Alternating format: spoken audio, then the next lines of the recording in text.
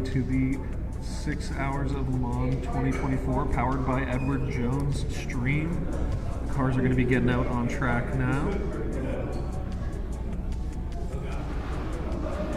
And we're starting with a formation lap out onto the track as we start the 6 Hours of Le Mans. So again, the cars are just getting out on track in order, and then they're going to take a slow lap around the track before they start the race. So as they all filter into their order, they're going to be trying to get their tires heated up and prepared for the start of their race.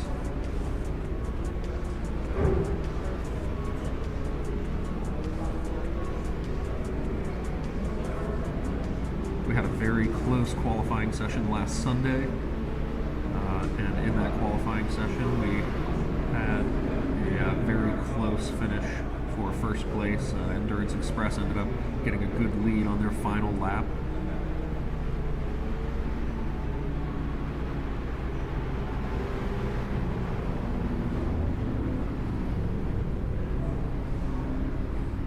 And our qualifying order for today is Endurance Express starting at the front of the field. They're a past Le Mans winner, so they're going to be wanting to stay in that position and maintain that throughout the race.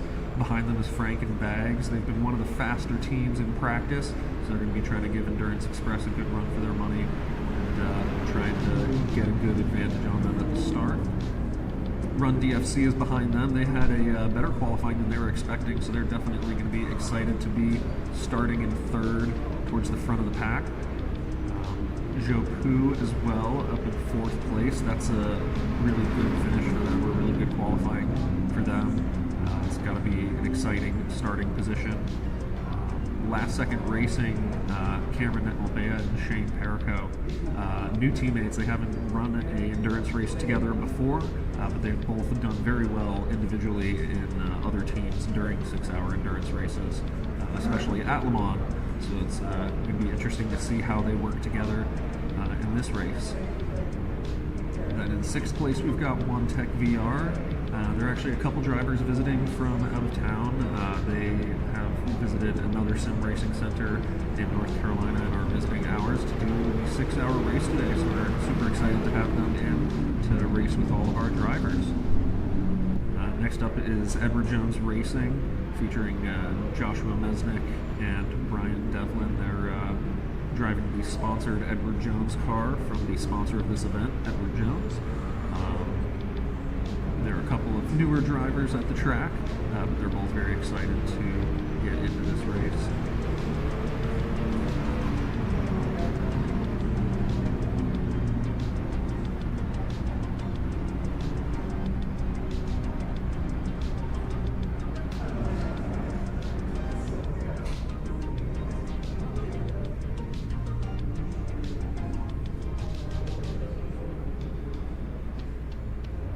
And again, just a reminder, this is the formation lap, so they're just following that Corvette around, getting out onto the track, and then they're going to have a rolling start when they get to the start-finish line again.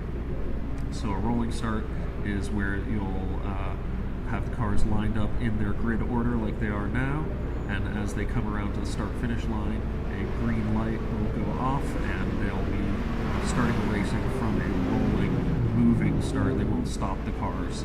They'll just have a continuous run down the street into the first corner. The first corner at Le Mans is a pretty tricky corner. It's pretty tight and requires pretty careful braking.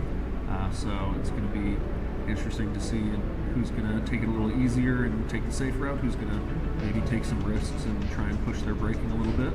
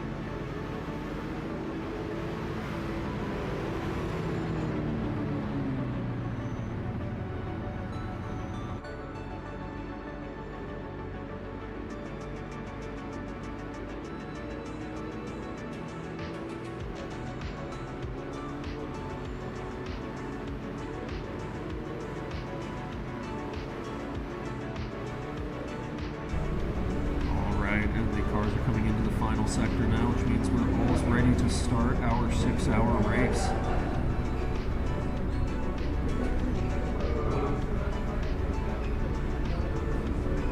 Before the race gets started, I just want to take a second to thank the sponsor, Edward Jones. We've got a great event going today at the track at Asheville here in Biltmore Village. So it's super exciting to be able to run this race and have so many teams here and so many drivers. And as well, I want to thank Storm Yang Simulation for the access to these cars. These cars are super cool. It's a great modding team that made a super detailed set of cars.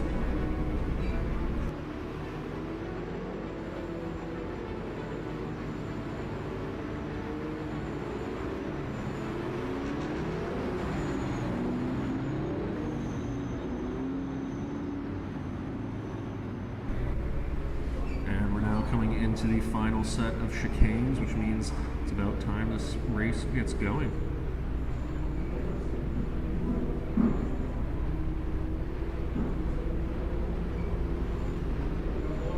And coming into the final corner now, as they come around this final corner, they'll get the green flag, and that will be the start of our race.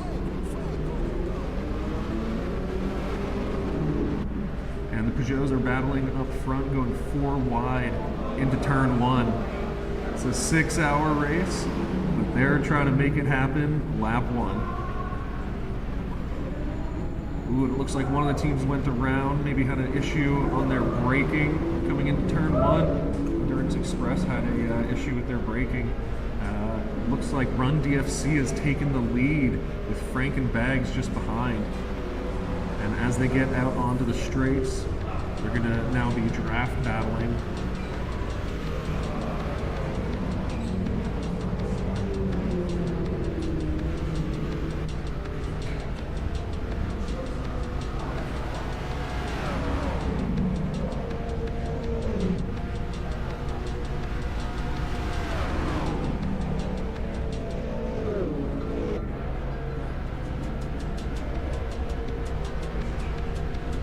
Made it through the first sector now into the first chicane. Top 3 Run DFC drops down to 3rd. Unfortunately, with Frank and Bags taking the lead, they're going to be happy to get back out front.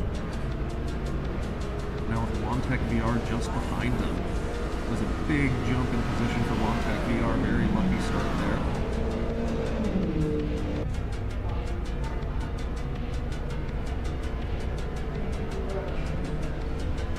Too far behind, you can see the EJ Racing Ferrari trailing behind the top 3 a little bit, not quite within draft range, but if any of them start battling, it might give them the time differential to be able to catch up and get into the top 3 battle. Run DFC is definitely also going to be trying to catch back up after they lost a little bit of time in that first set of chicanes.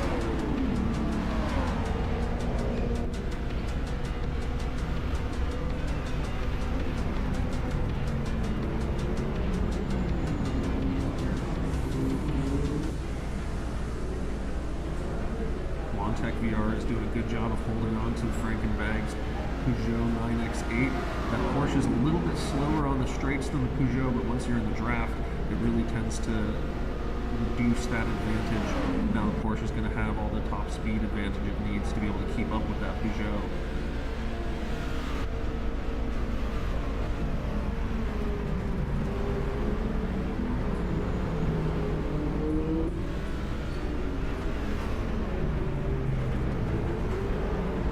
Exciting start to the race, but we've got a long race ahead of us too. We've got just under 6 hours now remaining in this race.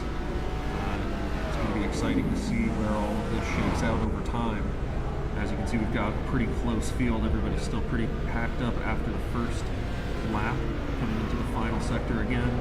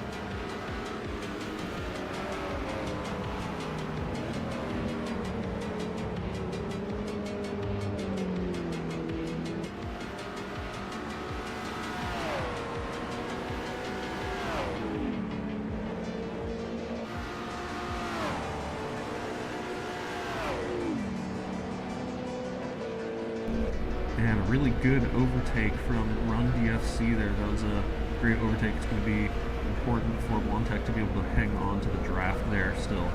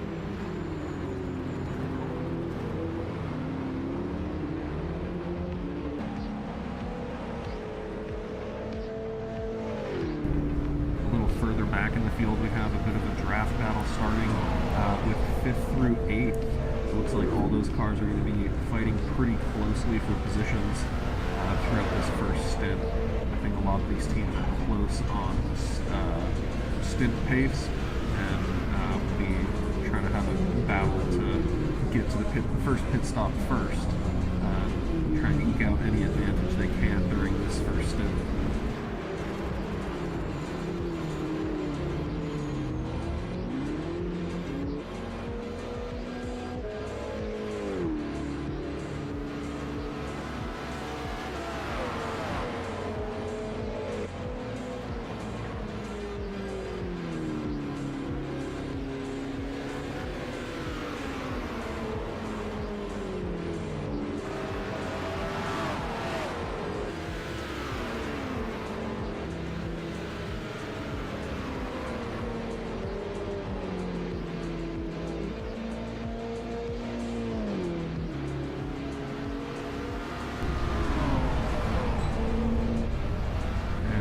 Up to the front of the field, it looks like Run DFC is still a little ways off of Frankenbags, but they're going to be making their way up to them, trying to just hang on to that draft still. Le Mans is almost 85% full throttle, so draft is king here. And again, anybody at home that isn't really into racing or anything, draft is when the car in front of you kind of makes a hole in the air, because as a car goes through the air, it pushes it around it. It ends up making a hole in the air that lets the car behind it go faster. So when you're following somebody on these long straights at Le Mans, following in that draft can really help you pick up a lot of pace behind the car in front of you. But that draft can also hurt you in the corners as well.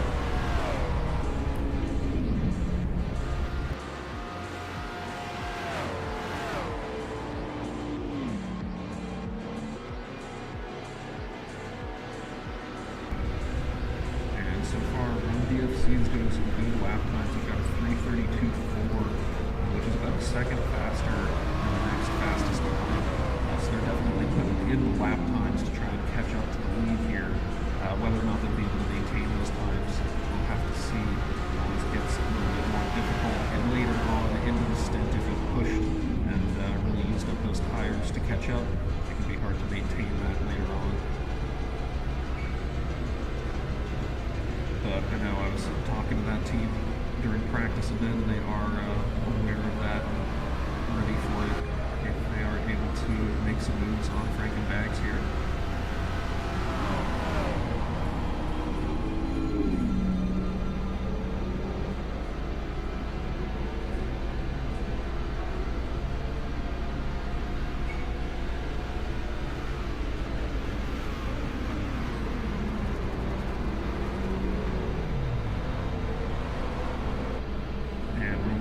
Still closing up time, but you can see they're pushing a little bit, going a little bit wide into the dirt there, just touching it. That'll slow the car down a bit, but with that draft again, they're going to get sucked right back up to the back of that car.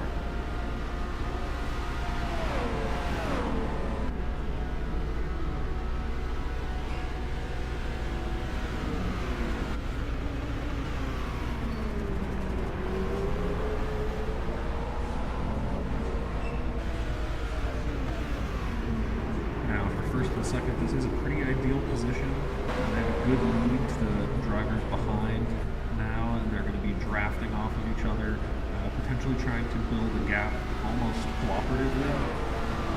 Or we'll have to see if they are going to start battling once Run DFC catches up.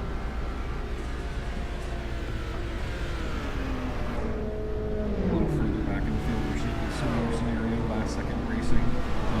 They're going to be trying to catch them on the straights. They're getting into the Porsche curves now where the Ferrari has a bit of an advantage, but the Peugeot is no slouch.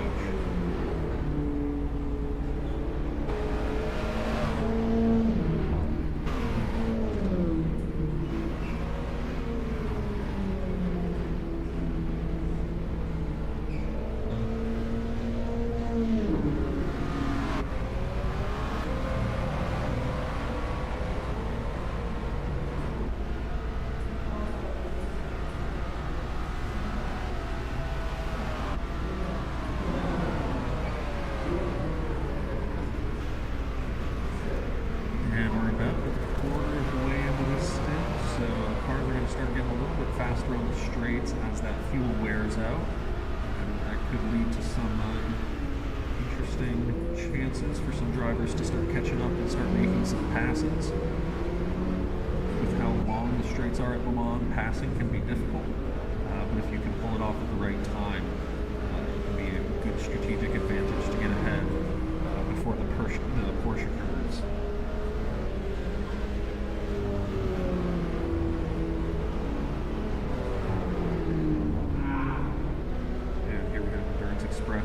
Pretty aggressively on the back of EJ Racing, coming down the first long straight into the chicane.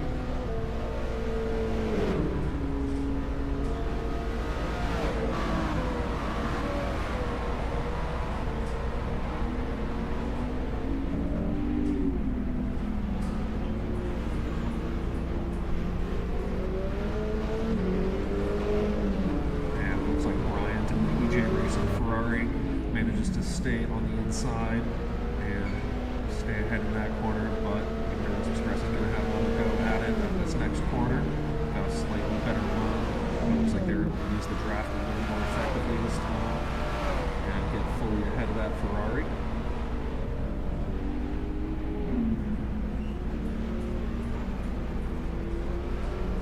That was a nice clean pass from Endurance Express. Now moving up into fourth place. Let's see if EJ Racing can fight back for a little bit. See Endurance Express weaving a little bit on the straight, trying to break that draft.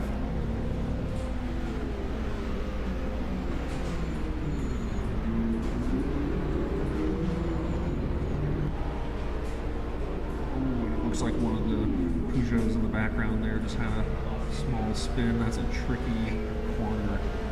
Common one to have issues at. It's a little bit tighter than 90 degrees, so it's a little bit harder than some of the other corners here. It's got a bit of a dip in the road as well, a little bit of elevation change that can make it tricky to handle these more sensitive LMH cars.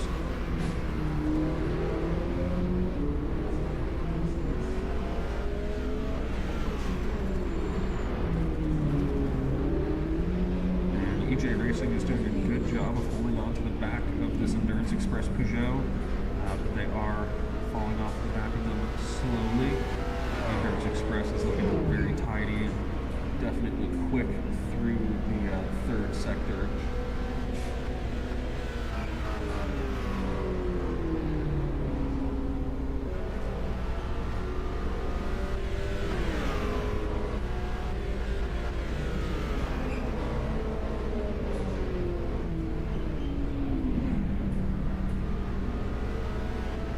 Express, of course, started first. They had a issue under braking in the first corner, unfortunately, that dropped them back pretty far. But they are definitely working their way back up, and I know they have the pace to get back up to the front if they're consistent.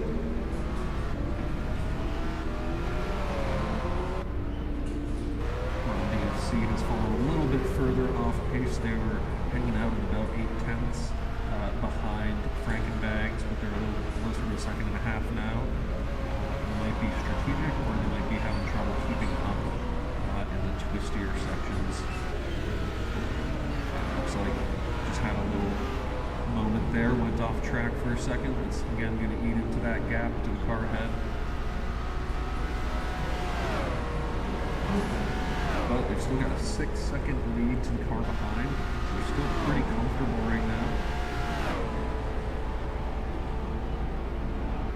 And as you can see, 7-second lead, gaining time.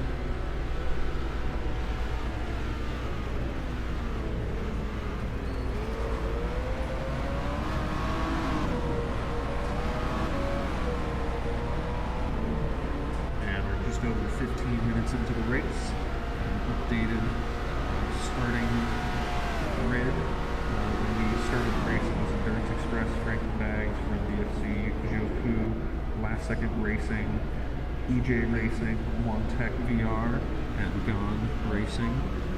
And you can see on the left side there, the order has changed quite significantly.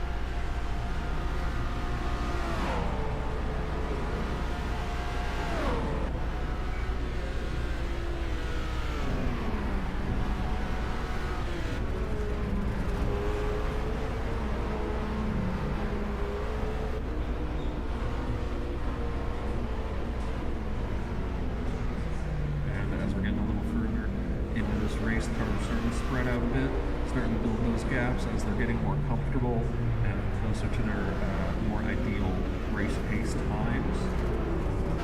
At the moment, the top two cars seem to be running in the low 333s, the high 332s, which is a pretty intense pace to keep up with. They're definitely going to be trying to build a gap to the cars behind before the first pit stops. Behind them, we've got quite a few drivers doing around 336s, 337s, maybe a 335 here and there, which is still a good pace. It's going to be a very competitive field, third, probably all the way down to 8th.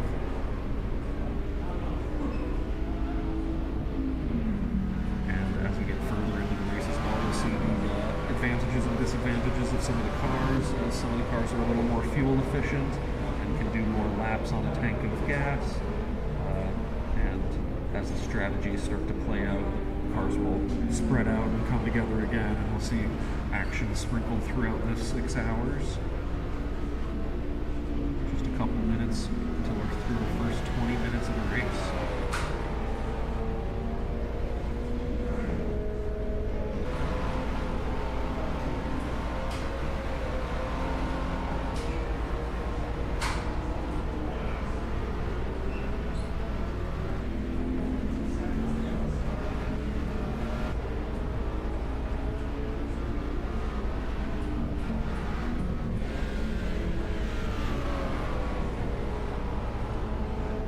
Express is currently improving their times, chasing down OneTech down to just over a couple seconds behind.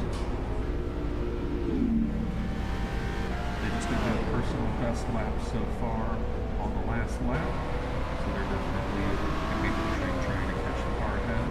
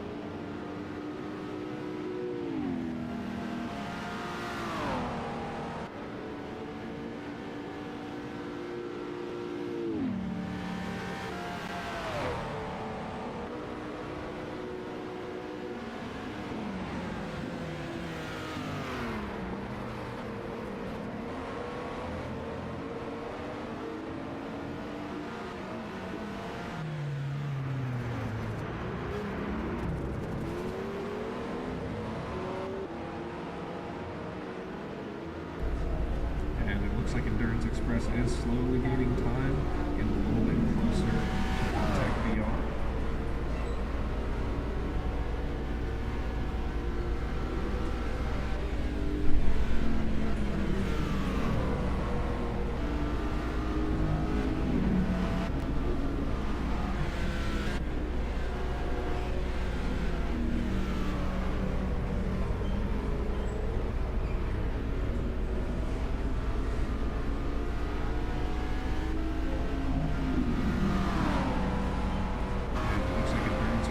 Feeling pretty good through the Porsche curves. They gained a lot of time through there on Tech VR, which is definitely going to put them in drafting range. So Tech is going to have to get creative here with their drafting on the straights to keep this position.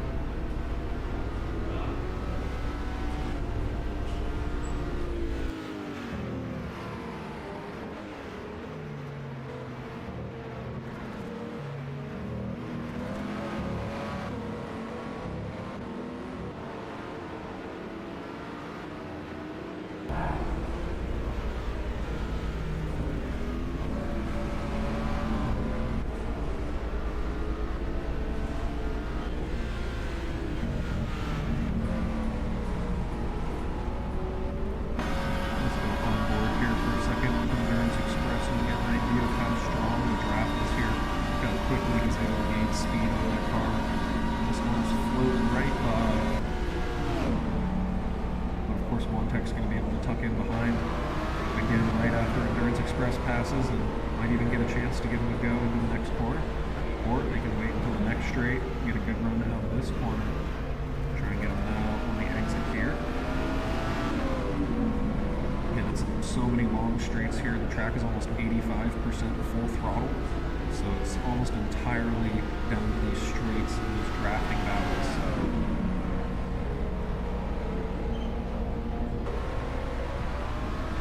Careful with these, you can really be pretty clever with how you try to make passes and save fuel. And it looks like they're going to go side by side. And Tech comes out ahead. Again, Endurance Express is going to tuck in right again. Try to draft down to the next corner and give them another attempt at a pass.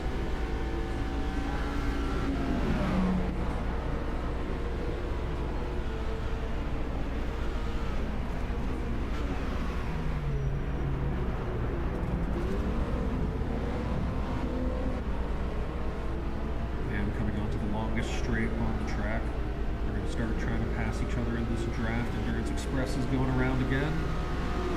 See if this gives Tech enough time to hop in behind them again and try and pass them back before the next corner.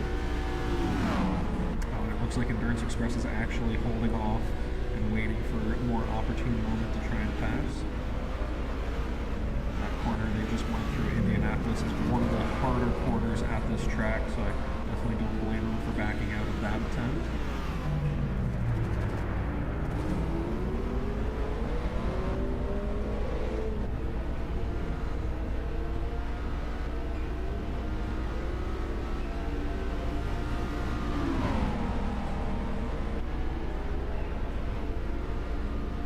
And it looks like they're going side by side again into the first corner of the Porsche curves.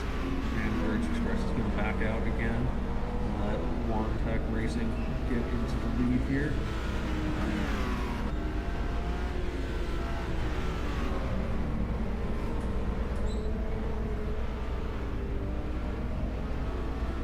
Looks like we might have a really good battle from these two teams here for third place, though. Looking very even on the pace.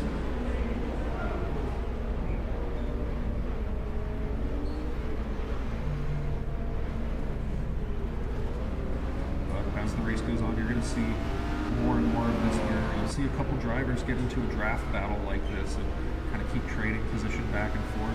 The best hope is that you can kind of leapfrog your way forward and catch up to the drivers ahead. Right now, they are actually losing a bit of time because they are battling quite a bit, trying to hold on to third place.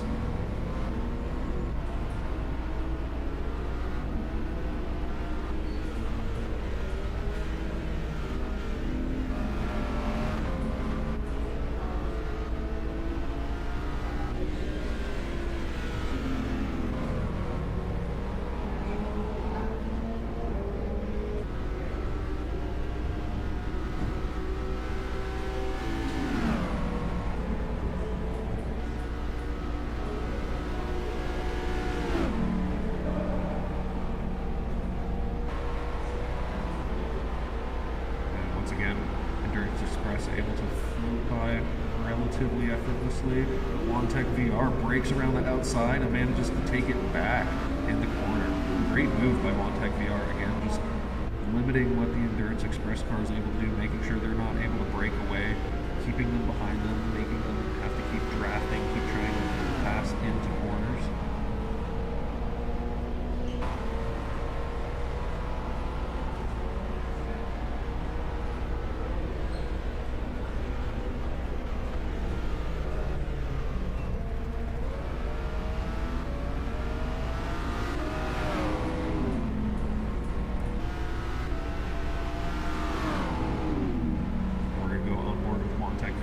Try to chase down Endurance Express.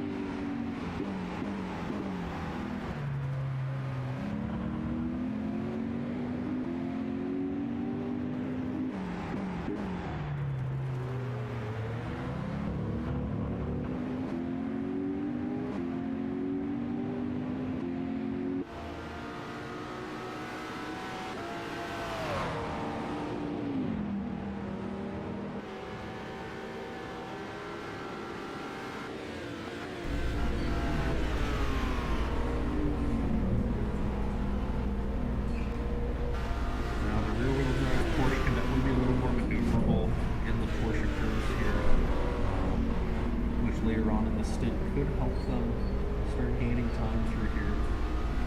As you can see, they're definitely not falling off the back of Endurance Express through that section.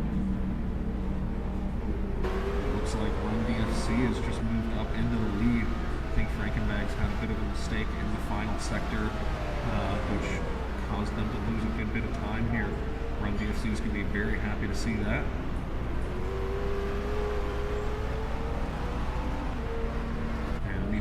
Third, Endurance Express has just done the fastest lap of the race as well.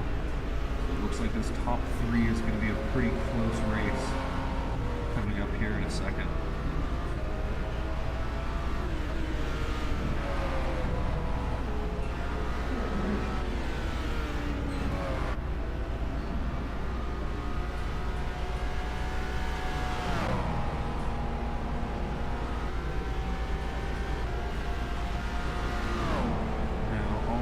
Can do about 11 or 12 laps per tank of fuel, and as we get closer and closer to the 40-minute mark, we're going to start seeing some cars head into the pits to fill up fuel, swap out tires potentially, and get back out on track and continue racing. That's going to be a big aspect of this race, is fuel and tire strategy especially. The tires are tricky to hold on to for more than one tank of fuel. But if you're careful and you preserve your tires a bit, it's definitely possible. So it'll be interesting to see if any teams forego changing the tires in order to save time in the pit stops and trust that they can maintain a consistent lap time even on their more worn tires compared to the other drivers who take some more time in the pit stop to swap out their tires for fresh new rubber, which will give them a little bit more pace throughout that stint.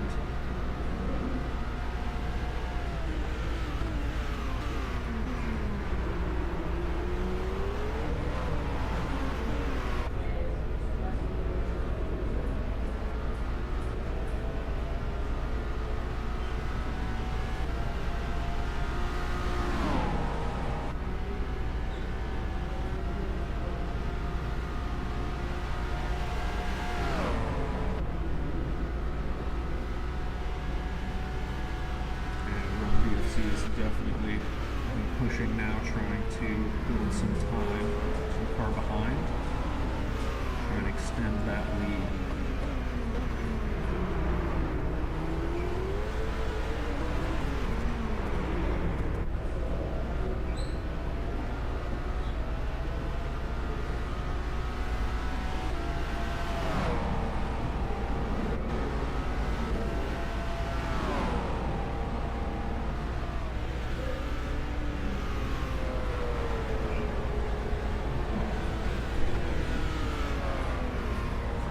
still only about 4 seconds behind, still definitely within striking distance before the end of this stint.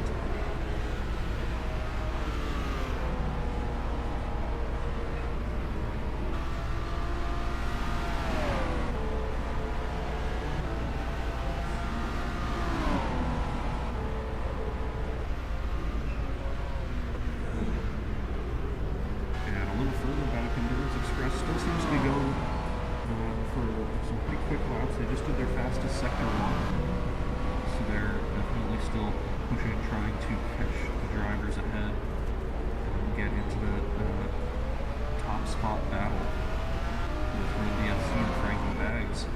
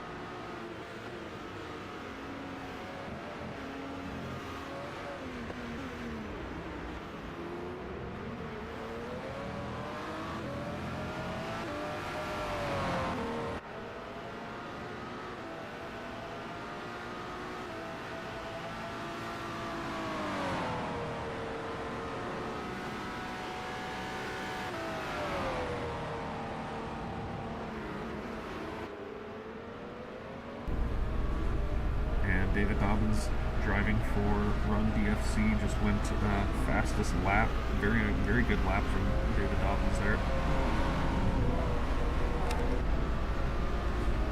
Looks like Run DFC is finding a lot of good pace. David Dobbins is putting in some impressive lap times this far into the stint especially. The cars definitely get lighter on fuel, which helps them go a little bit faster, but the tire wear can make it hard to take full advantage of that. David Dobbins is still managing to find fastest lap times almost at the end of this first stint.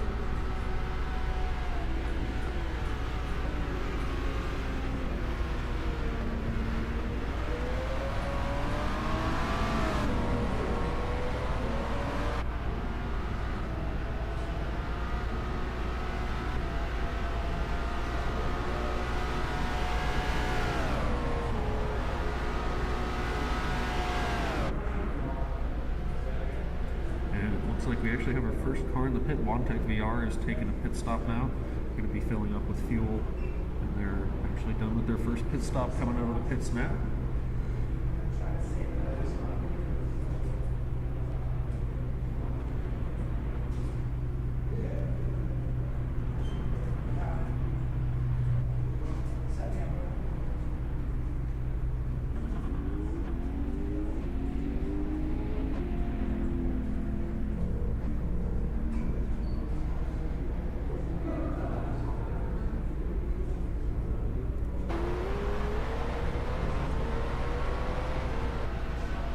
Like Frankenbags did just do their fastest first sector so far, so they may be trying to respond to that fastest lap now. They have cut that gap down a little bit from 4 seconds down to about 3.5 seconds. They are definitely not letting Run DFC walk away from them. They're definitely going to give them a battle.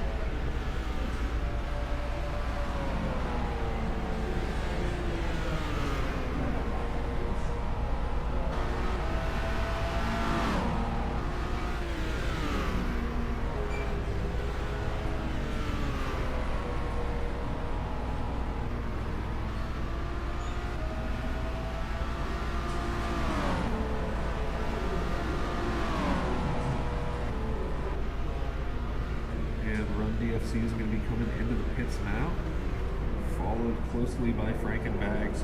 Looks like Frankenbags did gain a lot of time on pit entry here, so they're going to be coming into the pits nose to tail. They're going to have to be careful though, because sometimes these pit spots can be a little close together. You don't want to get blocked by the driver in front of you having to pit close by. Endurance Express is coming into the pits now right behind them.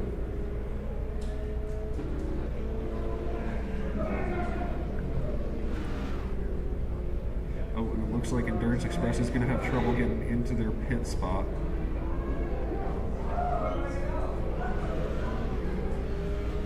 And that's going to force Frankenbags to have to reverse for a second on their way out of the pits.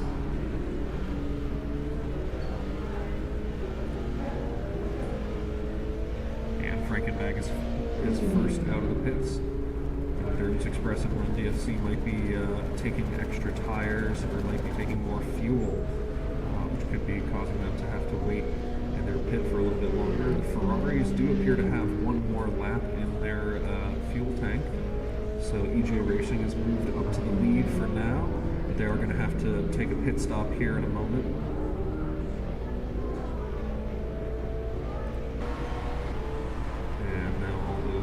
Peugeots are going to be coming out of the pits now.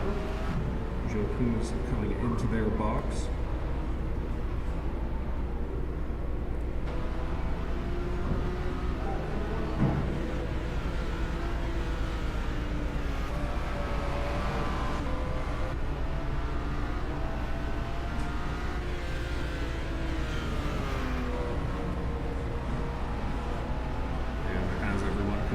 Pit stops are going to mix up the order quite a bit. We're going to have to wait until everybody has taken a pit stop to really find out where everybody has settled out.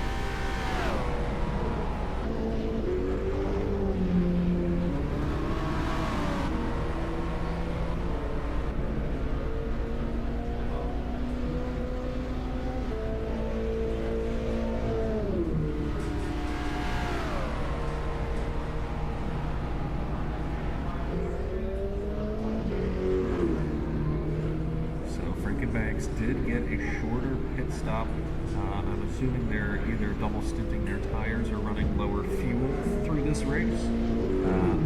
If it is tires, then it looks like Run DFC and Endurance Express are pretty close if they have a tire advantage. We'll have to see how that plays out over the course of this stint.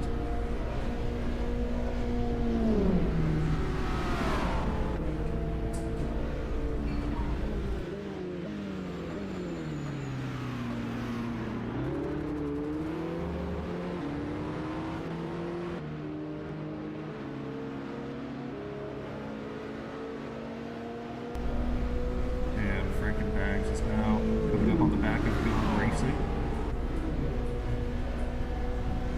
They're going to be trying to pass them pretty quickly here.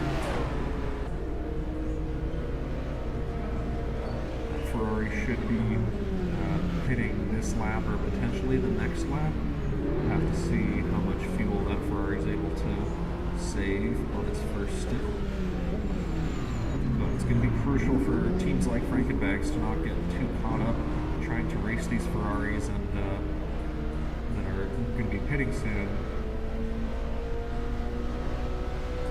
Trying to focus on just keeping their average lap time up, keeping that gap to the cars behind up.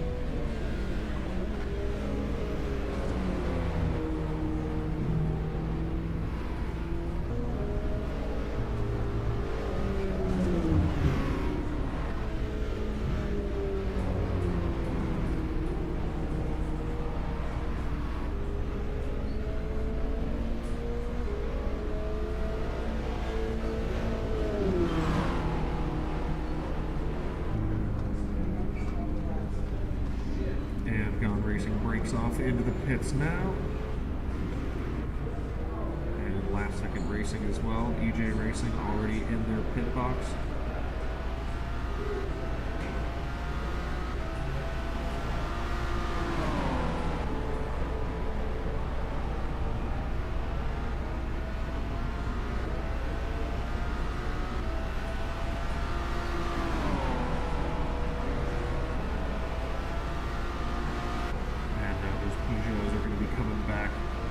Pit lane and reclaiming their previous positions that they gave up when they came into pit a little bit earlier.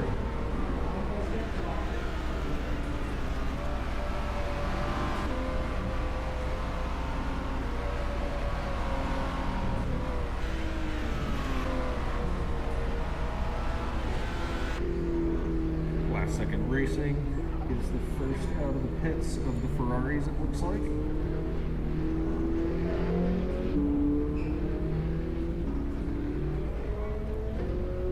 And not too far behind them, EJ Racing coming out of the pits in 5th place. They've got the Montec VR Porsche right behind them, so we might have a good battle coming up here in just a second.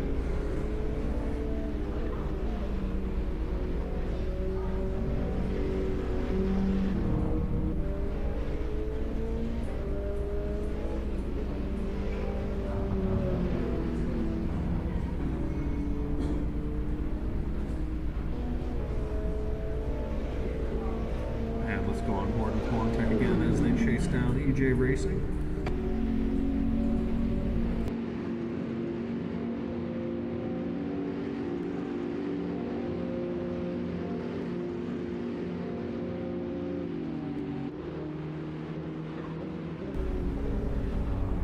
And a strong move from Montec VR, passing into that first chicane.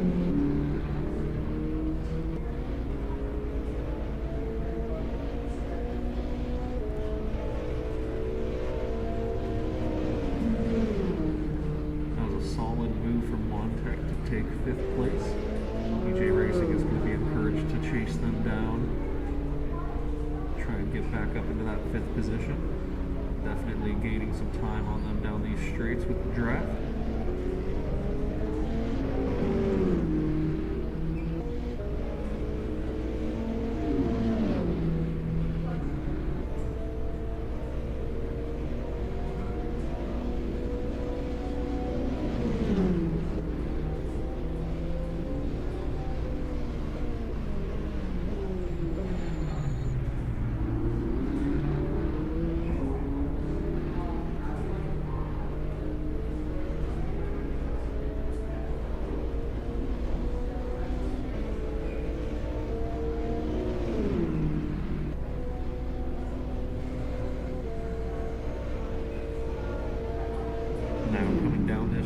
into the Porsche curves.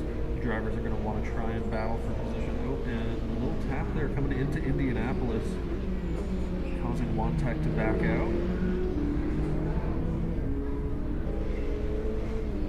Now coming out of this corner down to the Porsche curves, it's going to be important to try and maximize your potential in the Porsche curves. It's a good place to build a gap because unlike the straights, there isn't a lot of drafting opportunity. So you do have to wait until you get to the next straight. So if you can build a gap during the Porsche curves, which they're about to enter right now, then you can make a big enough difference that they won't have a chance to draft on you on the next straight. But it looks like these drivers are really close on pace. Wantek is definitely gaining speed through this section.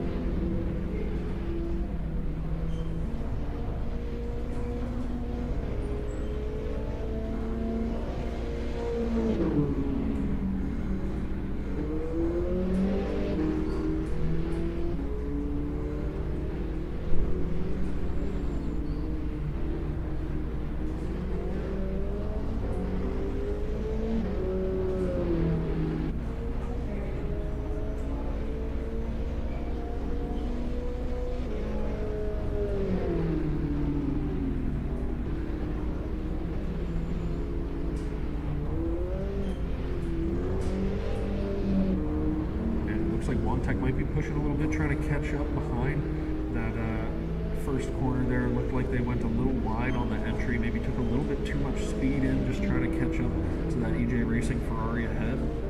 Trying not to lose that draft coming onto this first straight. They're a little over a second behind, so they might get a little bit of effect from the draft, but it's not going to be nearly as strong as when they're a bit closer. Moving up a little further in the field, Run DFC and Endurance Express are right on top of each other once again.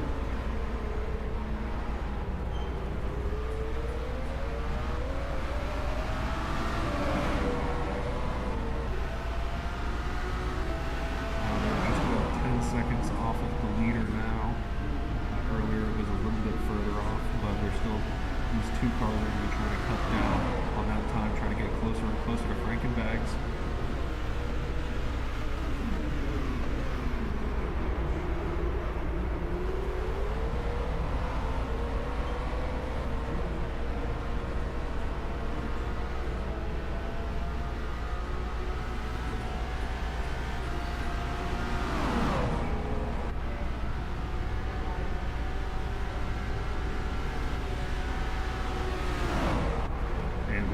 Goes for the pass and sweeps by down the longest straight on the track into Indianapolis now.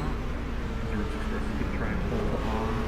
They have a slight chance to draft out of this corner, and then they'll be back into the Porsche curves where Run DFC is going to try and make a bit of a gap so they can get out of drafting distance from Endurance Express. Oh, and it looks like EJ Racing had a little mistake there. Wantek VR moves ahead into 5th.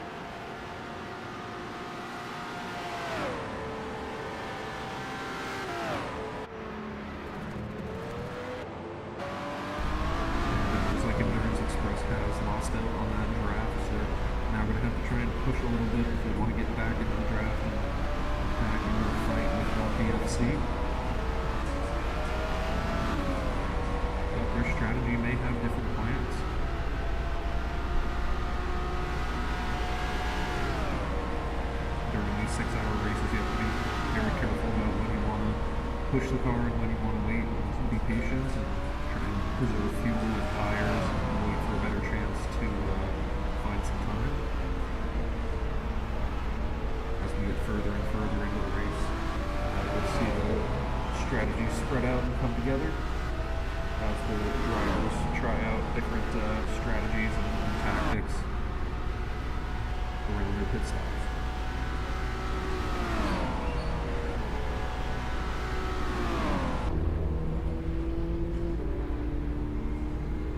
Back in the field, we have Gone Racing. Looks like they're gaining some time on Joku ahead.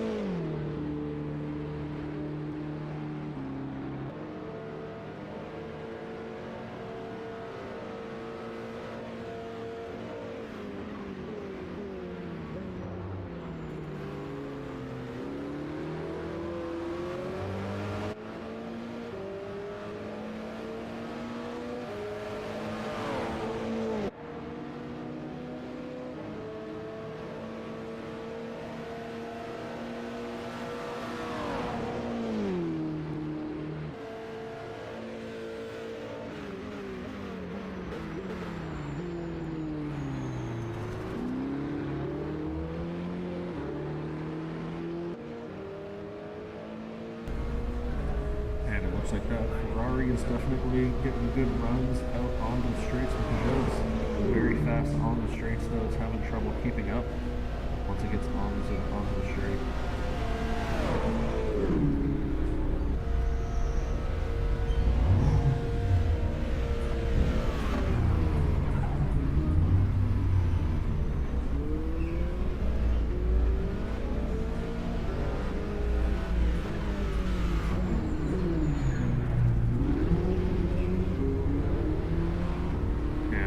Slightly more nimble Ferrari is definitely starting to show its colors around the twistier sections of the track. See if Gary in the Gone Racing car can keep up to the Porsche curves.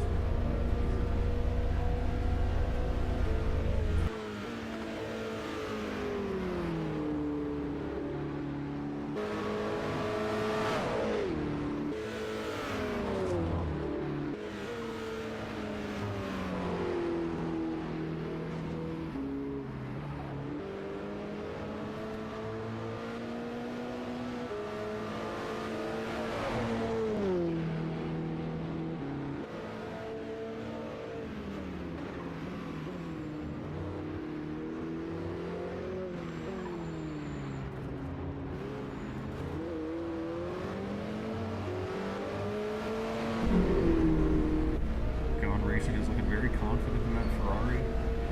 Definitely holding on to the back of the Peugeot ahead.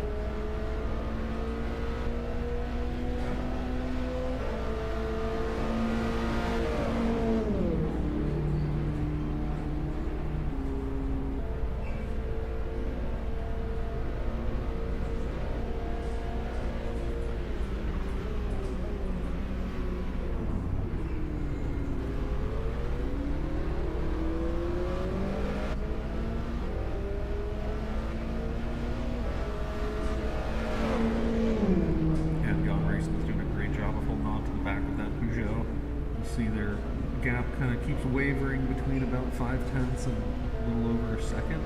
He still keeps holding on to the back bit, staying nice and close. As they get closer and closer to their second pit stop, we'll see where the strategies start to differentiate between these two cars. A little bit further ahead in the field, we have EJ Racing starting to close down the gap on Wantech Racing again.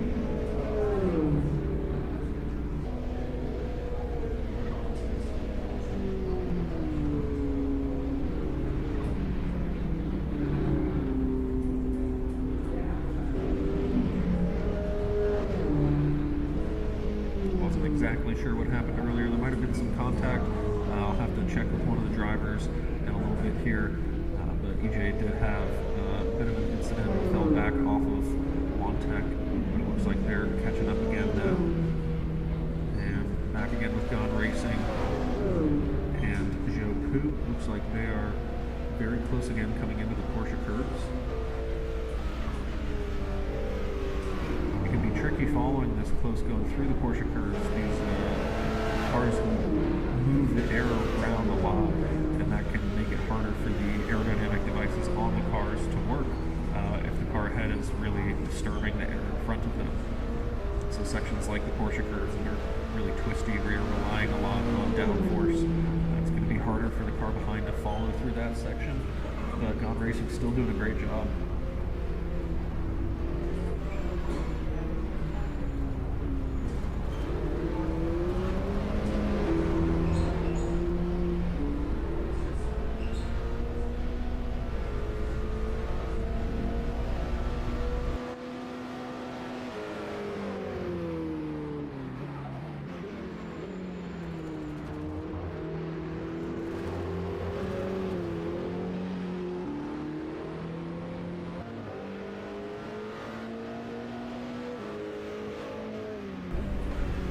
We've officially finished 1 hour of the race, only 5 hours remaining.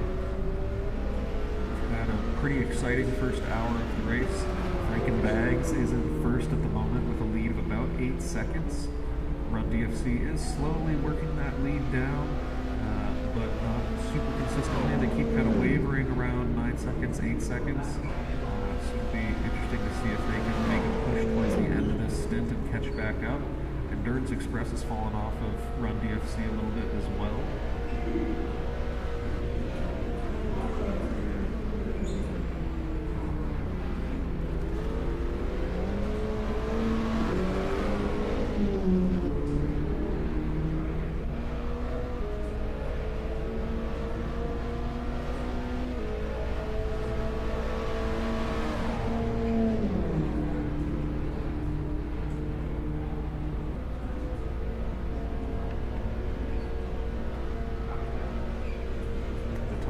Though really showing some impressive pace through this whole race so far. They're building a pretty intense gap on the rest of the field, really pushing out ahead. And it looks like we have a bit of a three-way battle. This is where these races are going to start to get intense. Indianapolis is a tricky corner on this track, and we've got 3 cars very close trying to battle their way through it. Coming out of this corner again, going down into the Porsche curves.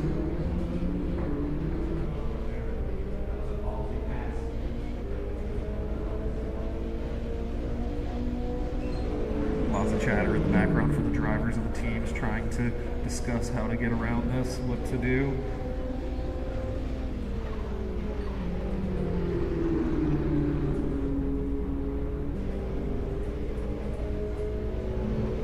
Like the Peugeot of Wantech is starting to get ahead, building a little bit of a lead again, coming through the Porsche curves. That air behind the cars is going to be harder to follow in. So Last Second Racing and EJ Racing may be having trouble following Wantech through that section.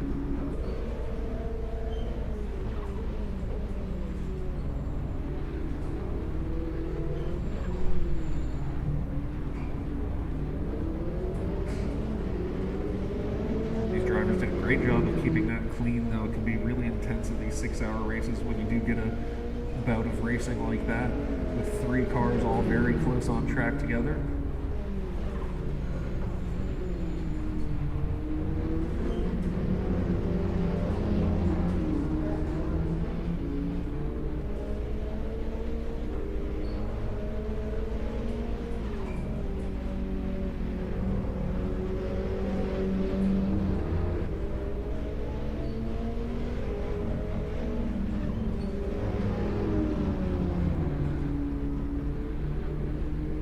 is where it's going to start coming down to strategy. Do they want to start racing hard, try to gain these positions now, or do they save it for later in the race, focus on race pace and just get consistent laps in?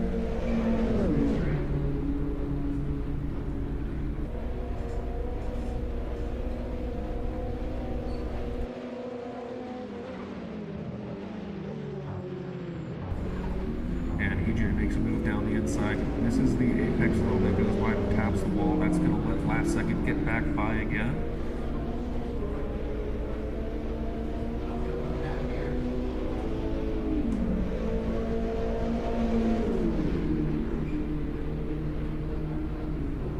Like I was saying with the strategy, they're going to have to start choosing if they want to keep battling this hard or if they're going to give space and try and catch back up to Wontek. Oh, and it looks like last second had a bit of a problem under braking there coming into the corner. They lost some time. Just going to let EJ get out ahead and start chasing down Wontek now.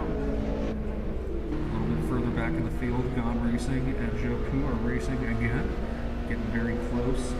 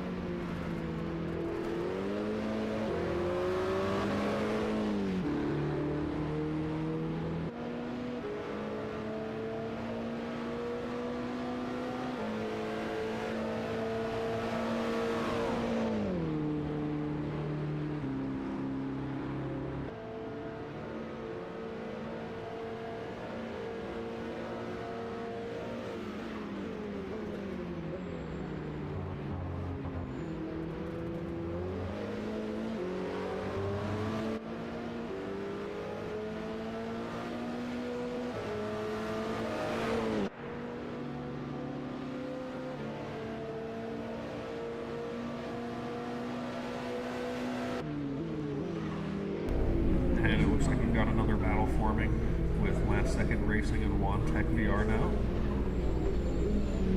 You can see EJ Racing is still just a little ahead of them, only a couple seconds. They're still one mistake away from being right back in this battle for 4th, 5th, and 6th.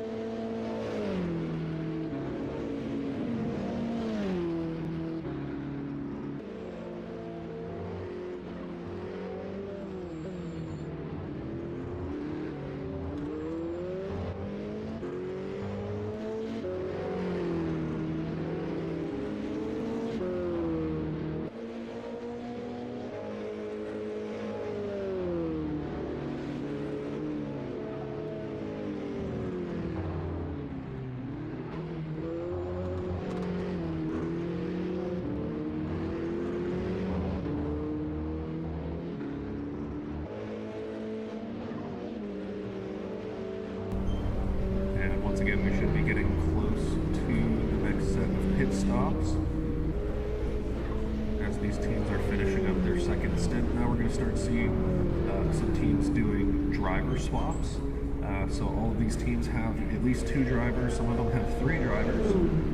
And as they go through this race and change out the fuel and the tires, they're also going to swap drivers into the car. So as you go through this race, each driver will hop in and they'll be doing their part trying to move up the order.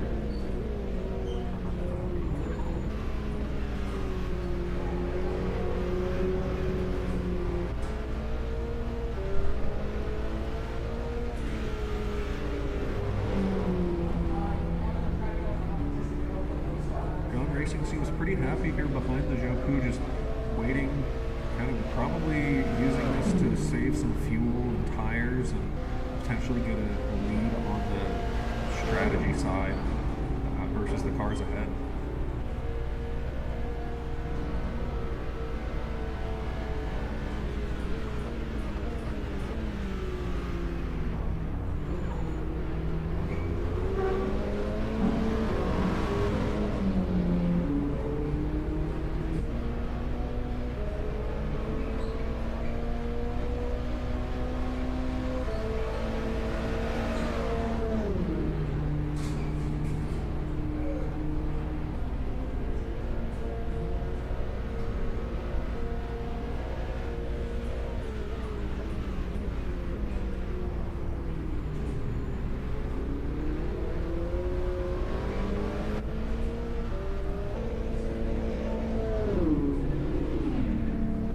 VR is slowly getting closer to EJ Racing, so we might have a little more racing for the 4th position in a little bit here.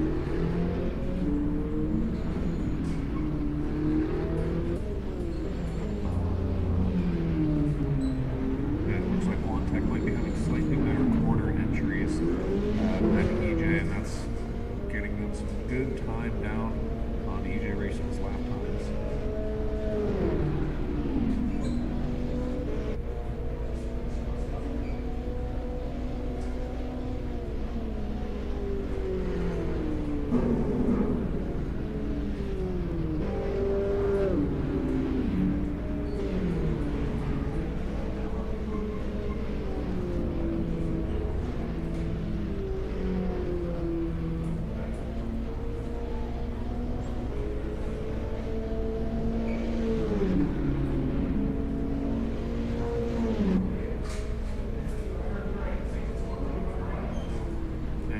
Tech is coming in for a pit stop now. Wasn't quite able to catch up to EJ before coming in for their pit. So Last Second Racing is likely going to move ahead of them now, with now just about a 3-second gap to EJ Racing ahead.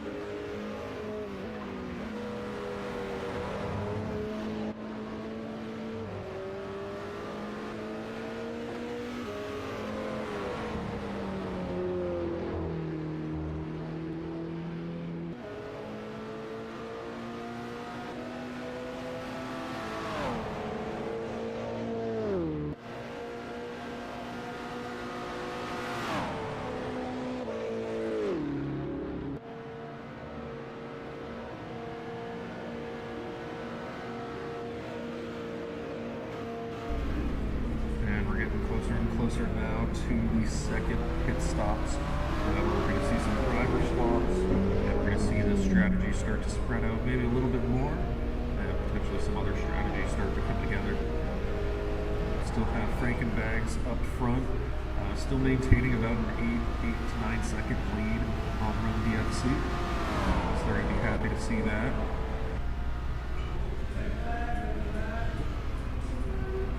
And it looks like we are going to have to red flag the session real quick. We might have had a rig crash. So we'll be red flagging the session and we will restart things momentarily.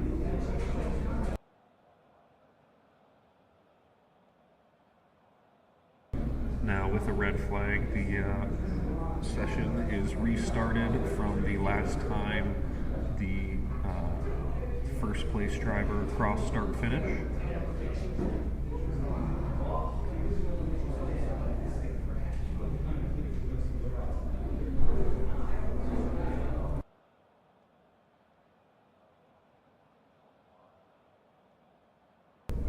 So as we get some things sorted real quick, we'll be right back.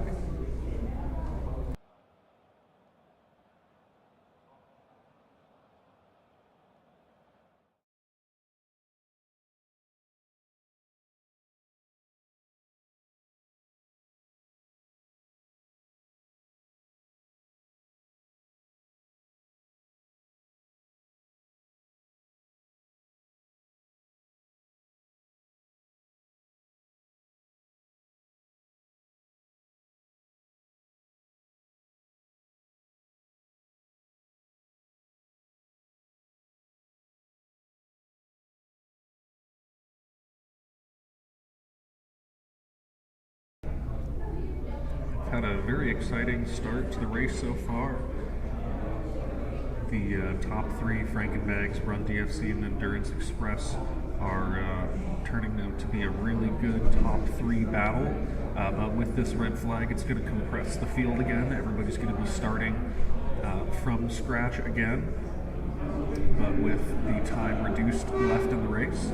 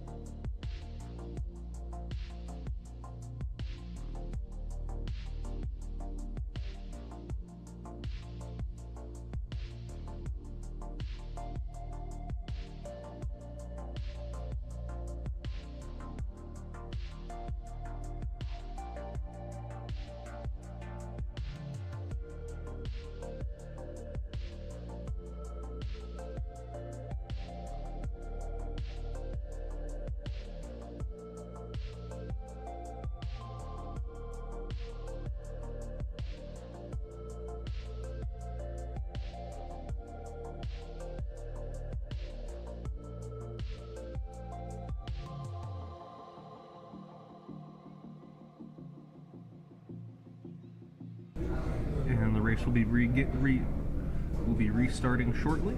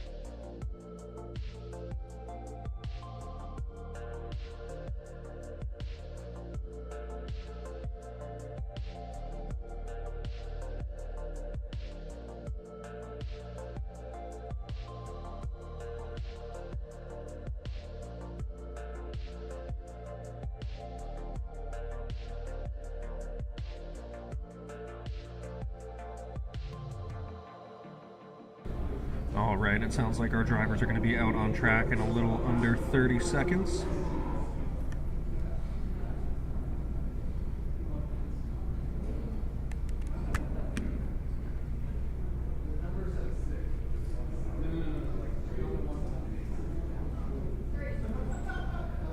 And the cars are back out on track now before we start our formation lap.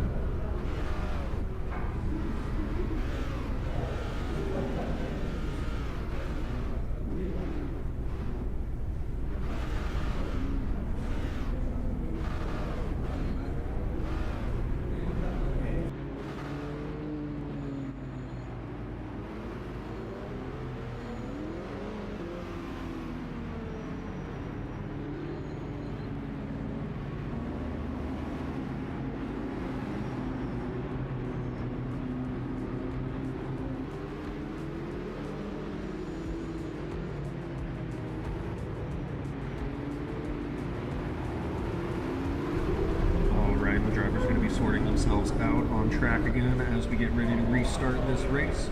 We're going to be restarting the race with 4 hours and 50 minutes remaining. That was about the amount of time left when first place last crossed the finish line before we have our red flag.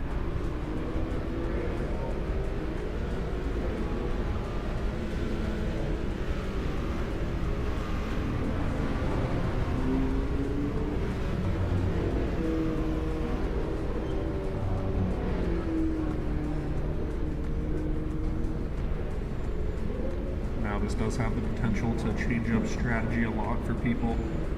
If their pit stops were just about to come up and it's been at an inconvenient time, could cause problems later on in the race. It's something we'll have to wait and see how it develops later.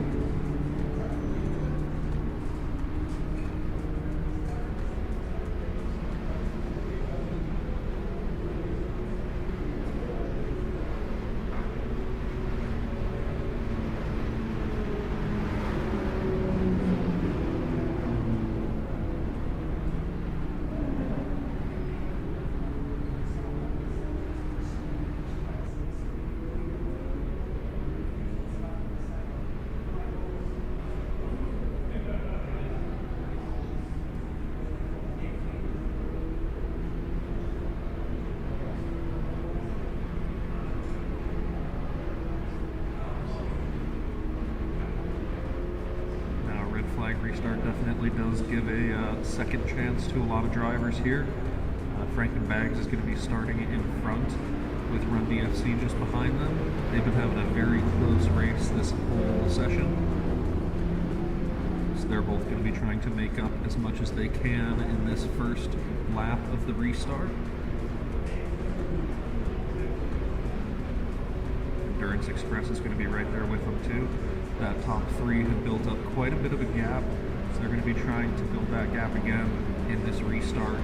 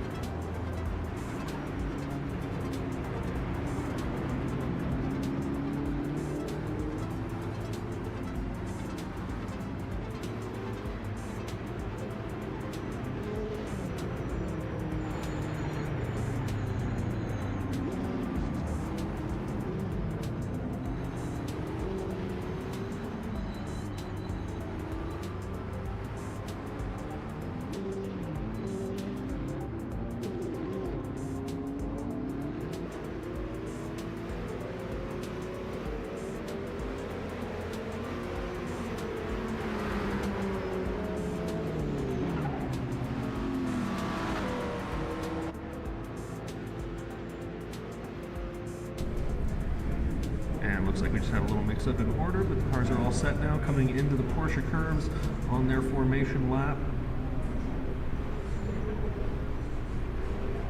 Restarts are always intense. This one's going to be pretty close. The racing so far has been very close between, especially the top three, and then the fourth, fifth, and sixth place drivers so far have all been very close packs.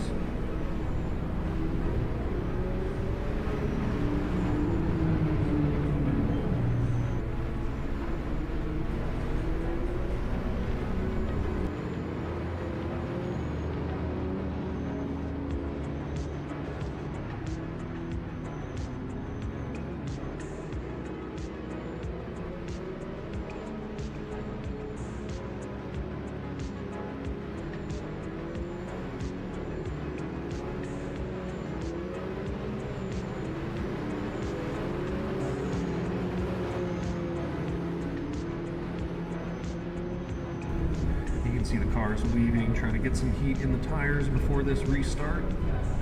Everybody's going to be trying to be very careful, but also gain these valuable positions. Coming through the final two corners now.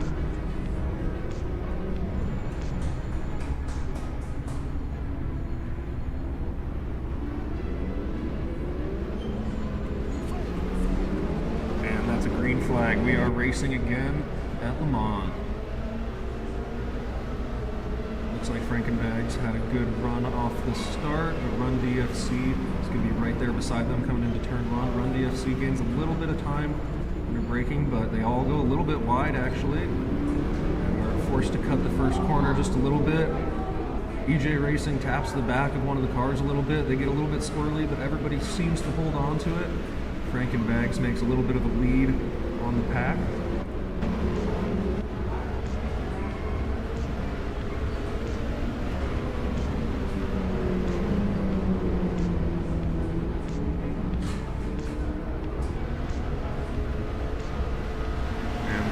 Right back into the racing. We've got quite a big pack forming here as the drafting is going to start pulling everybody closer together on this straight. They're going to have to be very careful into these chicanes here.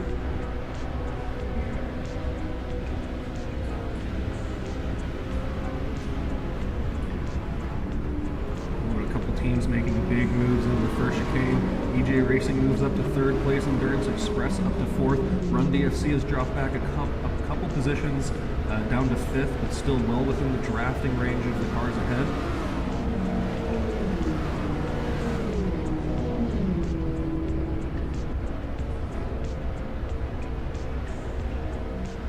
Frankenbags out front has just been passed by Wantech VR. Oh, and it looks like unfortunately we are going to have another restart real quick.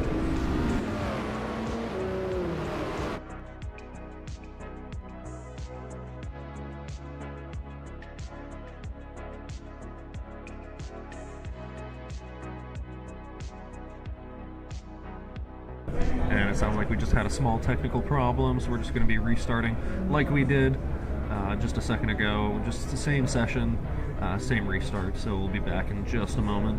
Apologies again for the technical issues.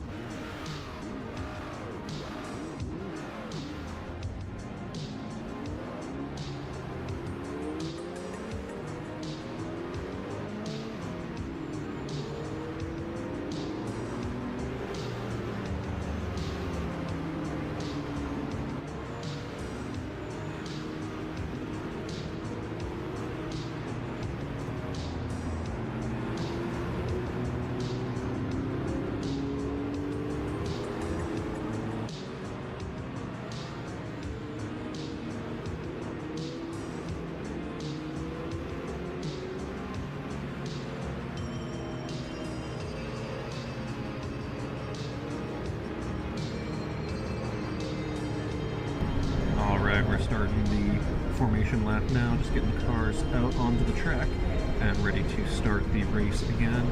Again, we're going to be starting with 4 hours and 50 minutes remaining in the race. And the order you see on screen is going to be the starting order of the race.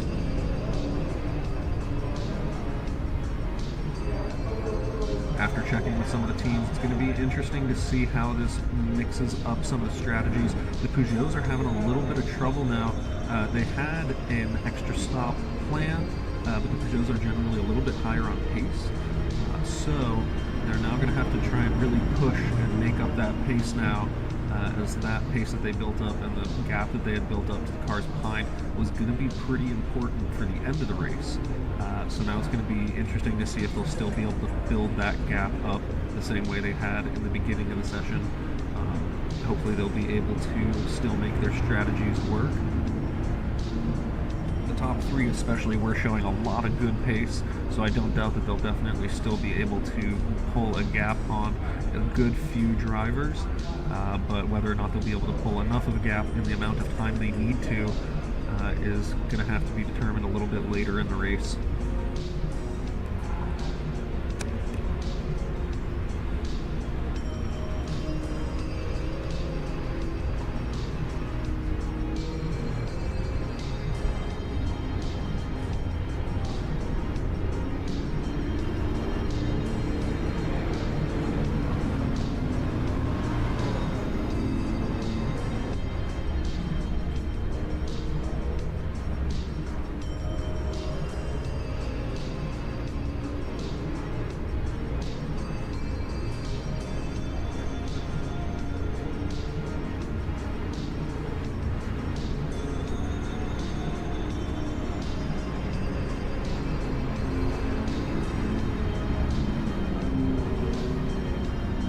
Give a quick shout out to everybody that came to watch this race today and everybody that's tuning into the stream. Thanks for tuning in today and checking out the 6 hours of Le Mans powered by Edward Jones.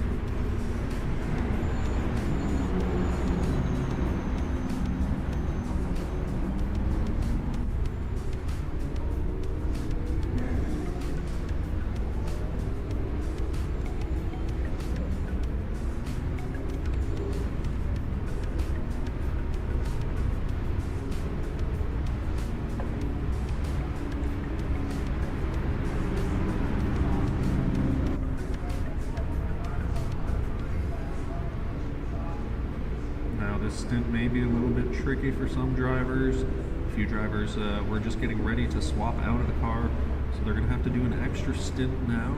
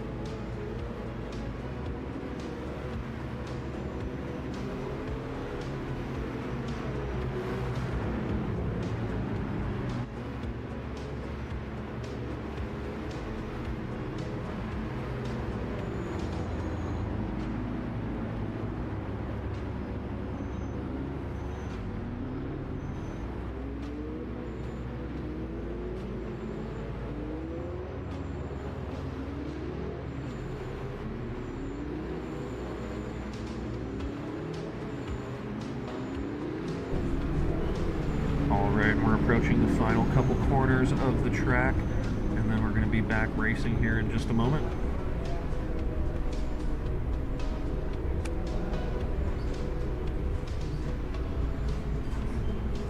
Alright, coming through the final corners now for the restart.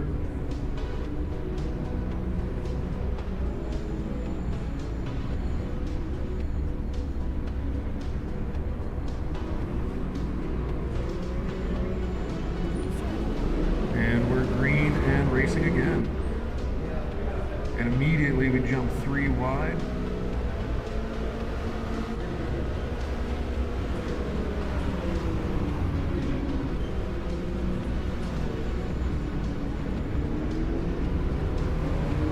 Tech VR and EJ Racing rubbing a little bit.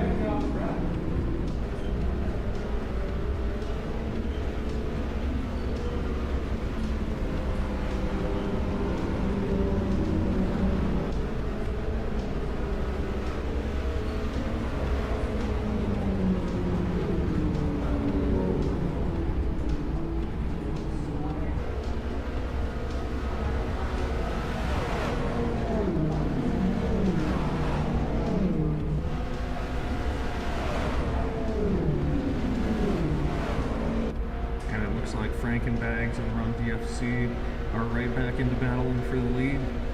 EJ Racing just behind them in third, followed by One Tech VR.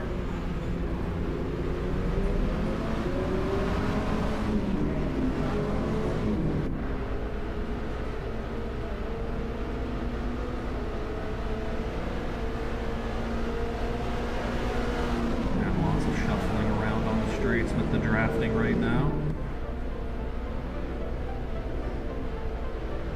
Quite a few aggressive plays right now, trying to find a good position in this race.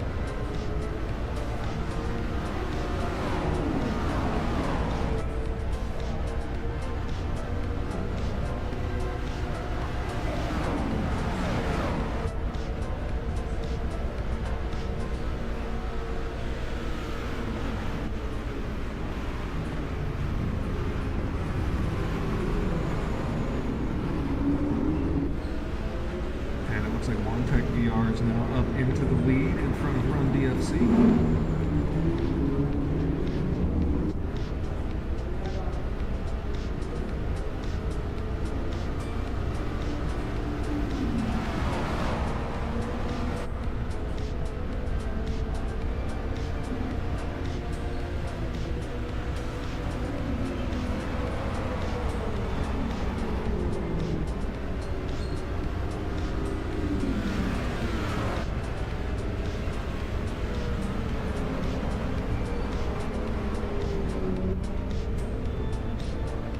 Tech had a big moment there, big slide coming through the Porsche curves, and unfortunately lost a good bit of time there.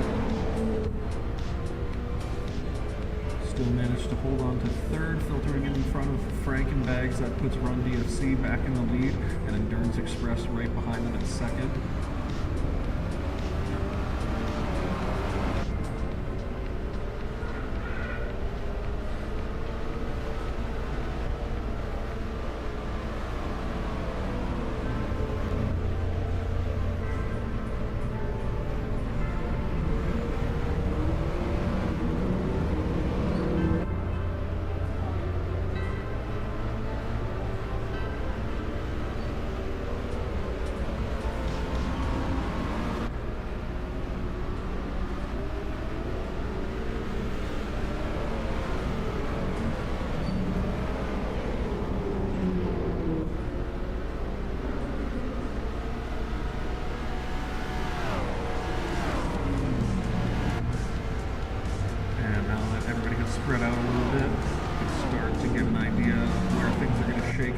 after the restart.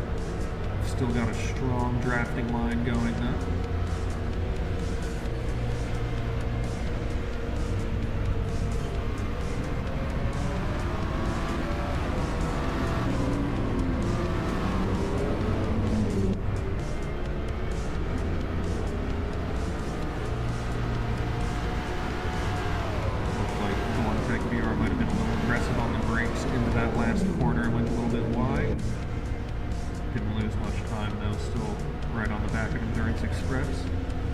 Racing is starting to get real close to Joe Poo, just straight ahead.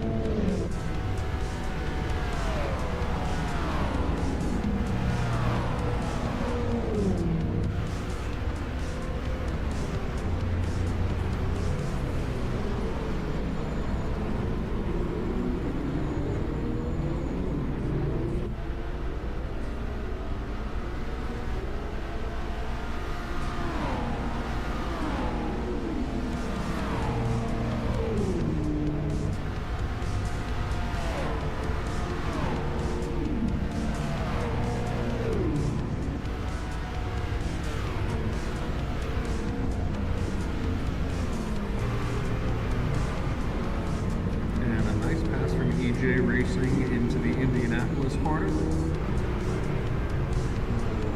They're working their way up towards Frank and Bags now.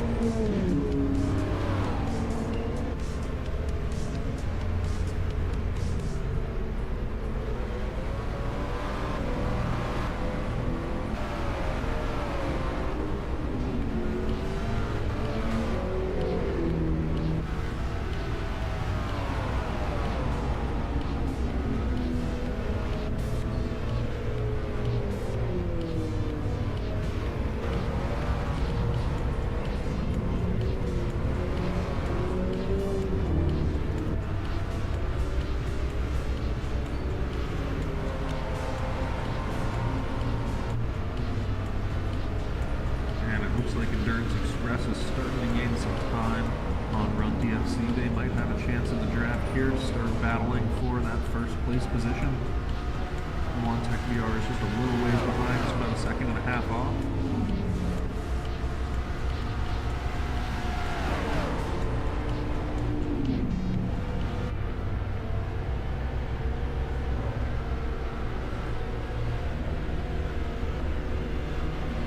And here comes Endurance Express with a big move down the inside into the first chicane and past Run DFC. Run DFC is going to have another chance here though, coming out of this corner. Endurance Express trying to again break that draft, weaving on the straight there.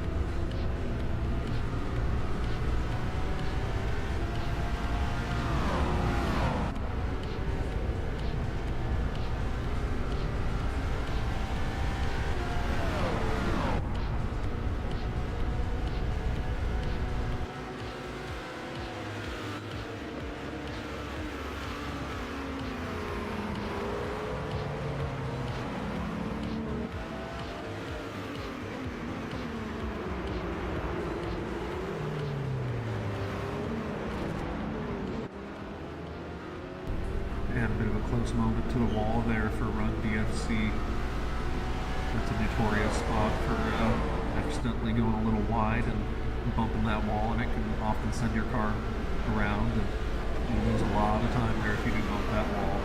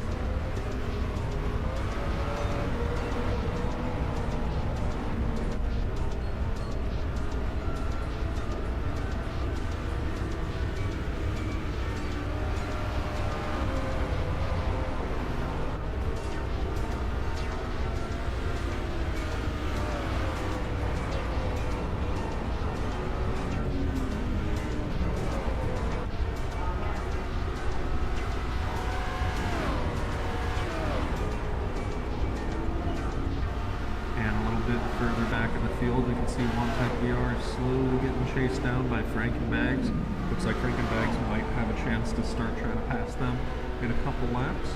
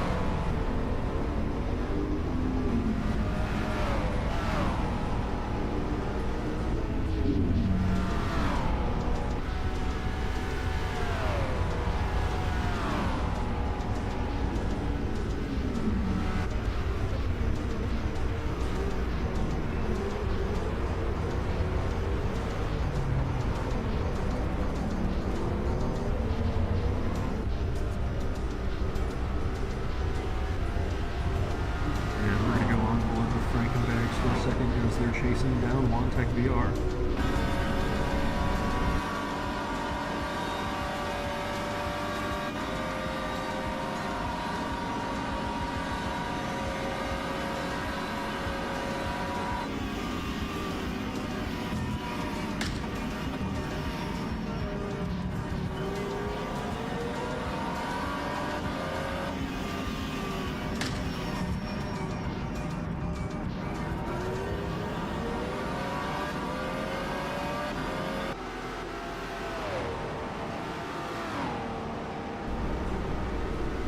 Pretty solid pass from Frankenbag's. Gonna have to see if One Tech can come back and try and fight back for that position.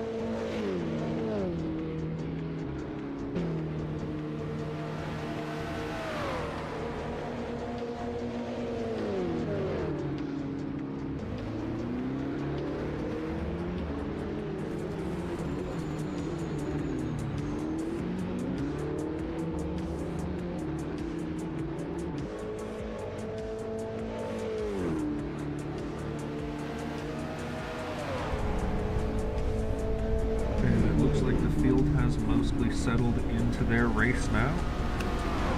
Everybody's going to be trying to start to get settled into their position, trying to get some consistent laps put in.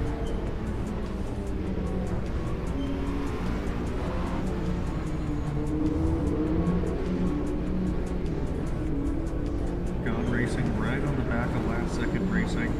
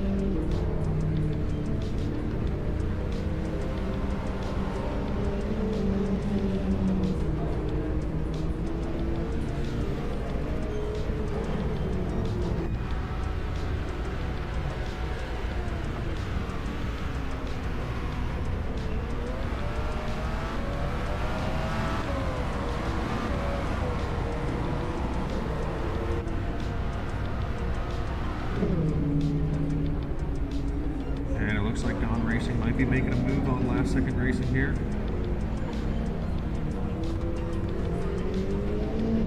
And yeah, they're able to jump up into 7th place now.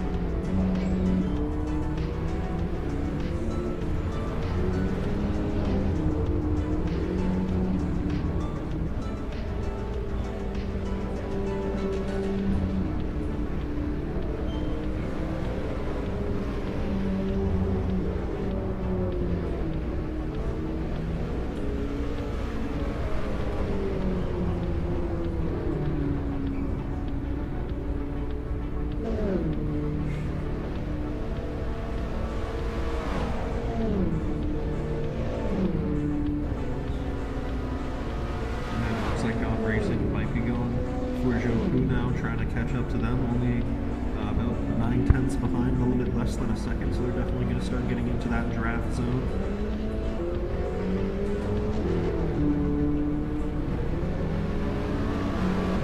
Another gap to keep your eye on. The Endurance Express car out front is slowly being caught by Run DFC behind, but it might take a couple laps for them to catch up still.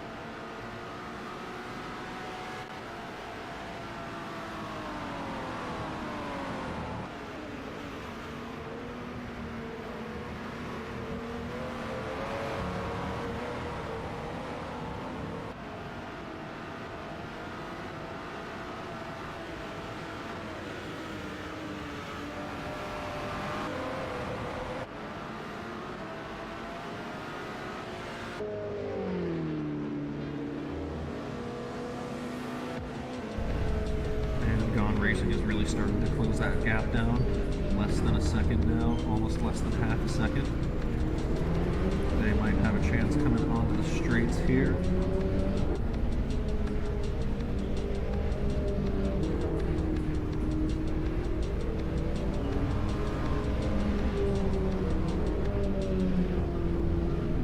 A little moment for Gone Racing coming over the hill, just a little wiggle when you crest over that hill. You can lose some of that downforce and some of your tire grip, and if you're holding a lot of momentum coming over that corner, it can cause the car to get a little upset. It looked like they still managed to hold on. It did increase that gap a little bit. It's going to make it harder to pass on these straights. They're going to have to probably try again in another couple laps.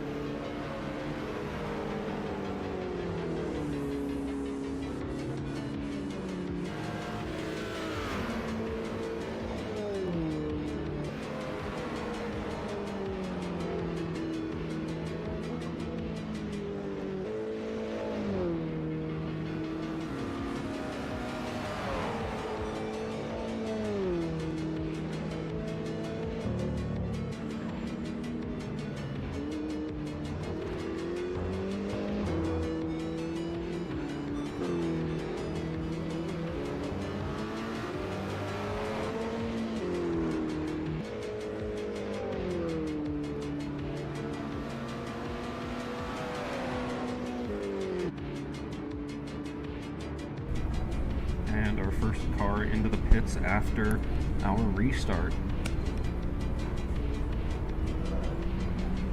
Looks like Last Second Racing is going to be stopping first after the restart. They're going to be getting fuel and tires and probably swapping out their driver.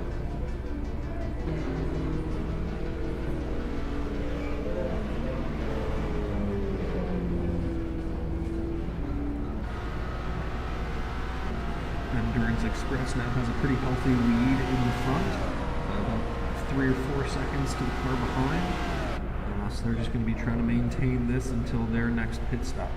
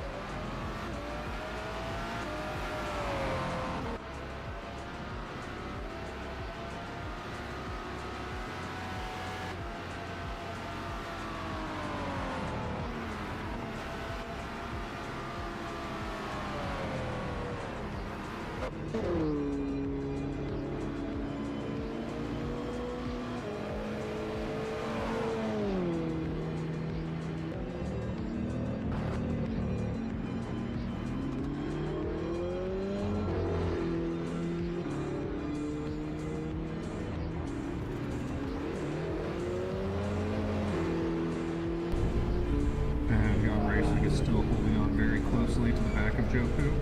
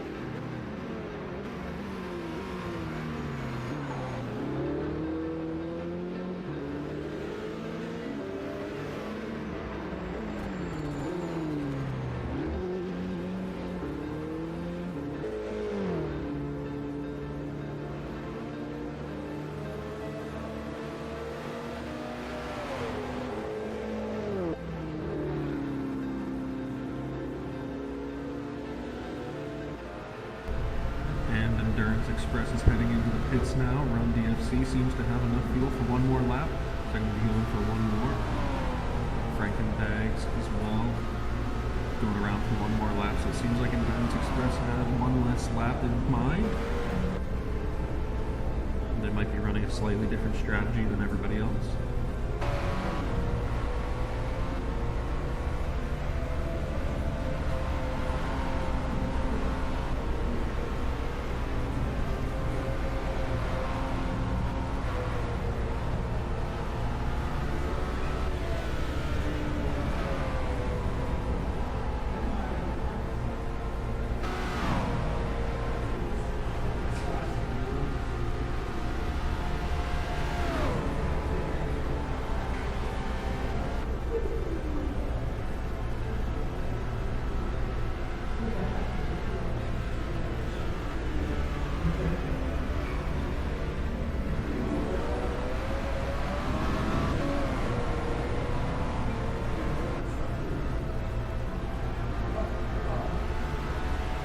And now that Endurance Express has pitted, these next couple laps are going to be crucial for other teams as they try to avoid the undercut from Endurance Express's slightly early pit stop.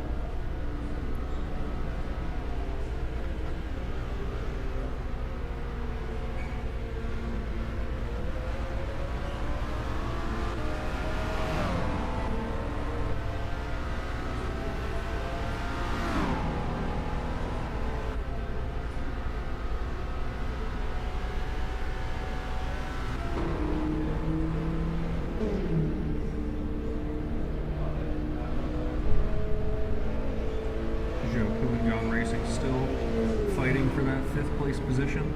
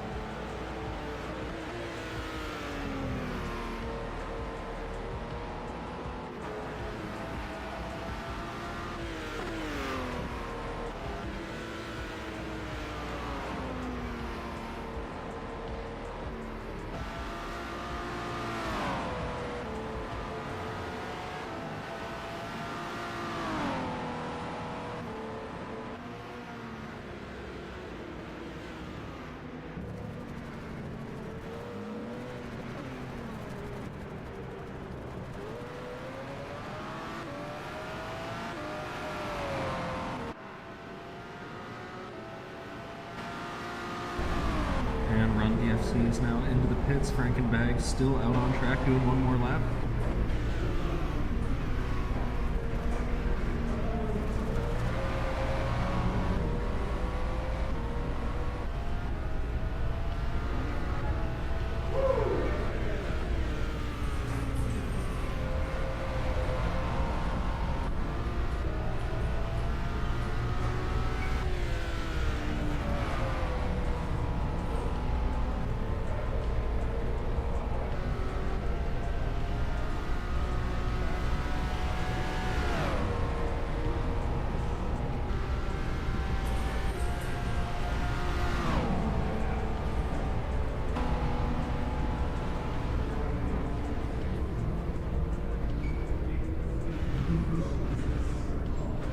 Looks like we've got another kind of packed pit lane here. It can be difficult for some drivers.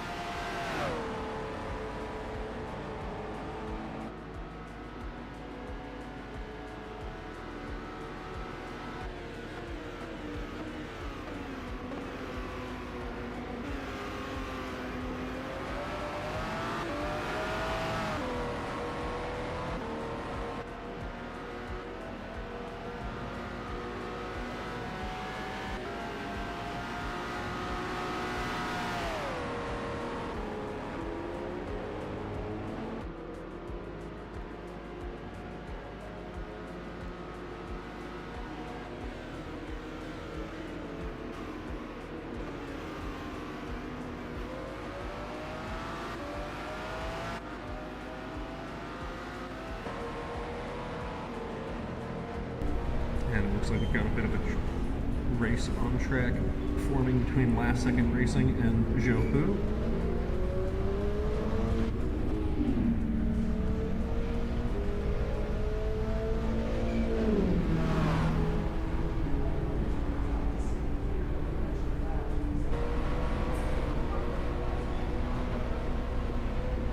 And Frankenbags is now coming into the pits, joining the rest of the teams who have made a pit stop already.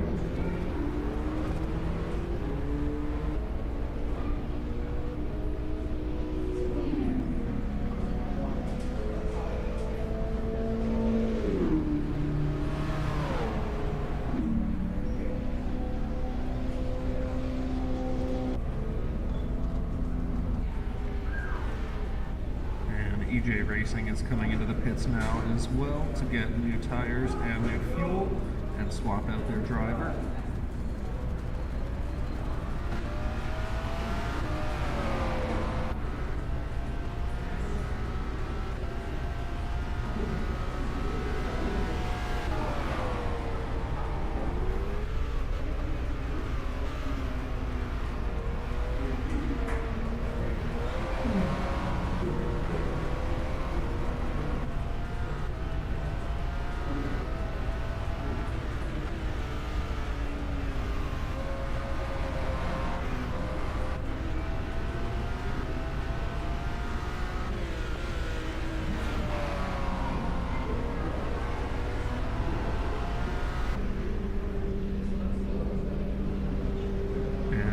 DFC is now coming around to the pit lane, passing the cars that are taking a pit, moving itself back up into third. EJ Racing is going to be coming out of the pits now. Their hope is going to be to come out right in front of Montec, but it looks like it's going to be pretty close coming out of the pits here.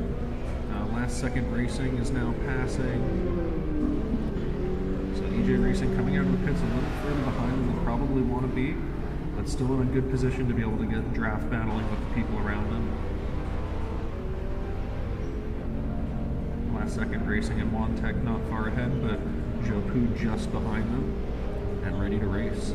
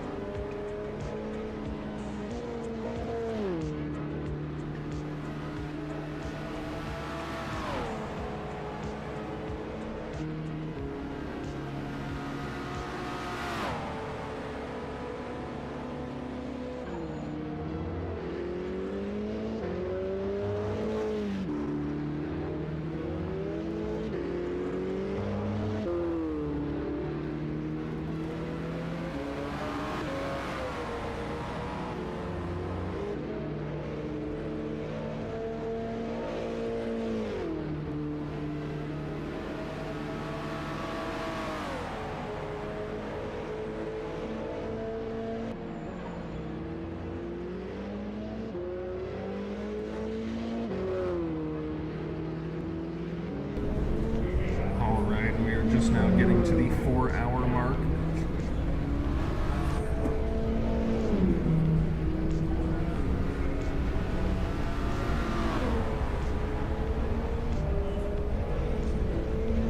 Just 4 hours remaining in this race. Endurance Express is currently looking pretty good with a solid 7-second lead. Frankenbag's also a solid lead over Run DFC.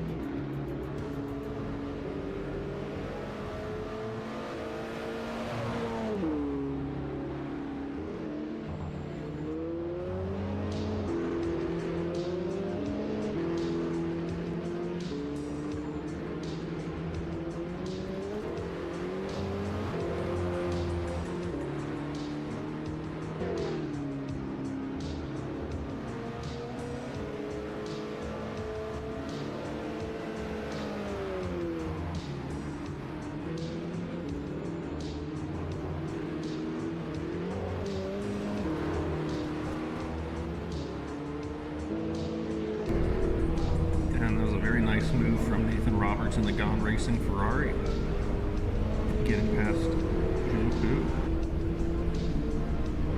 Now he's going to start chasing down EJ Racing. EJ Racing is also starting to approach Last Second Racing in 5th place.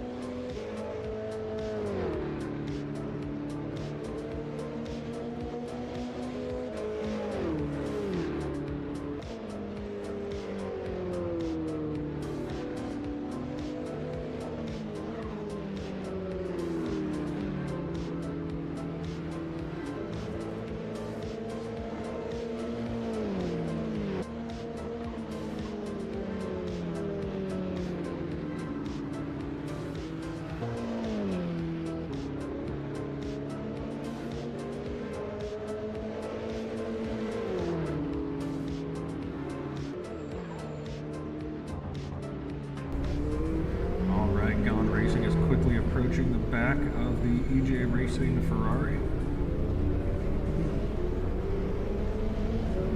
And I think we might have a pretty good battle on our hands coming into this lap.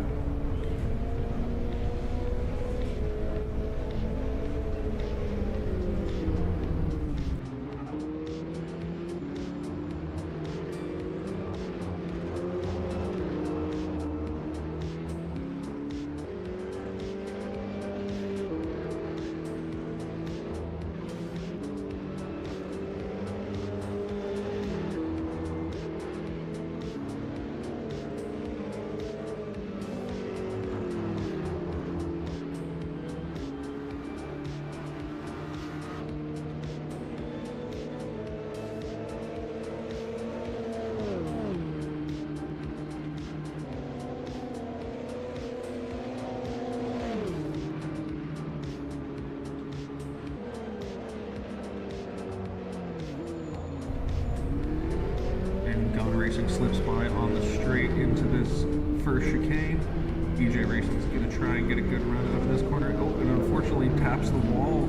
That's going to make it difficult to stay caught up with God Racing now.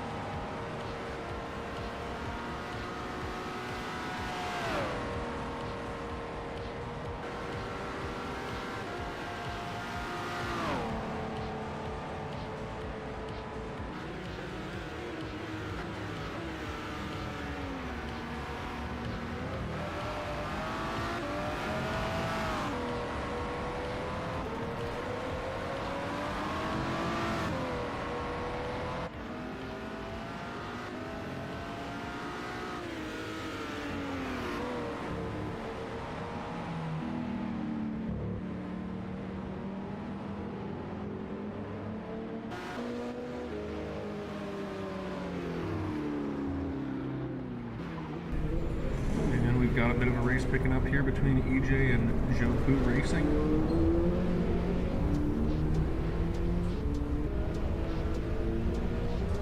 Joku got by fairly cleanly. Let's see if EJ can make a run on them onto the straight here and try and get it back.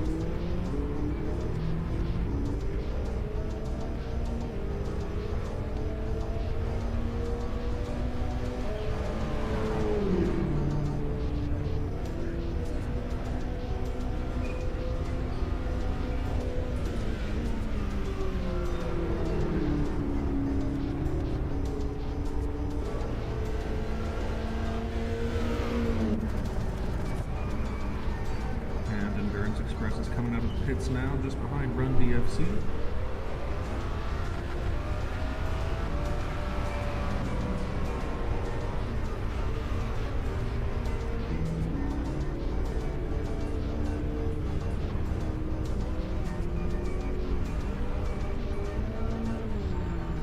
EJ Racing is still just trying to hold on to the back of Joku.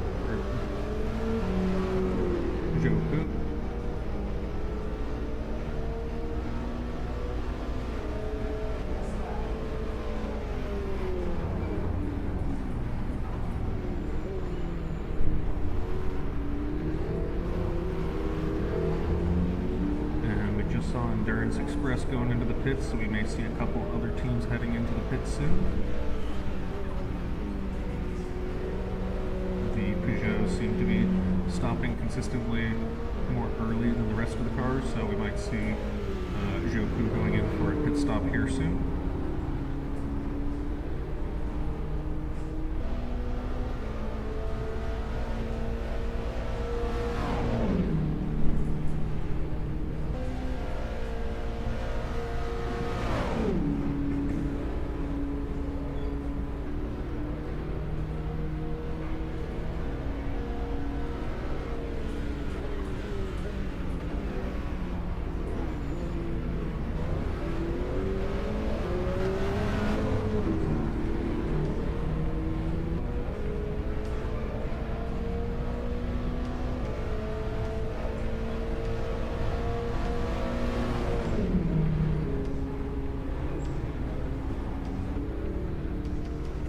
EJ Racing got a good run out of that last corner. I'm not sure if it'll be enough for this one, but coming out of this corner, it might be enough to get past him in the next straight.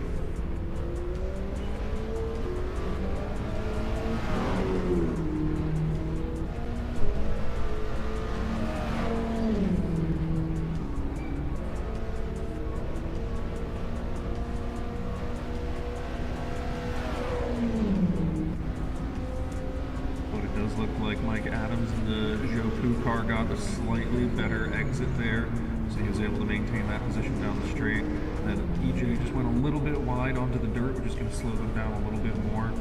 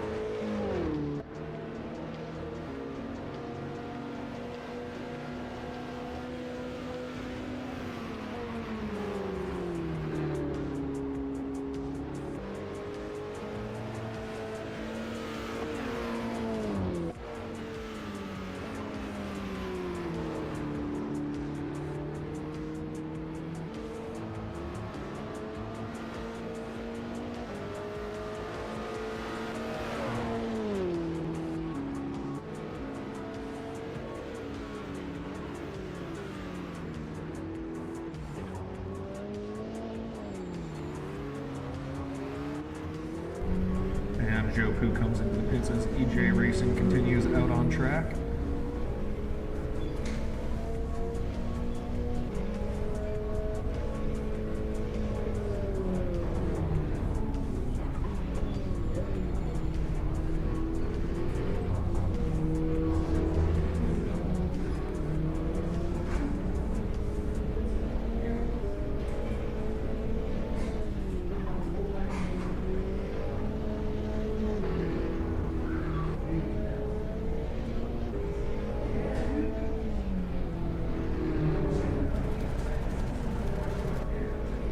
DFC out of the pits now, coming back out onto track just behind Last Second Racing, who is still yet to take a pit stop this round.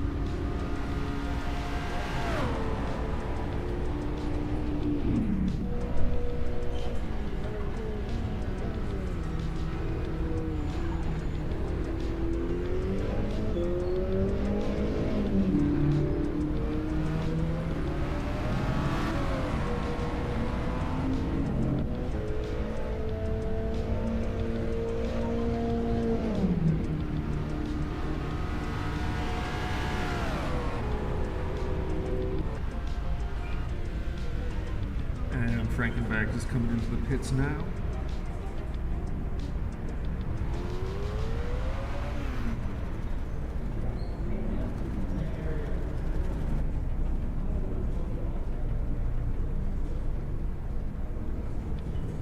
And they went into the pits with about a 50-second lead, and I know pit stops here usually lose you about 50 seconds, so coming out of the pits it might be close with Endurance Express, who's getting into the Porsche curves right now.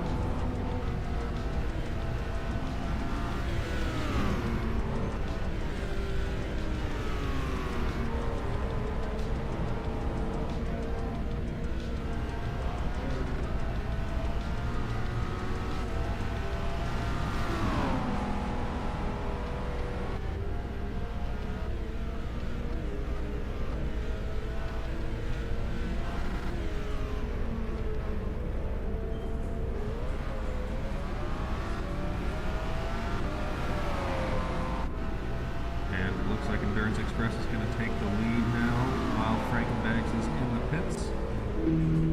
Gone Racing now coming around as well. I think they should be pitting pretty soon.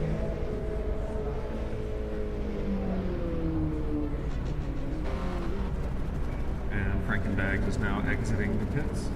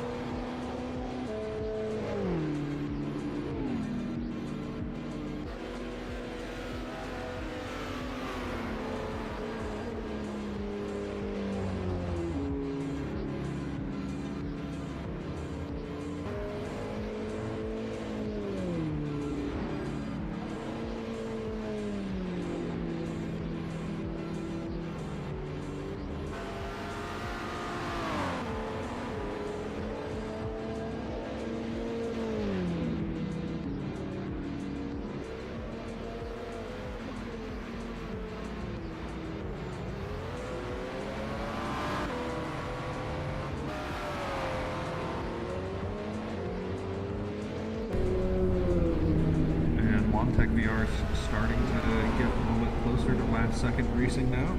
Might be able to give them a fight for fourth.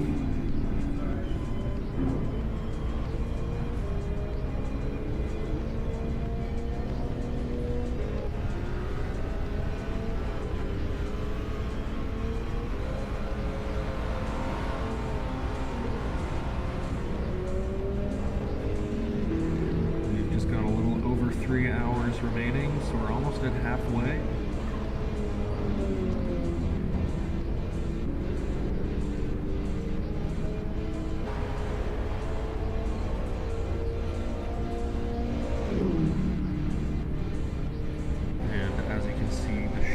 On the ground are starting to get a bit longer. As this is a 6-hour race, we are going to get into the night section of the race pretty soon.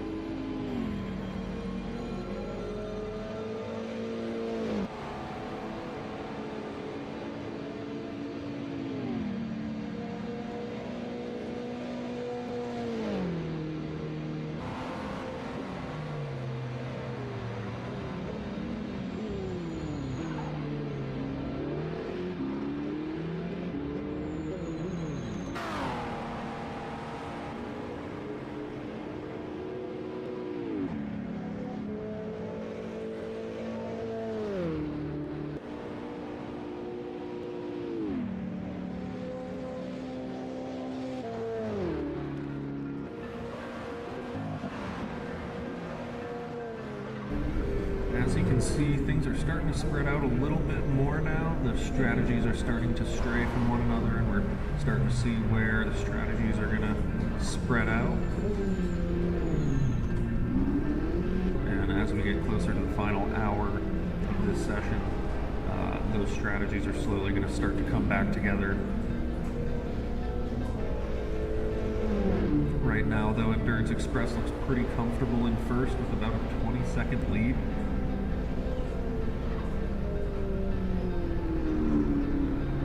So at least at the halfway point, their strategy seems to be working pretty well.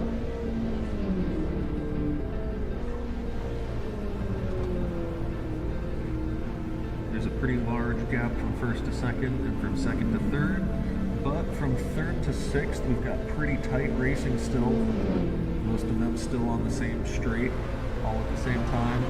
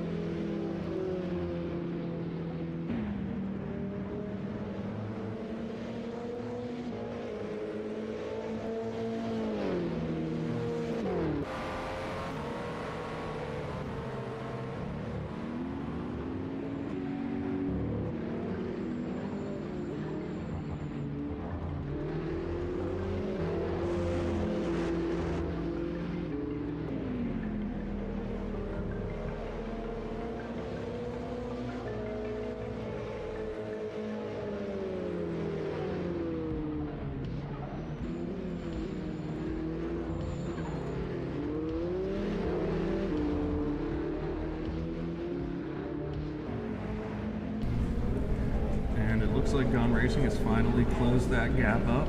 They're going to be starting to race last second here.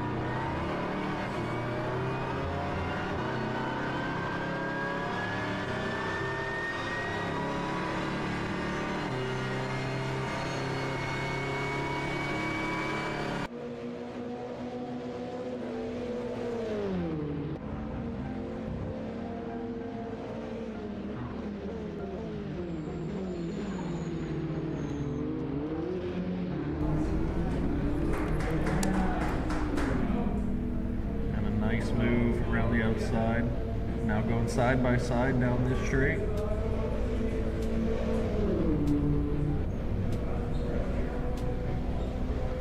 We've got Nathan Roberts in the GAN Racing Ferrari and Cameron Albea in the last second Racing Ferrari, currently battling it out for 5th position.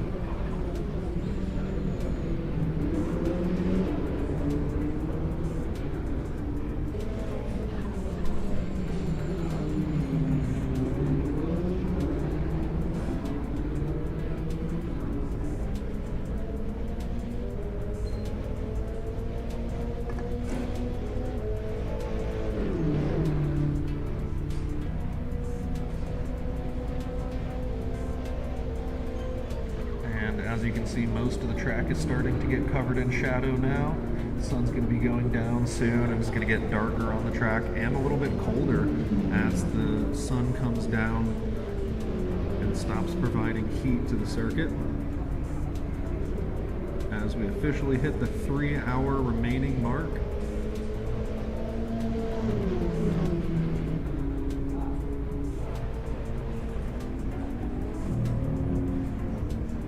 So looking at the tower on your left, we're at halfway. We have Endurance Express in first. Bit of a late move there, but they managed to stay out of it. They're going to go at it again for turn 1.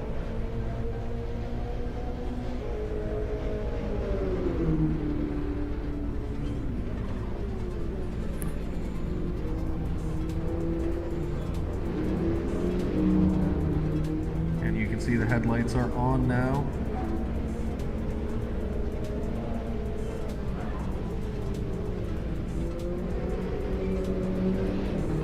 And Nathan is not letting up.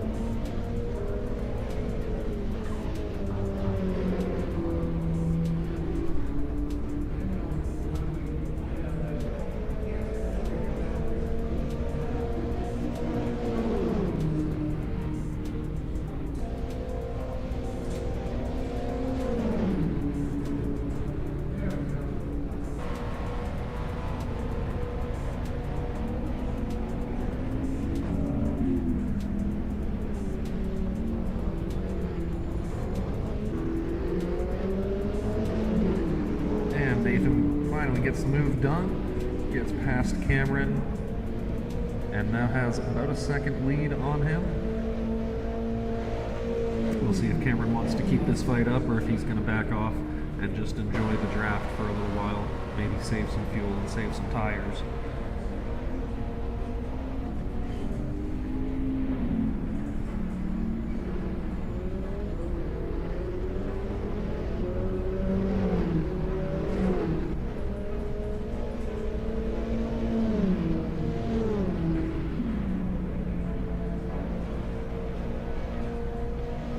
The track is going to start getting very dark very quickly, and with that the temperatures are going to start dropping. Drivers are going to have to start adjusting to the new tire life. As the track cools down, the tires will have a little bit less grip, which means it's a little bit harder to get heat into the tires, and it all kind of compounds into making it a little more difficult on everybody.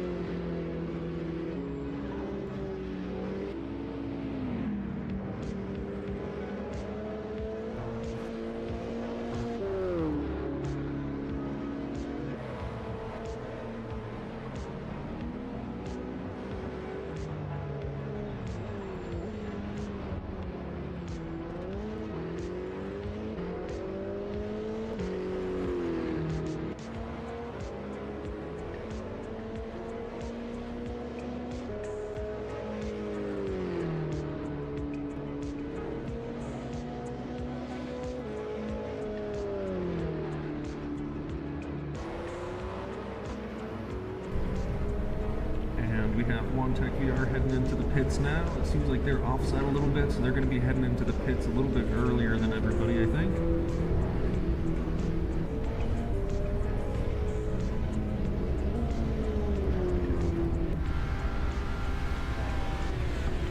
And we still have Endurance Express up front at this point with a pretty decent lead, about a 13-second gap to the car behind. And then Frankenbags has a very solid lead between them and Run DFC. Run DFC is about 15 seconds behind now, and then Gone Racing another 15 seconds behind them.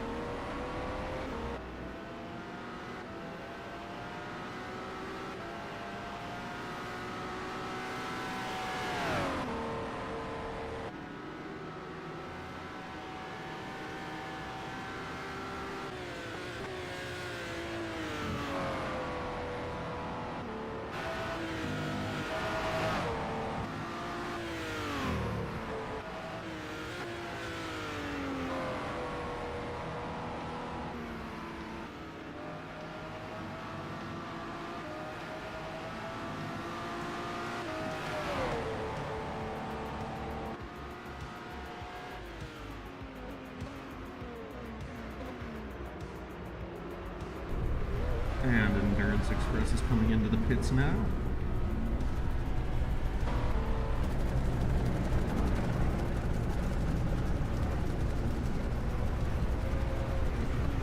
And just like the last time we had our pit stops, Frankenbag still had probably a couple laps remaining in their stint. So they're going to stay out on track as Endurance Express comes into the pit.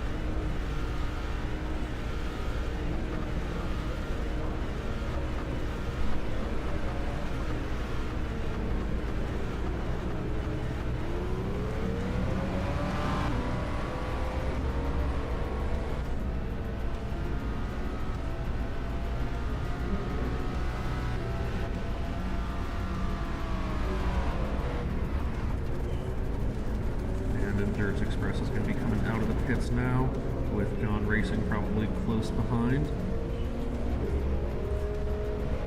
And it looks like Gone Racing is actually going to get the overtake before they have to come into pit themselves.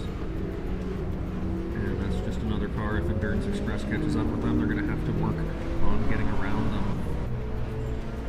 It's just going to continue to eat into that time. A little bit further back, we have Joe Poo and EJ Racing getting a little bit closer. They might start racing before they come into this next pit stop.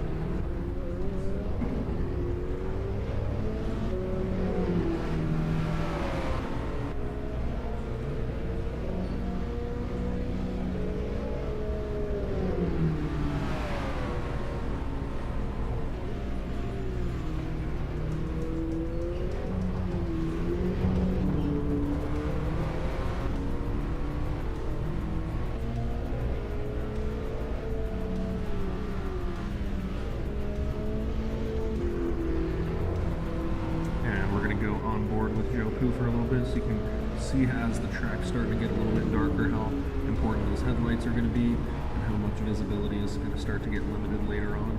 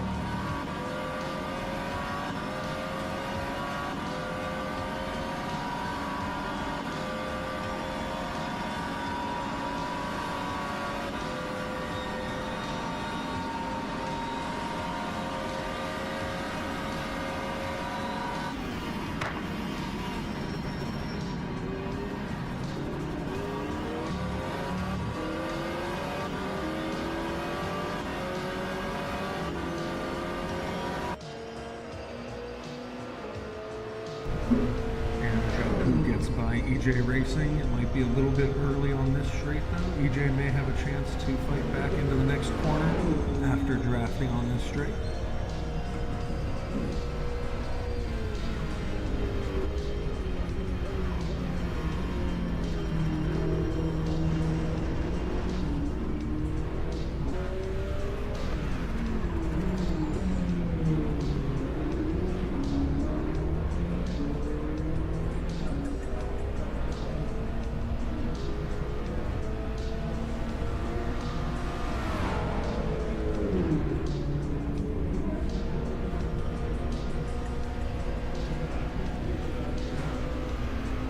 See now how dark the track is starting to get.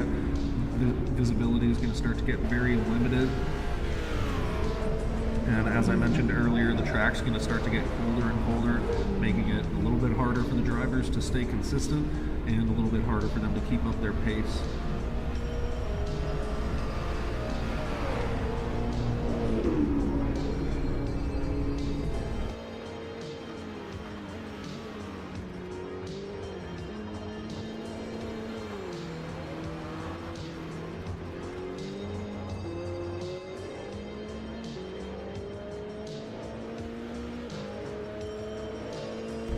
And a couple more cars are headed into the pits to refill their fuel and tires.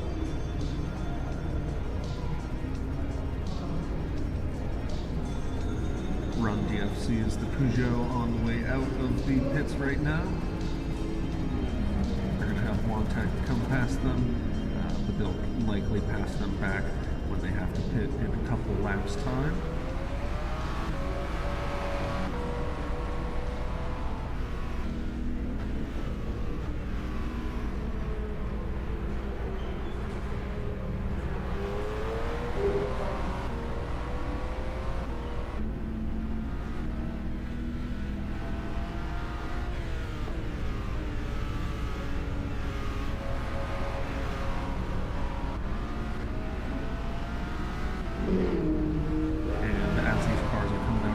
They're also going to have to deal with the new conditions that they haven't quite felt yet.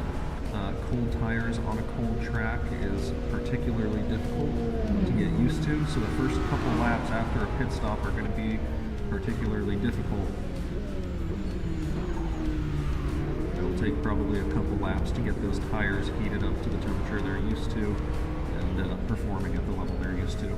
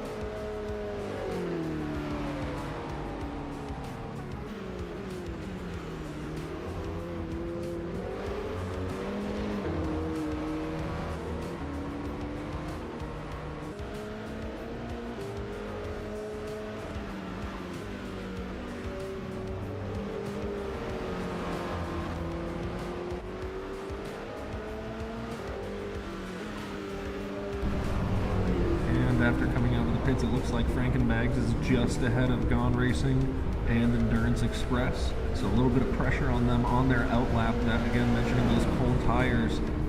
These cars that have already been out on track for a couple laps or have already been on track for an entire stint already have their tires heated up.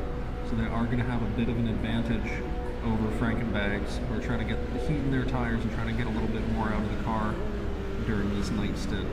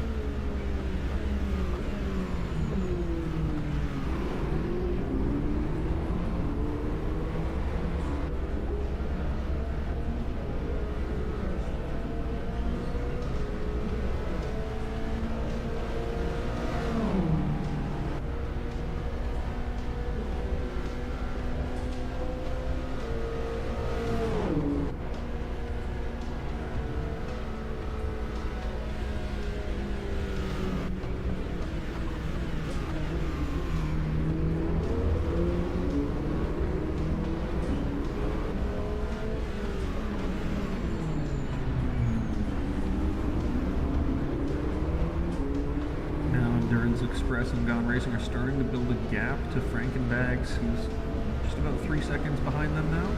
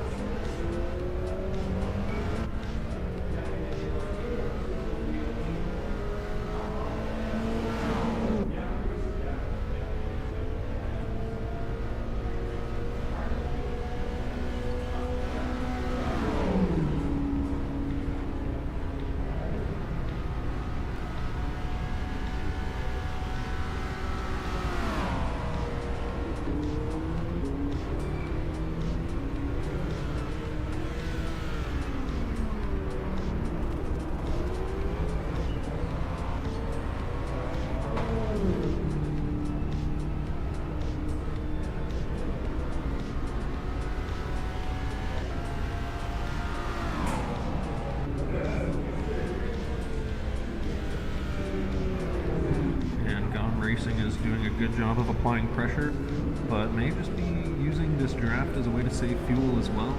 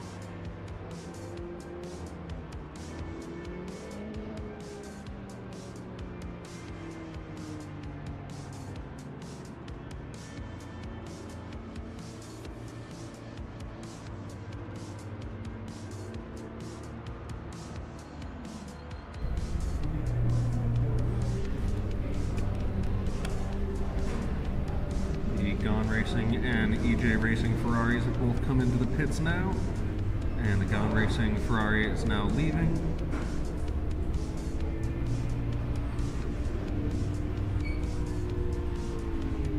Tech VR jumps past both of them on track.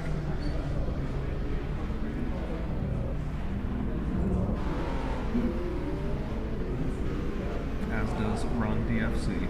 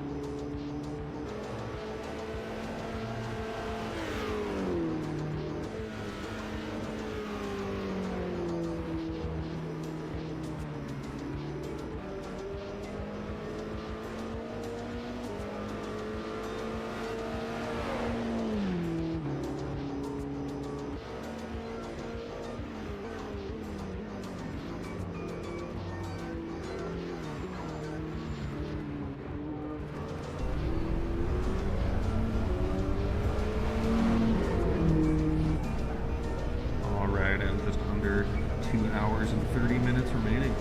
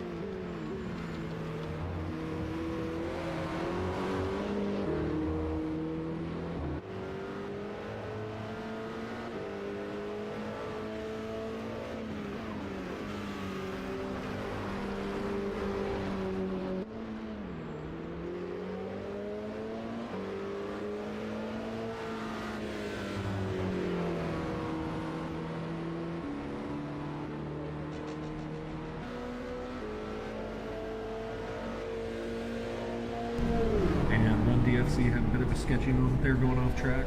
They're coming back now to fight for third position with Gone Racing in the Ferrari.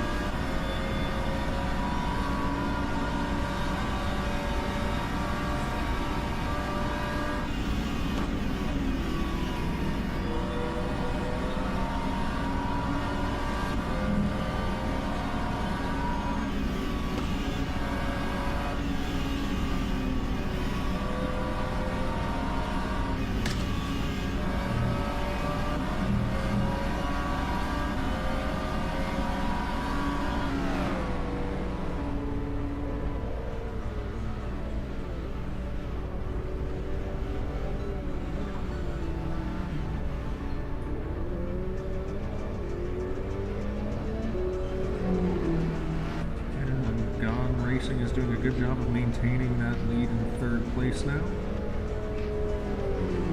Sounded like Run BFC was maybe doing some fuel saving. They're just taking it a little bit easier behind them, not quite trying to push as hard as possible.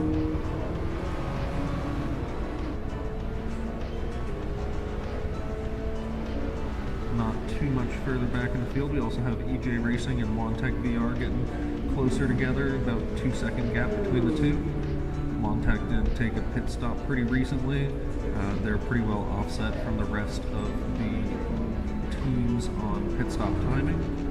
So EJ may get a chance to battle them, but then we'll probably have to pit soon after.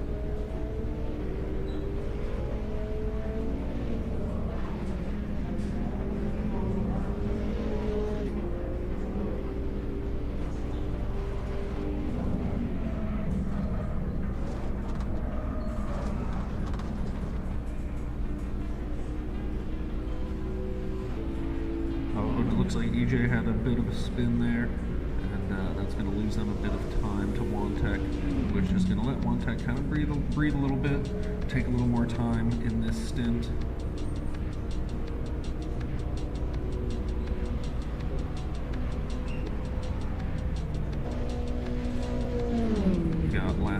racing in a very cool galaxy-themed livery, which is finally starting to show its true colors at night here. They're just about 4 seconds off of the car ahead, slowly cutting down that time. The last lap from Jopu was actually a little bit faster than the last second racing's most previous lap.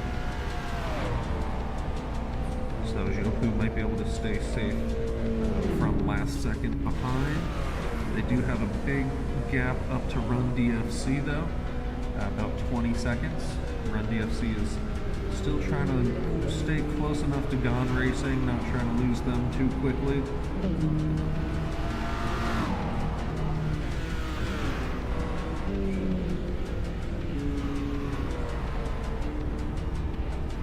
And the gap up to second place, Frankenbags from Gone Racing, pretty significant, almost up to 50 seconds now. It's going to be interesting to see if that's a strategy that's going to play out later, or if that's just from the solid pace they've been running through the entire race so far. Endurance Express also raising the same question.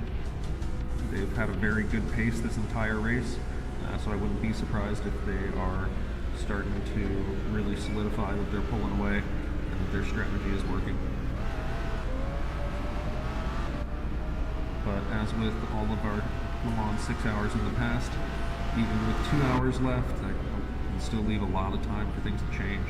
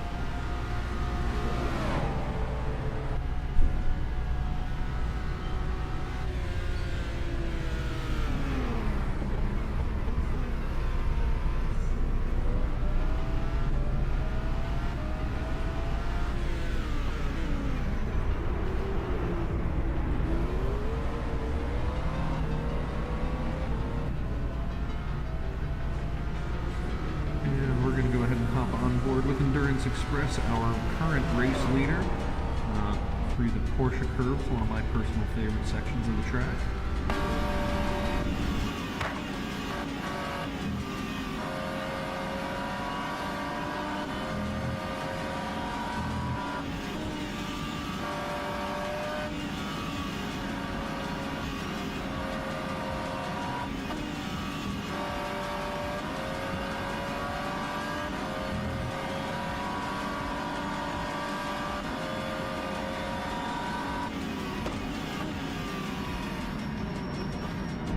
And it looks like Endurance Express is coming into the pits now, which means we're going to see a flurry of pit stops hit in just a second. Endurance Express has been sort of on a schedule ahead of everyone, hitting a little bit earlier along with Wantec. Wantec may even be doing some shorter fuel stints. They've been stopping fairly early. Now Frankenbags is going to be coming out of the Porsche curves, coming into the final 2 chicanes to pass Endurance Express in the pits. Just like the last couple of pit stops, they're going to have a couple more laps here, and then they'll come into pit for fuel and tires.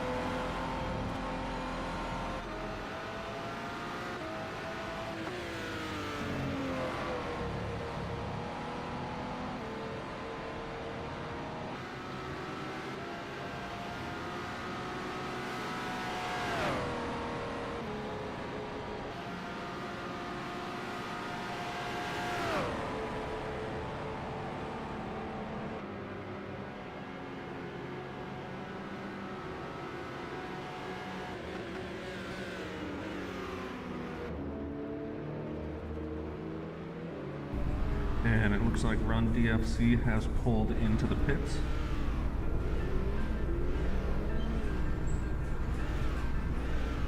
And Joe Poo is right behind them, as well as Last Second Racing coming all into the pits now.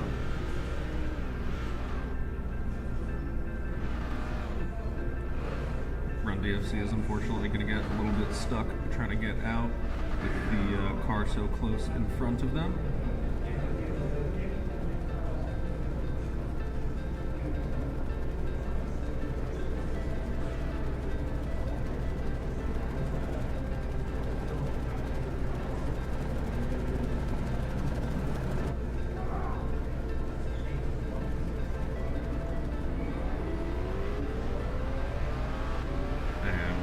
Is going to come out of the pit lane, luckily with a good lap or with a good gap to Wantech behind.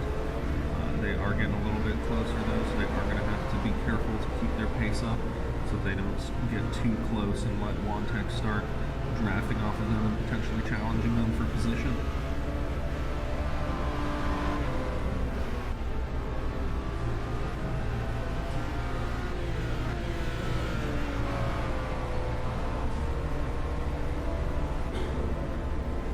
Joe Poo and Last Second Racing now at the back of the field as they're pitting first.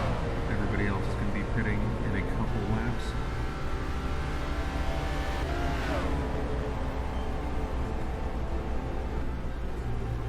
And this is where calculations are going to have to start being made. Did everybody use the right amount of fuel at each stint? Do you have enough time to get to the end of the race on the amount of stops you have left? Teams are going to find out if they're going to have to do a splash and dash, which is throwing just a little bit of fuel in the car for a final run at the end just to make it to the end.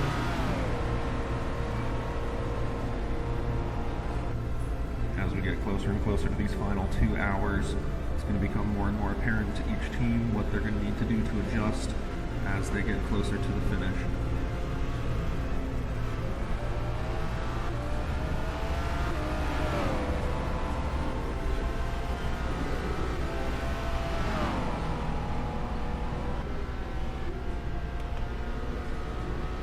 Frankenbag's coming into the pits now.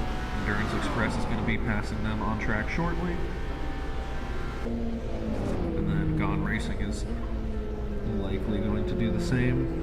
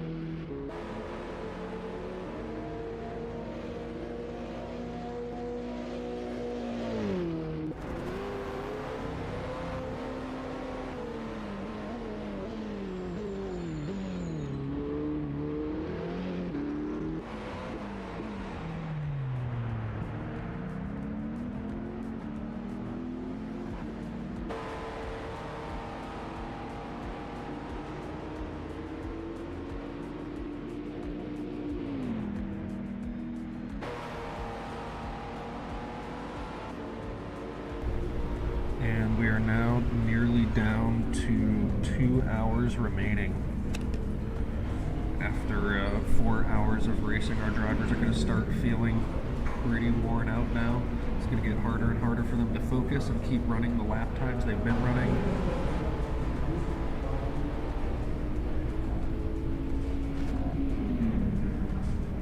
Especially now that it's nighttime on the track, it gets harder and harder to get your usual braking points and knowing all your reference points on track. That combined with 4 hours of driving can really start to slow drivers down and make it more difficult for them to keep up the pace they've been having this entire race so far.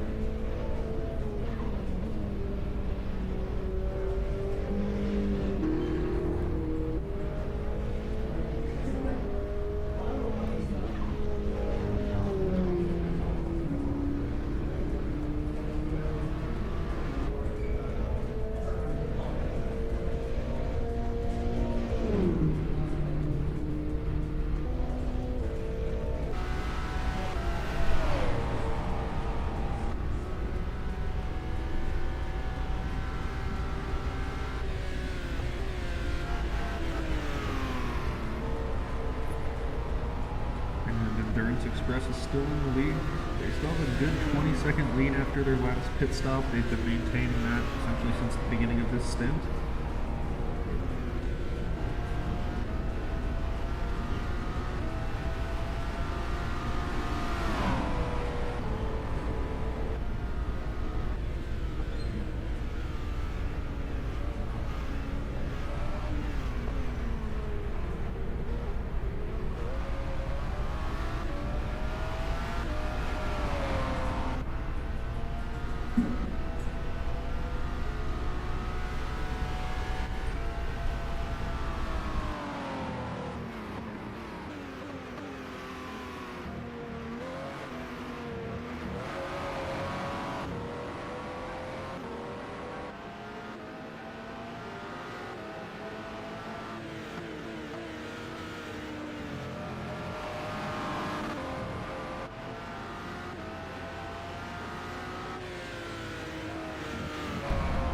And unfortunately, it looks like we're going to have another red flag here, so we're going to be pulling all the cars off track here for just a second, and then we'll be restarting the race very soon.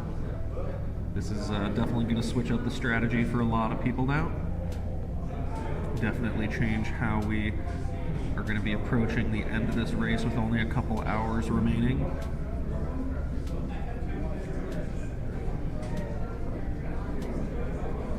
This will greatly condense the strategies we have left and definitely force some drivers into making some pit stop strategies they weren't intending on using.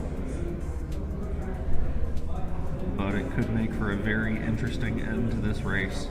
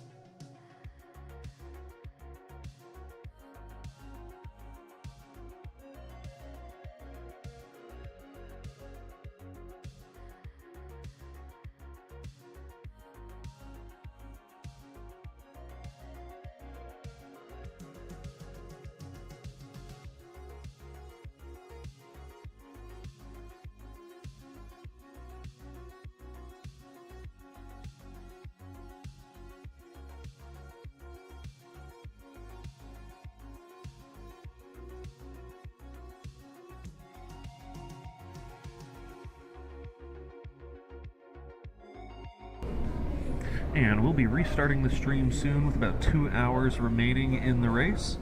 Again, just like last time, we'll be starting the race from the order of when first place last passed the start-finish line. So the last time first place passed start-finish will be the starting order for the restart of the race here after the red flag.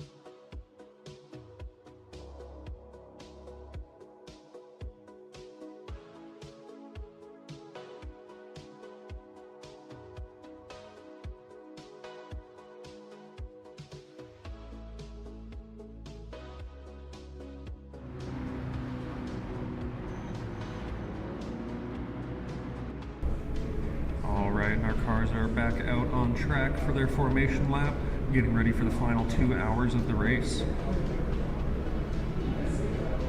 This is going to switch strategy up a lot, put a lot of pressure on getting your strategy right for these next couple of stops.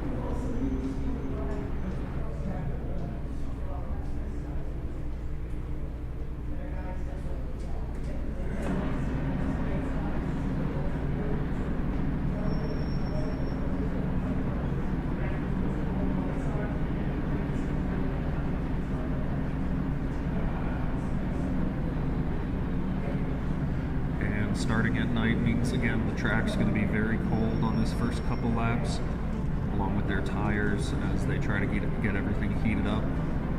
Even their brakes might be starting a little bit lower temperature if they're not preheating their brakes. It's all just additional factors adding up to making turn one a little more difficult for everybody.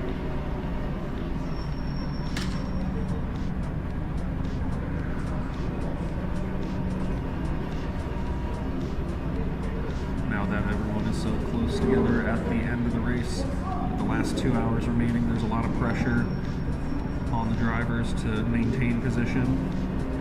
So smooth driving is going to be key into this first couple of corners. It's going to be tempting to try and make up a couple of positions and try and make big moves, which may benefit you, but these colder conditions and everybody's starting fresh, it kind of takes you out of your flow a little bit. It's going to be hard to get back to driving instantly.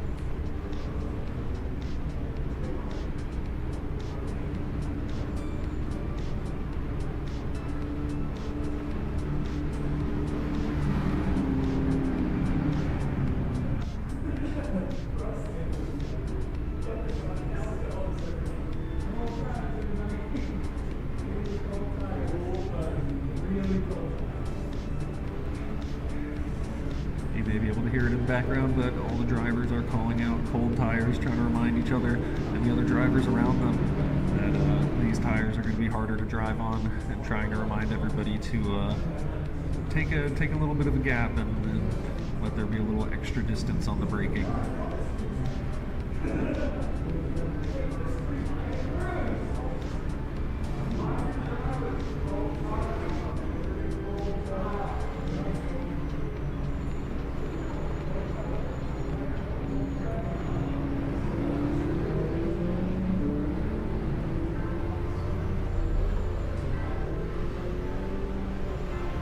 Tire conditions are definitely going to make the drivers have to adapt a little bit. You're going to see some different driving styles, maybe having an advantage that they haven't so far in the race.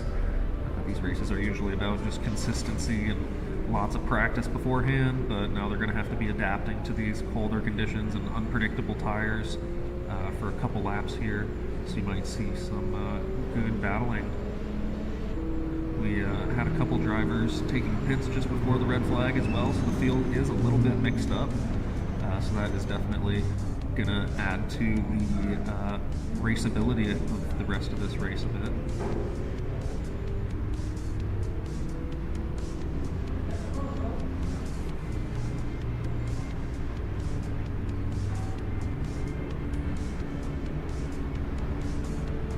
As we're coming into the Porsche curves, one last time before we start again. The pressure is going to start building on the drivers now. I've already had a few drivers come up and mention they weren't prepared for how stressful this is and how much pressure it is. Especially once you get into these later parts of the races. It's 2 hours, but it's still a lot of time for pretty much anything to happen. One spin and suddenly you can go from first to 8th. Especially on a restart like this, it's every mistake is very costly at this point. So it definitely adds to the pressure of this a little bit.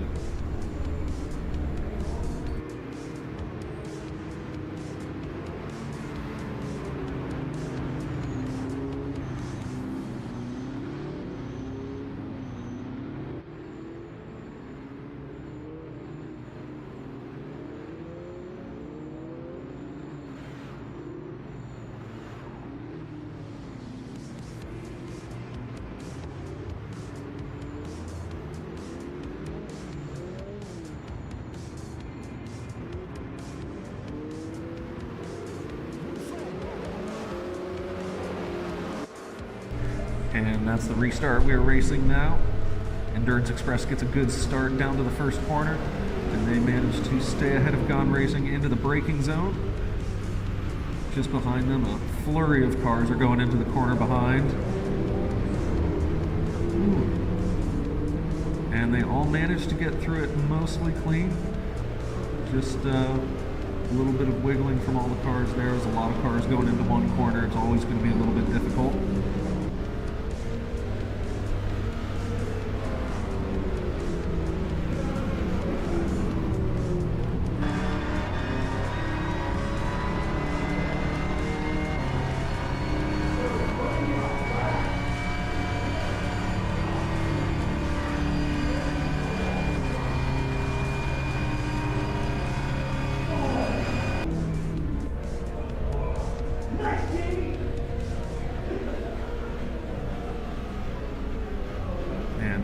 Pretty rough accident there.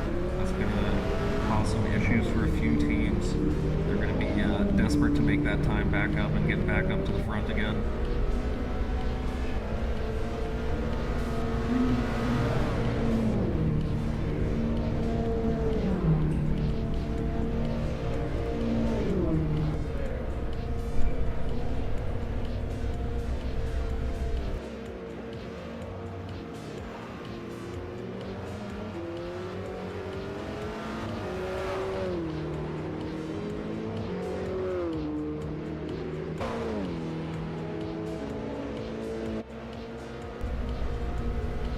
Looks like Gone Racing is currently giving Endurance Express a pretty hard time.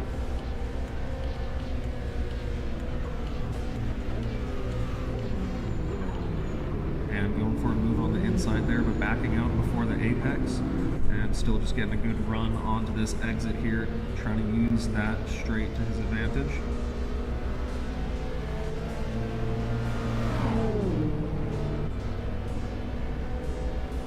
In the background you can see group of cars kind of looming, but P1 and 2 are definitely taking off a little bit, building a gap as much as they can.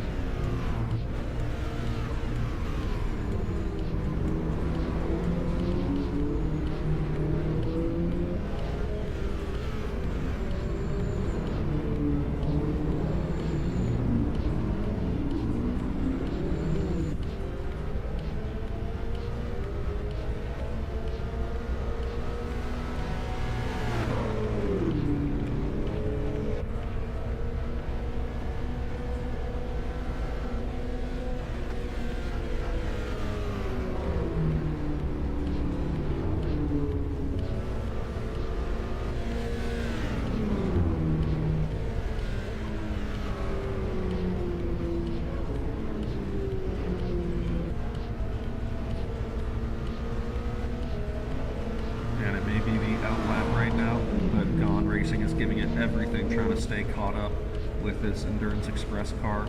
Gone purple in every sector so far. They're definitely doing what they can to stay caught up with this car. They definitely want to stay in the draft of this car and take advantage of it being out ahead.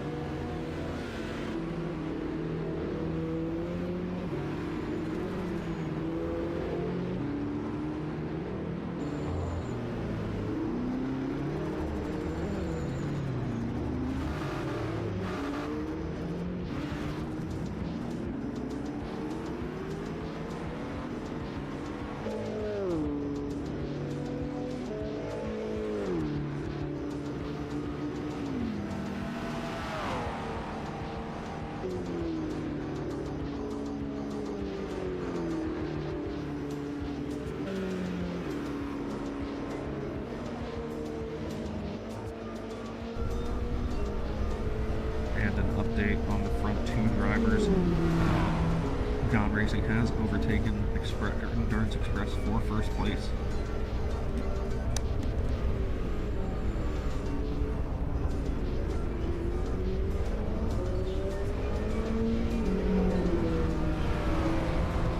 I know Endurance Express was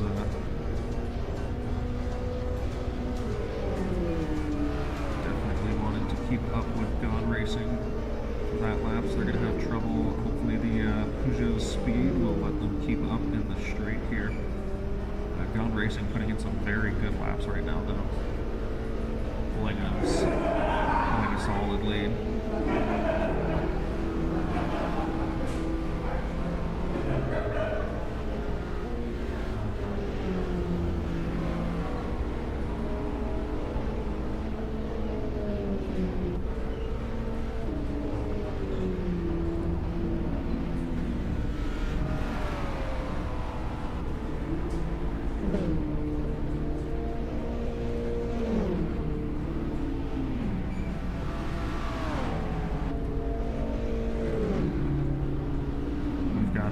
Decent pack of cars here, 4th to 6th as well, that are all pretty close.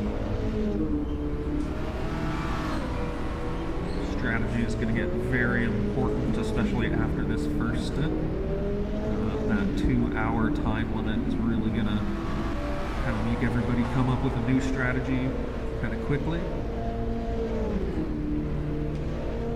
So it could definitely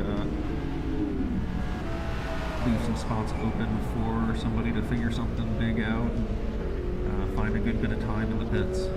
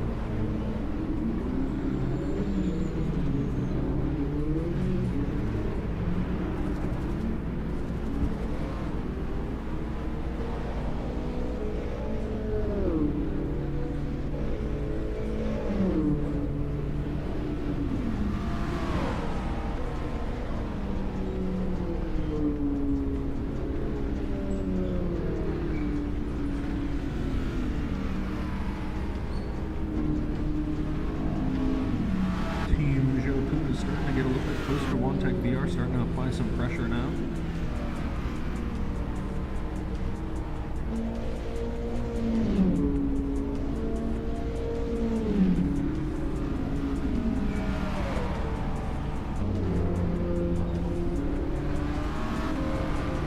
We're just under a second away, so let's head on board with Joe through this first sector.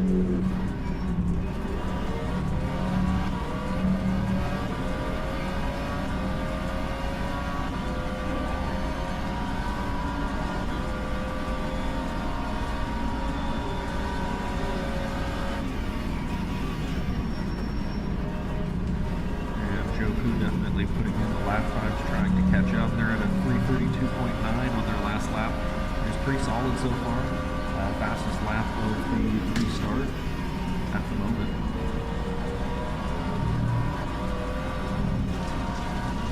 They've shown some really good one-lap pace today. They also had the fastest lap earlier in our other session. They've been definitely comfortable in the car and have been finding some time throughout the race as well.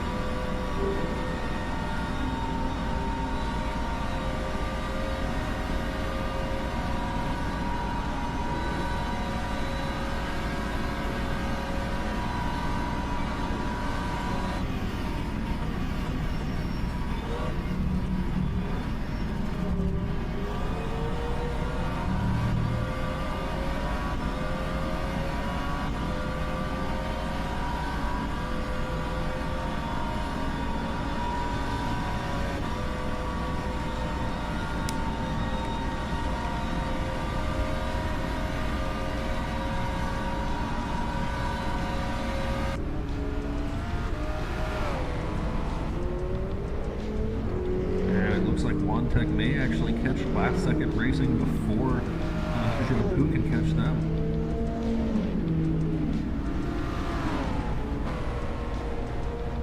Which, if Tech and last second start battling, that could slow both of them down a little bit. Let Joe catch up, and we could have a three-way race for fourth on our hands.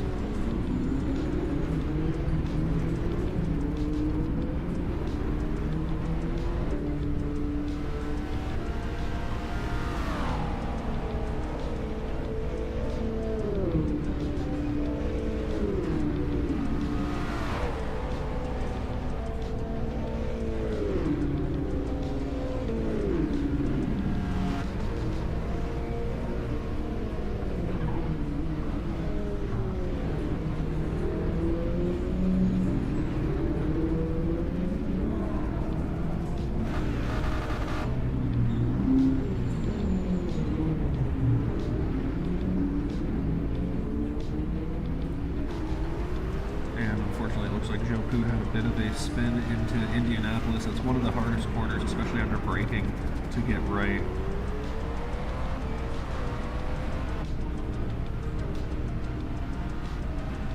So Tech is now going to have a chance to really focus on hunting down last second racing and trying to catch up and pass them. Last second racing is also caught up with EJ Racing, so they're going to be putting them under pressure as well.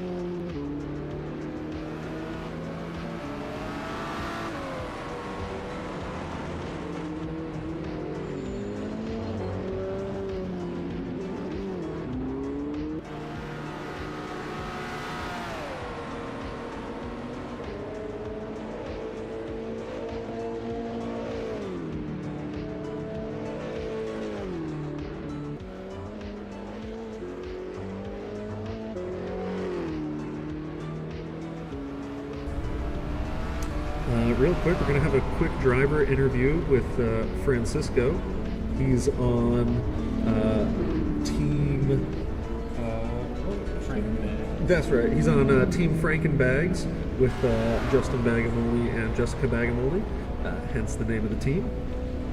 So, Francisco, just a quick question. How are you feeling about the race now after the restart? Are you guys feeling like you're in a good position?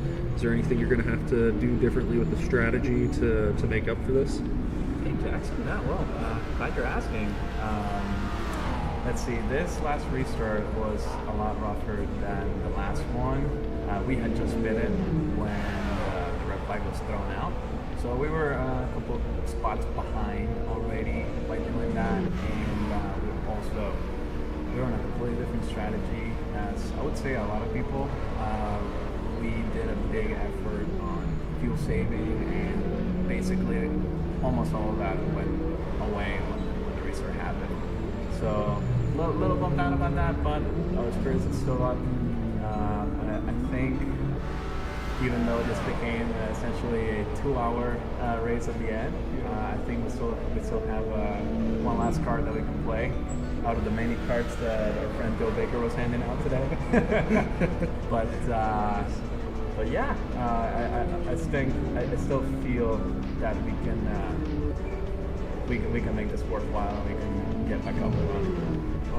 Awesome. And another question: how is the night driving and the difference in temperature on the track and with the tires been affecting the driver? Has it made it a lot harder for the drivers, or is it making it easier because it's a little bit cooler, so the tires stay a bit cooler? So I'll say this: right now, in the seat we have Jessica. She almost exclusively was practicing night stints. We wanted to put her in the night stints, and she's been doing really good with it. Honestly, I mean, she's the only one that didn't spin out by herself out of the three of us. So if that doesn't say anything, then I don't know what will. I think she's very well acclimated. So far, she's the only girl that has really done a full night stand. And it's just been Justin that I kind of drove into the sunset. That sounds kind of good for actually. And then I'll be doing it a little bit of dawn, but then most of my last few stints are going to be in the daylight as the race comes to an end. So in that sense, it hasn't been very challenging. I mean, with the tire temperatures, as you were asking about, I think that allowed us, we were running the mediums, and we were going for a third stint when right before that red flag got down. So we were feeling pretty confident in that. We were very happy about our strategy. Awesome. So thank you, Francisco, for coming and doing a quick little driver interview with us. I'll have another driver on pretty soon. But I've got some good racing to keep watching now. Looks like EJ Racing is being chased down by Joku. It should be a good race to watch. They've been pretty even on pace through this whole race. So that could be a good battle for fifth right now.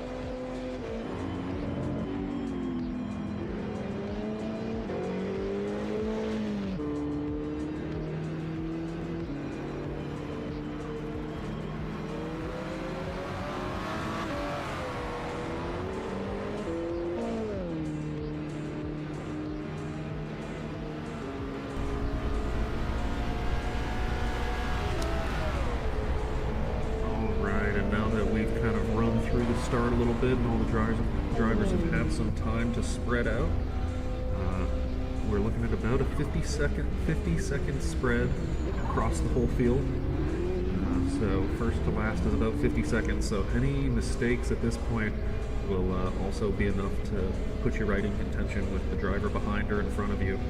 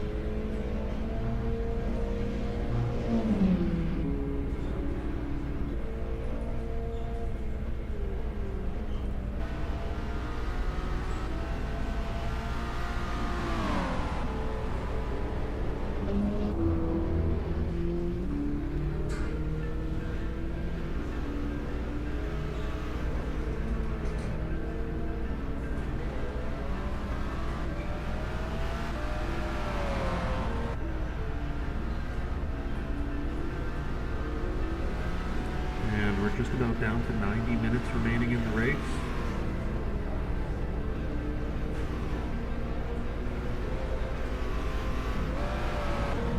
Again, everything's going to start coming down to the wire now that there's only 90 minutes left.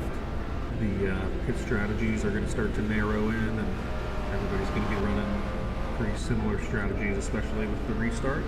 So, coming into this last hour or so, it's going to be very interesting to see which teams figure out what strategy to do in a short period of time and kind of adapt to the situation.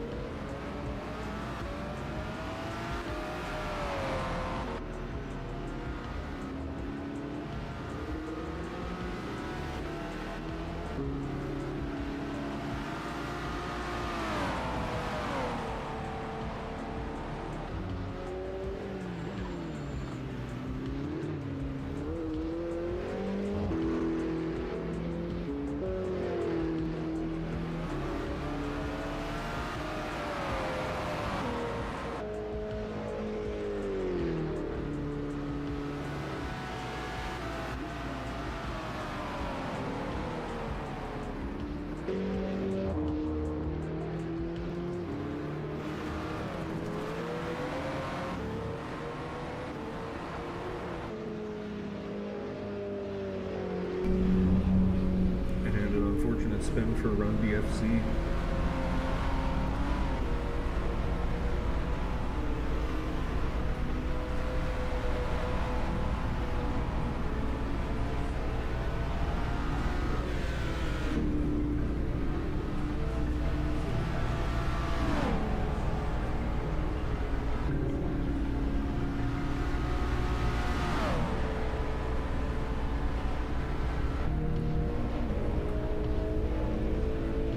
Looks like last second racing is starting to catch up to Wantech.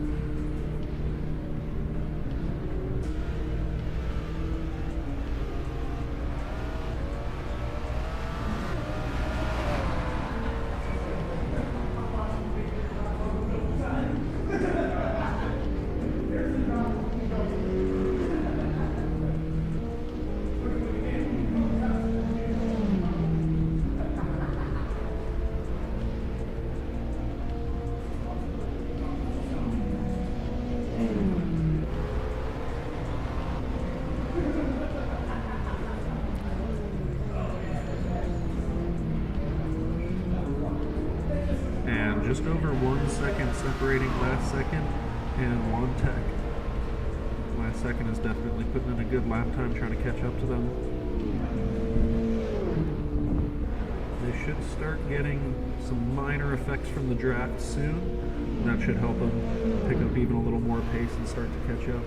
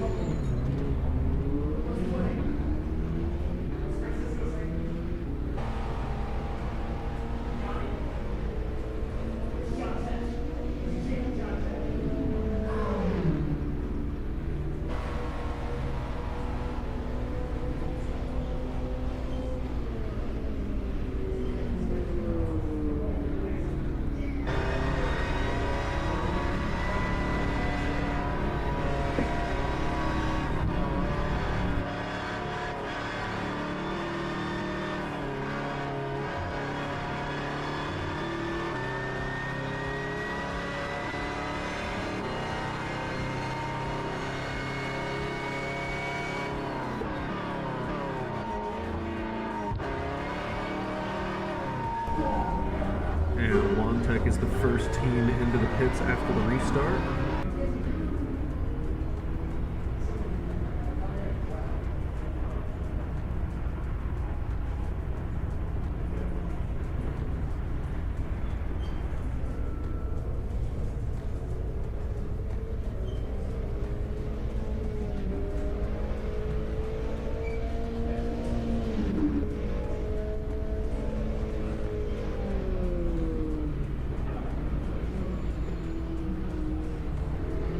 Timing of the pits from here on out is going to be very important for getting to the end of the race at the time that you want to be getting to the end of the race. It's very easy to have a small pit stop at the end when we have these quick restarts. So the timing of everybody's pit stops is going to be very important. Make sure to try and keep in mind who's pitting and who hasn't pitted yet, because could change things up pretty quickly once we get, especially to the last 30 minutes or so.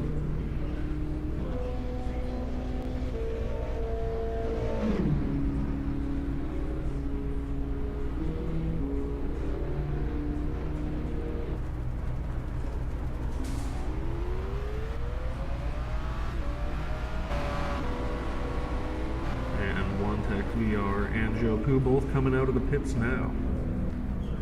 So those will be the first pits.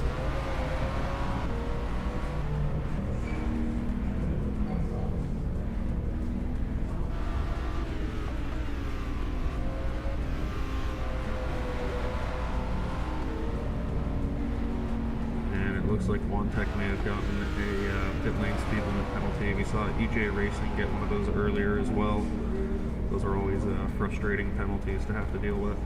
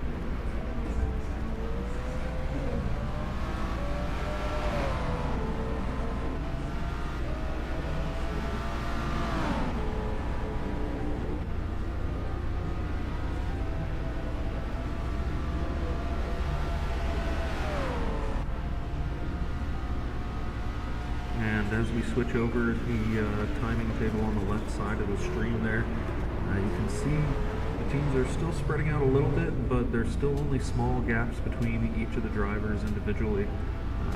Only about 10 to 15 seconds between most drivers.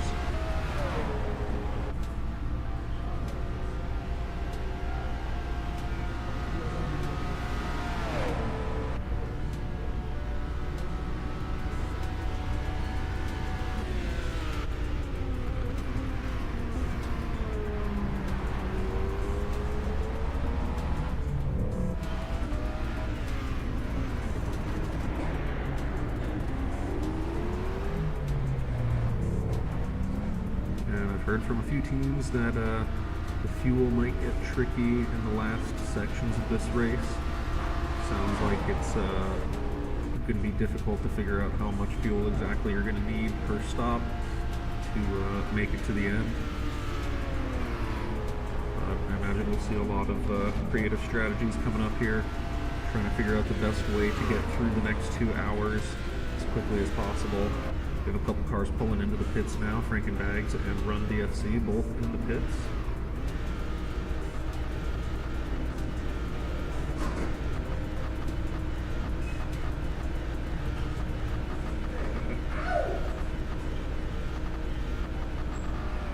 And Francisco, the driver we just interviewed, is going to be hopping in for Frankenbags now. So he's going to be doing his best to put down his fastest lap times. He's one of the faster drivers we have at the track at Asheville. He's been coming here for a little while now, and is always a pleasure to race with. Run DFC exiting the pits now, getting up to speed, coming into turn 1. And Tech VR is going to be doing their drive-through penalty now. And once they're back out on track, they can get back to getting in some more consistent lap times and getting back into the position they were hoping to be in. Run DFC coming out of the pits with a 10-second gap between them and Frankenbags.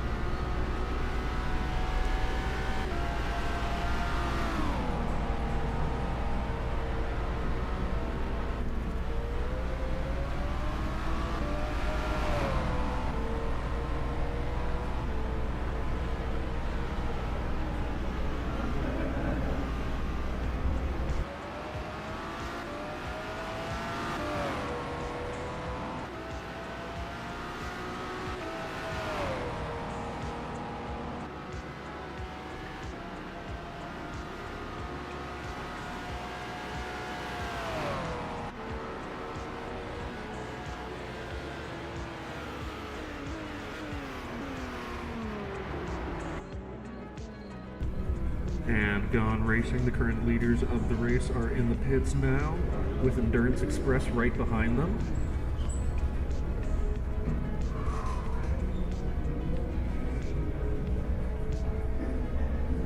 And once again, we have a slightly packed pit lane. Last Second Racing is also hopping in right behind them. And followed by EJ Racing, all the Ferraris and Endurance Express are coming in.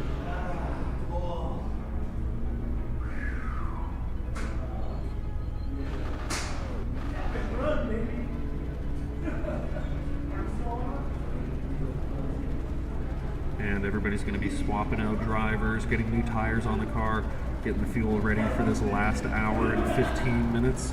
It's going to be a very tense race for the rest of this session, trying to figure out who figured out the strategy, who didn't, who's going to have the pace to make up the difference either way. It's going to be an exciting end to this 6-hour endurance race.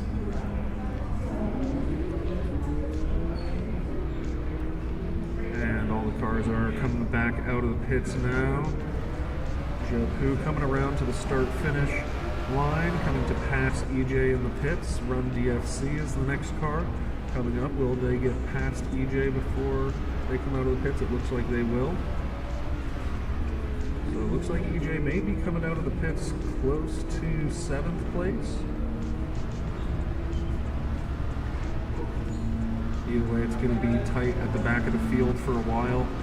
Everybody's going to be running on some very similar strategies, like I've been saying, and as well, everybody's going to be on very fresh tires. With the fuel as well, it may work out that full fuel might not be the way to go, so some of the cars may be running a bit faster than usual because they're on a lower fuel as well. Kind of Frankenbags quickly approaching the EJ Racing Ferrari. EJ Racing Ferrari just came out of the pits, so those tires are going to be stone cold. It's going to be hard for them to defend against Frankenbags, but they may be able to hang on to the draft if they do end up getting passed. Going to go on board with Frankenbags as they draft down this straight. I imagine they're going to have enough speed to get past before the first corner, and it definitely looks like they will. Will EJ be able to hang on to them through this chicane and just stay in the draft?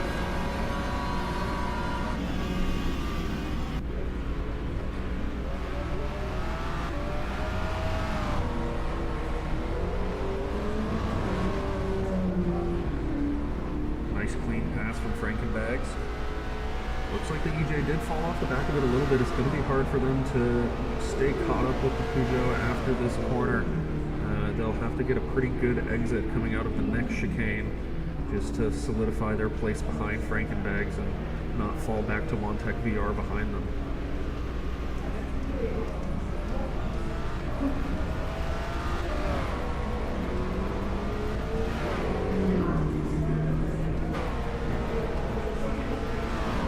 And it looks like the Ferrari's good in the mid-corner, but it's struggling to keep up on the exits still. They had a good mid-corner speed there, but coming out of the chicane, that Peugeot is still plowing down the straight, keeping the top speed up. That Ferrari seems to be pretty nimble though, so it's a little quicker on braking and corner entry. As you can see there, it suddenly gains a bunch of time on corner entry and then has trouble holding on to it down the straights afterwards.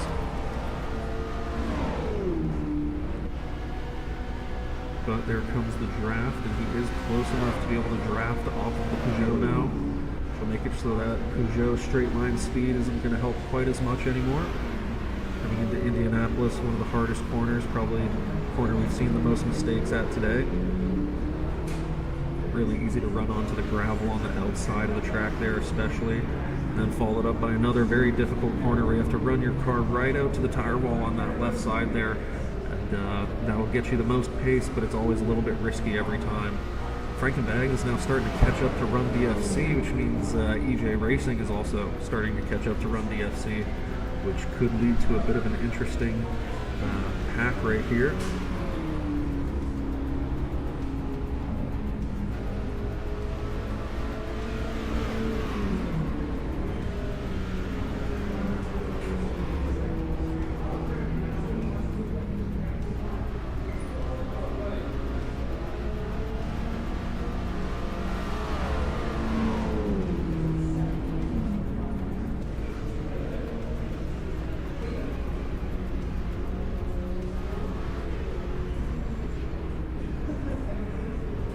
Got a good pack of cars now coming on to the start-finish straight to start another lap.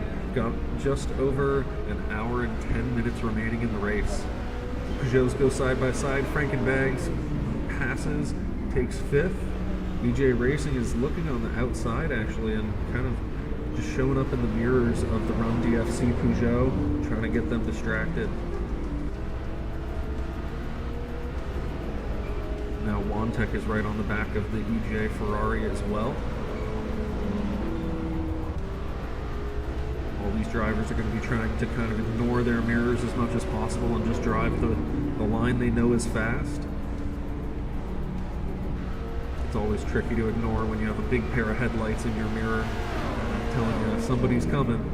But all the drivers seem to be staying focused pretty well. It looks like Montec got a good draft on the Ferrari.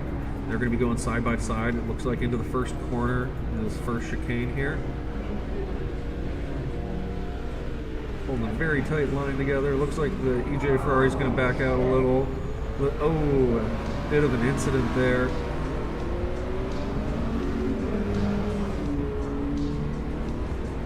And the Ferrari's going to hop back in behind that Peugeot, try and get the draft and get back up with the Montec car.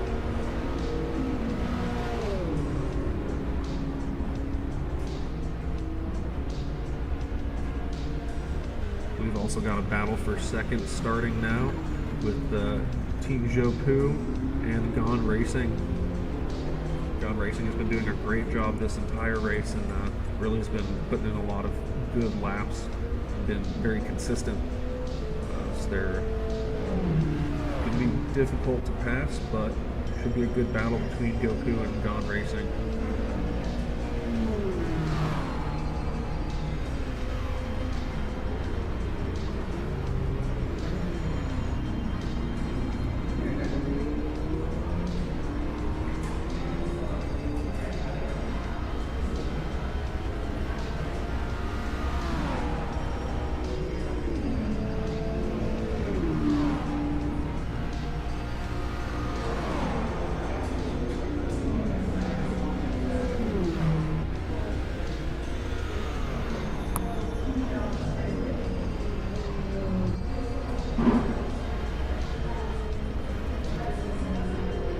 Looks like Gone Racing has gotten passed by Jopu, but Jopu looks like they took the entry to the Porsche cars a little bit wide and had to back out pretty heavily, letting Gone Racing get back by. So they're going to have to earn that position again, which is going to be rough for their race pace. That's always frustrating when you finally make the pass and then have a small incident that makes it so you have to do it all over again.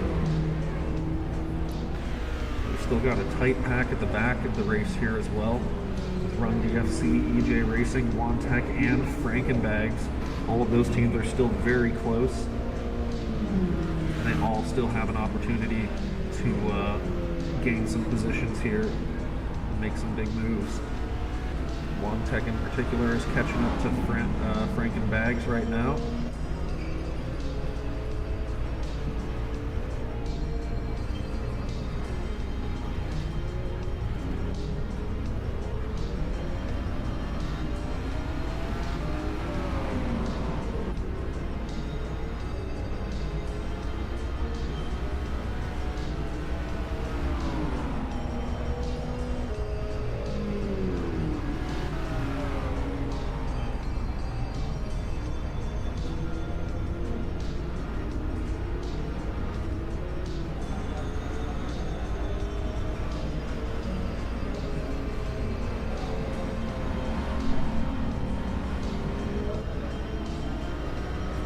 Go on board with Montec for a moment down this straight.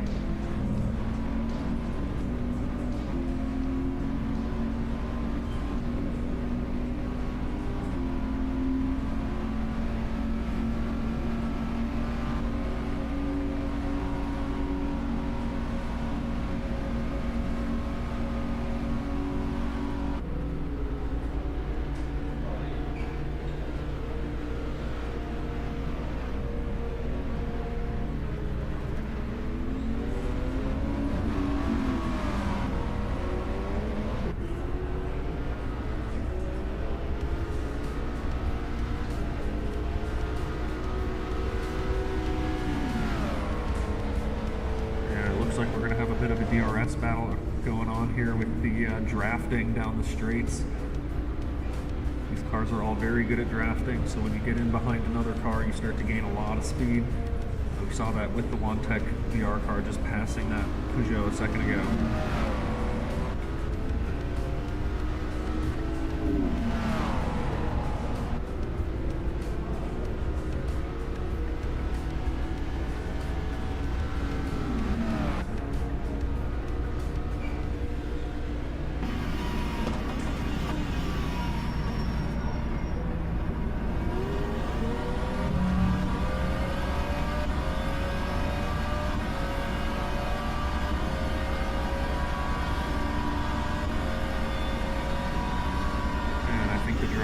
for Frankenberg's made a tactical decision to wait for the, yeah, looks like he's lifting, waiting for the right time to actually use that draft and make that pass. He's going to hang out behind this car until he feels like he's got a good spot to make the pass happen.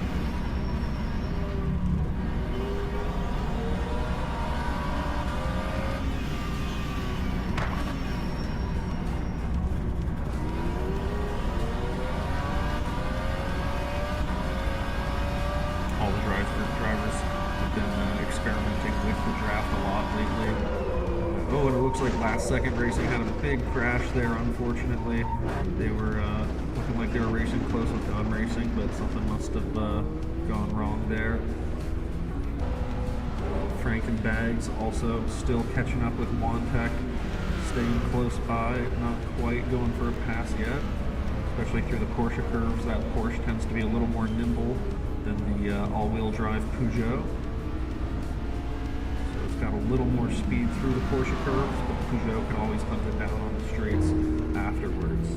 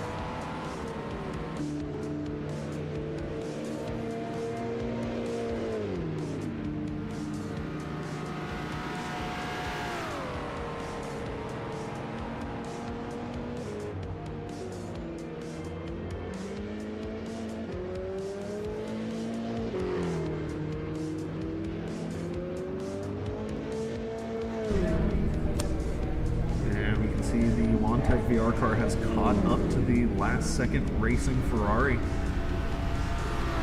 These cars have both had very good pace all throughout this 6 hour.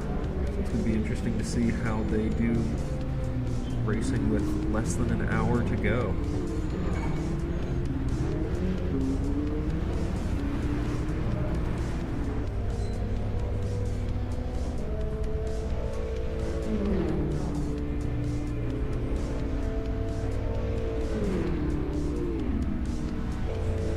Again, you can see we're down to 50 seconds separating the field. So again, that's less than a minute between everyone in the field, which means everybody is still very much in the race at this point.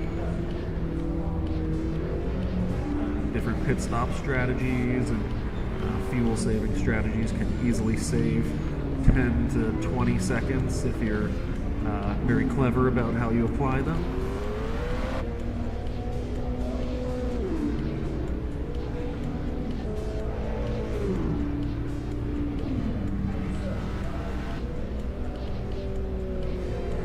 As you can see, the sun has pretty much fully come out again. That glare is going to be getting into the driver's eyes down some of the straights and entering some of the corners.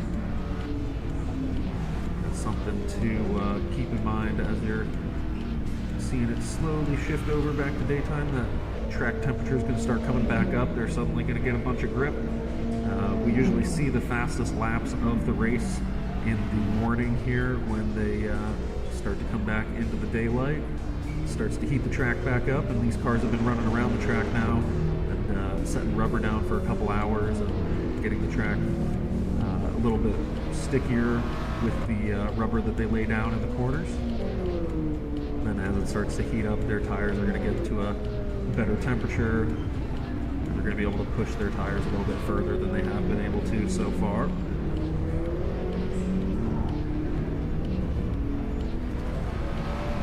And it doesn't hurt that we're in the last hour of the race, so everybody's also pushing as hard as they can, trying to make up every last bit of time they can find. I know a couple of the Peugeot teams are talking about having to fuel save, I think, for the last 2 hours of this session. So it'll be interesting to see how that influences the pit stop strategies coming up.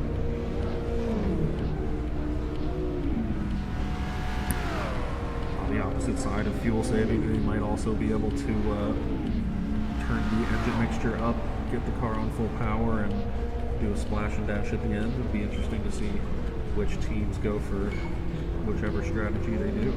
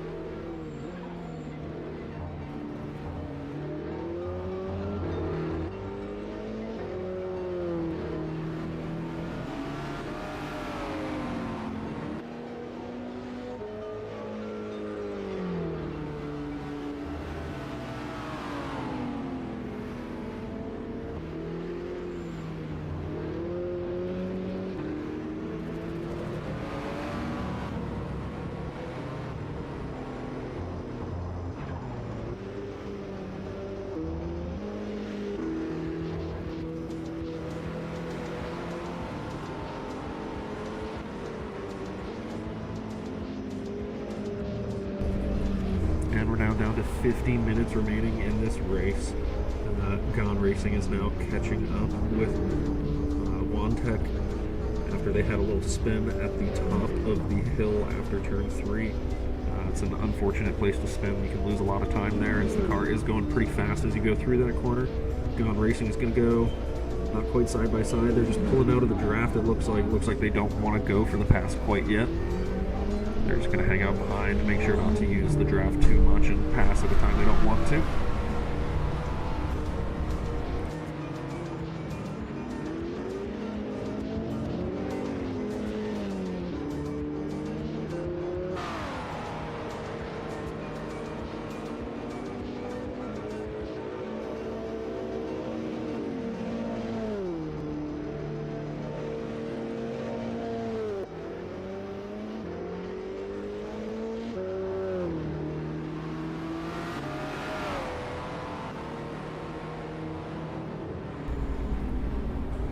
Alright, and we're going to go ahead and have another quick driver interview with Nathan from the...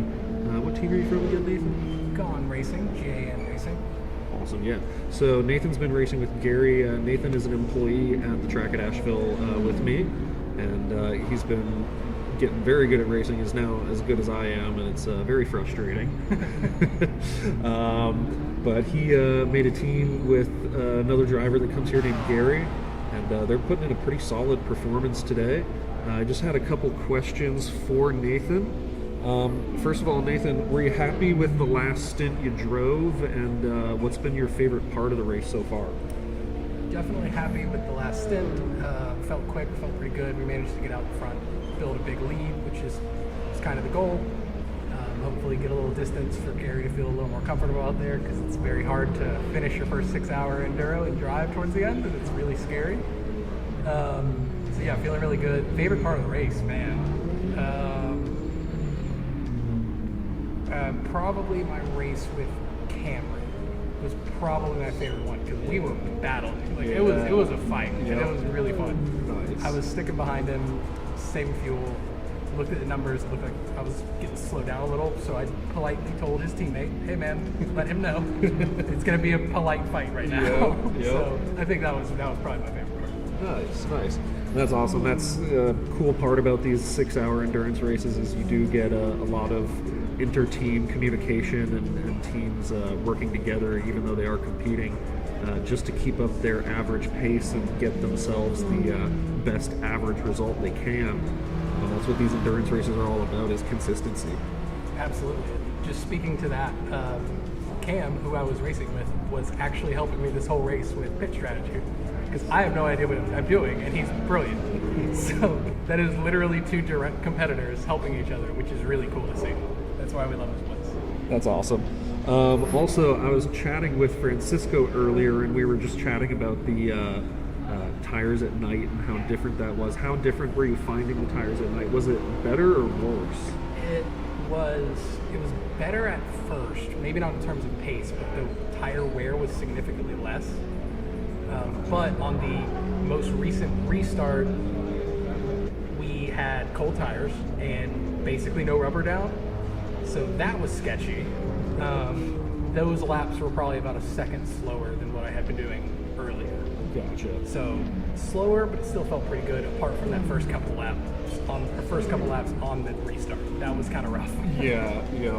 Yeah, I definitely mentioned on the stream that we were going to have some sketchy moments just because of how cold that track got and how cold the tires were going to be, and that they were driving in the darkness for a good few laps before it even started to heat up again.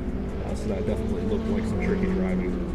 It definitely was, and that's the fun of this, is every corner is different every lap due to track conditions, tire temps, how the car is performing, and blah, blah, blah, blah. Yeah, nice. This one has been a very good representation of that. Yeah, definitely. Awesome. Well, thank you, Nathan, for hopping on the stream for a bit and doing a little driver interview with us. We have about 45 minutes left, and good luck in the rest of the race. Thanks, man. Appreciate it. Pleasure having you. Or other way around, rather. You know what I mean. Yeah. Thanks. See ya.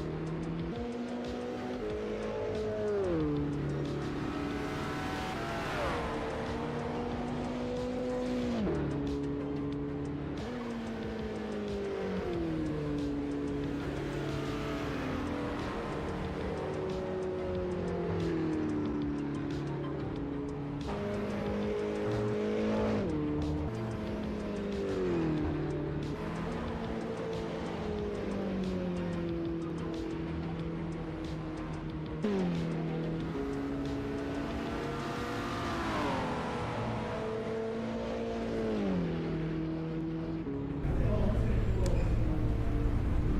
just to review there, it looked like there was a unfortunate incident between EJ and Gone Racing. It looks like EJ unfortunately lost control of the car a little bit on corner entry and bumped the back of Gone Racing. And a bunch of teams coming into the pits now, filling up their fuel for the last stint of the race.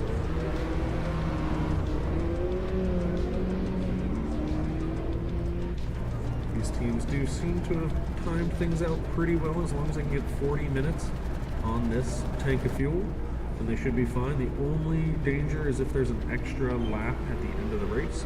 It could get pretty tight for some of the teams that are going to be pitting in the next lap.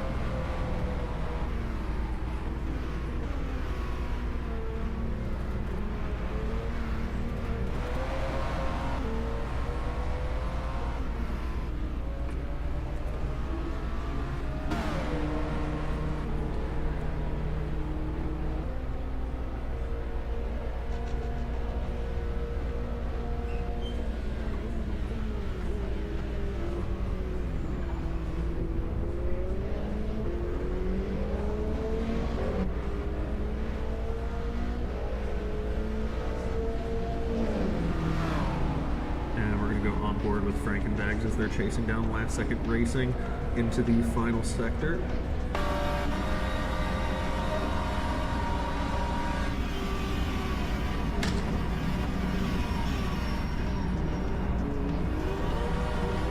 That was a good corner from Frankenbags, using up all of the apex there on the right side.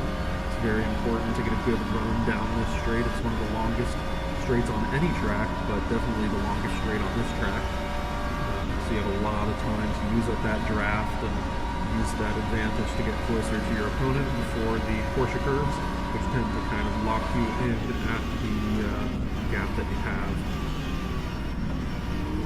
And really brave braking from Frankenbags there, gaining a lot of time on last second racing into Indianapolis corner. You have to check up a little bit behind the Ferrari coming onto this straight, but they are close enough that that draft should be plenty to at least get side by side before the Porsche curves. If they want, they may choose to hang out just behind the car though. Looks like they're going to go for the move. They're going to go down the inside coming into the Porsche curves. They back out. They're going to let the Ferrari take the lead into the Porsche curves, try and follow them.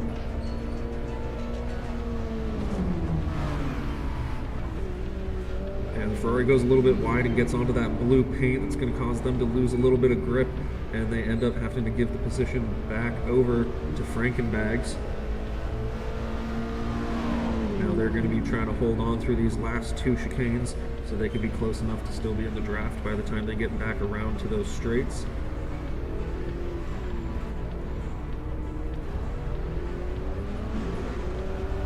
They touched the dirt a little bit on the outside, but they still had a good exit, so they might be all right.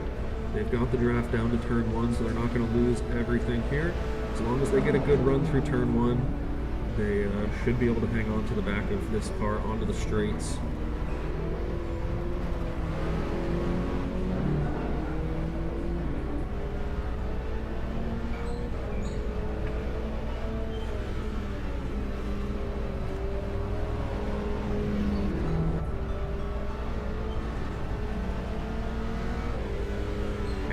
Second Racing is using every bit of the track available, trying to find as much time as they can to hold on to this Peugeot. It looks like they lost a little too much though. They might have trouble staying in the draft of that car now.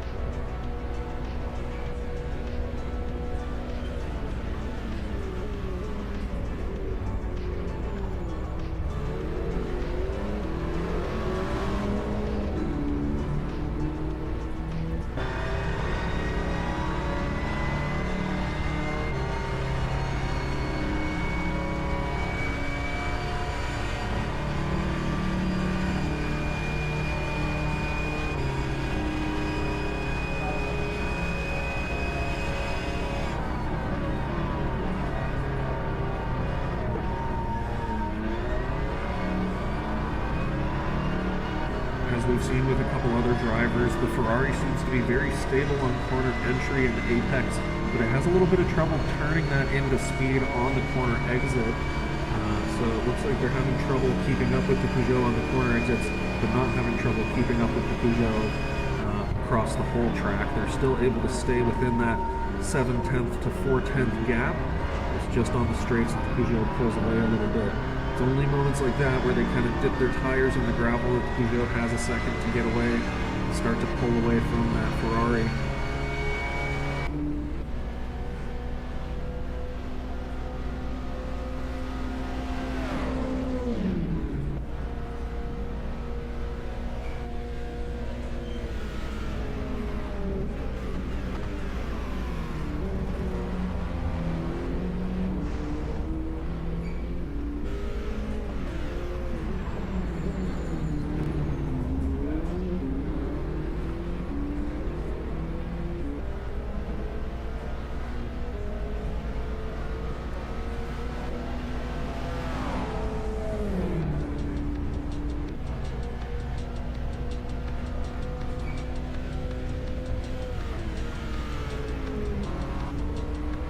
Looks like Run DFC is starting to close down on EJ Racing a little bit.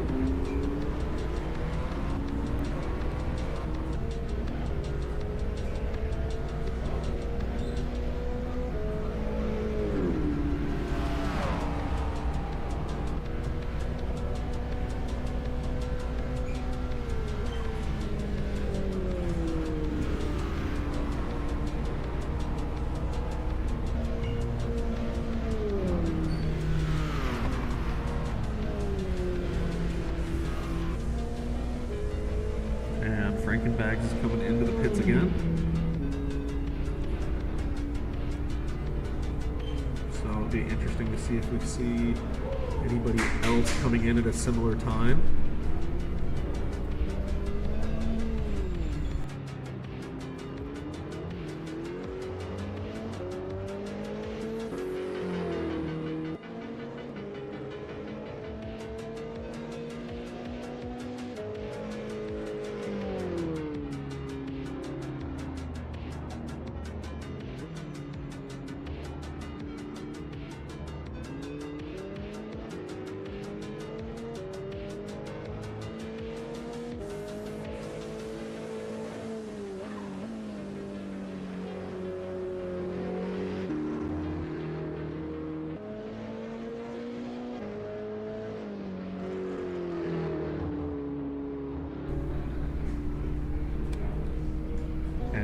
Teams coming into the pits now.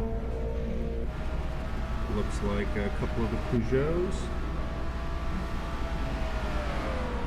Joe Poo had stopped earlier, I believe, so they're still out on track. Gone Racing, one of the Ferraris, is going to be pulling out onto the circuit now.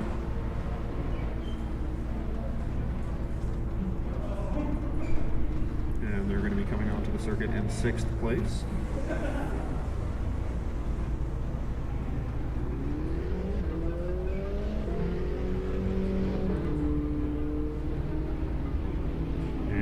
Comes OneTech VR as well, just behind Gone Racing by a couple seconds.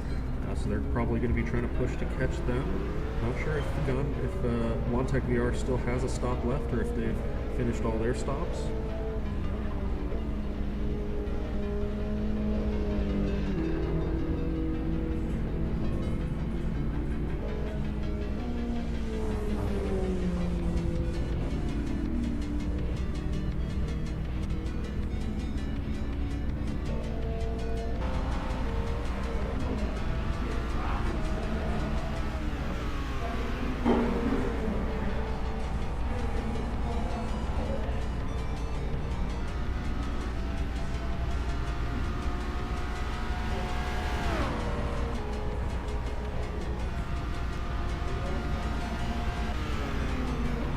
And just taking a quick look at Endurance Express, they've been doing well this whole race and are currently 28 seconds ahead of second. I'm sure they have another stop, or yeah, it looks like they're coming in for a stop right now.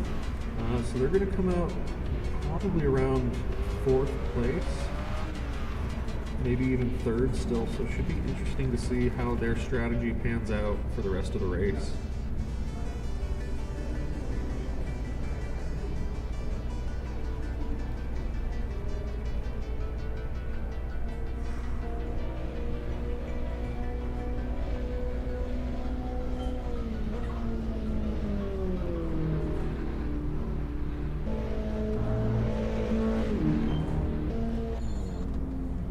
Last second racing is coming into the pits now as well.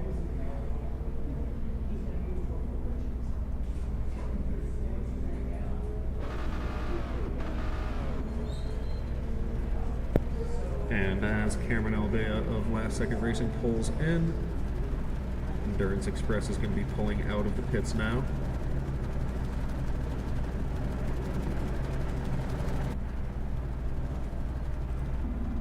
Looks like EJ Racing is coming into the pits, so Endurance Express, if they have enough fuel to make it to the end in the car right now, it looks like they've planned this pretty well.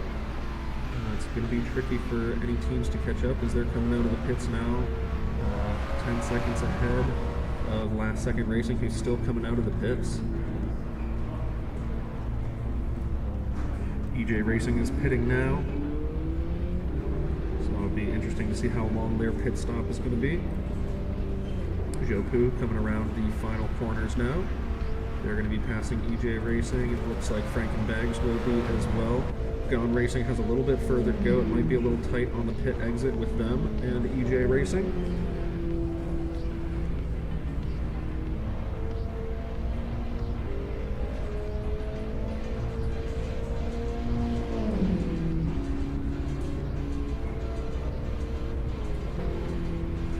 And it looks like EJ Racing is going to come out ahead of Gone Racing after their final pit stop.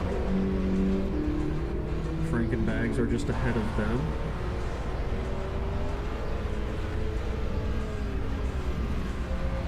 Now tire selection is going to matter a lot now. If the team has decided to keep the tires on and run the more worn tires, they are going to be at a pace disadvantage potentially.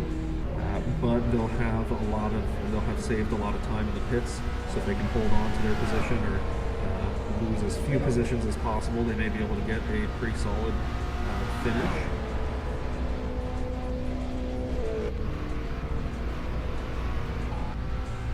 But considering Endurance Express just came out of the pits, they look like they're in a pretty good position right now.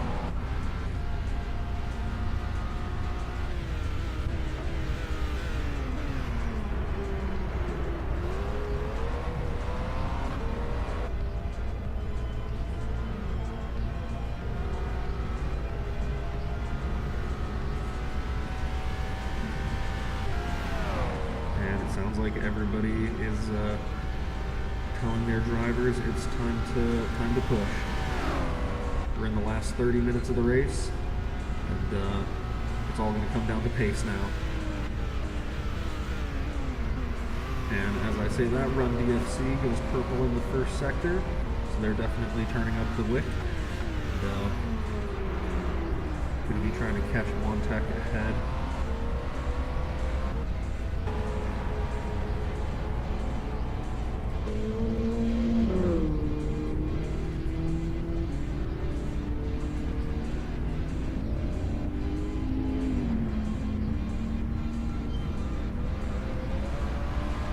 And for anyone that hasn't driven these cars before, they have a engine mixture, so they definitely could be turning up the engines on these cars and really pushing the fuel.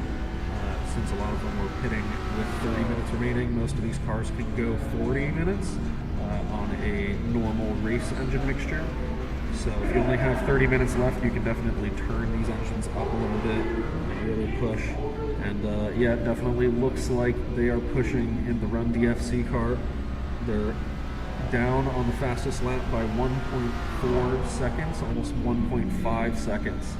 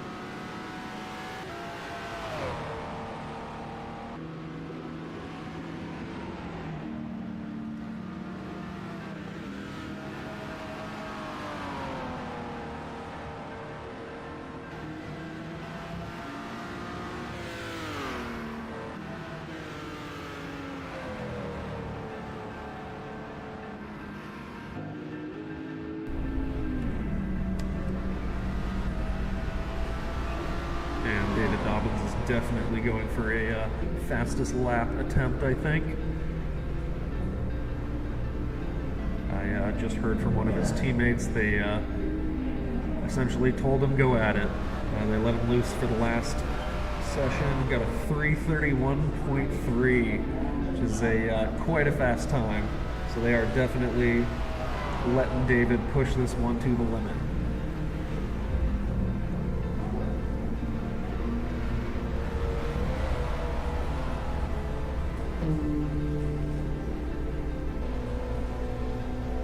Next closest gap is going to be EJ Racing and Frankenbags, but it's still a 6-second gap.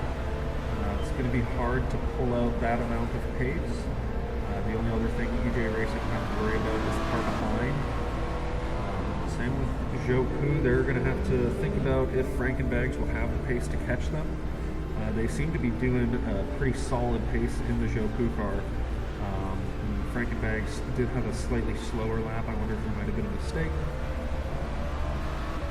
But it looks like things have potential to get close in the last 10 minutes or so.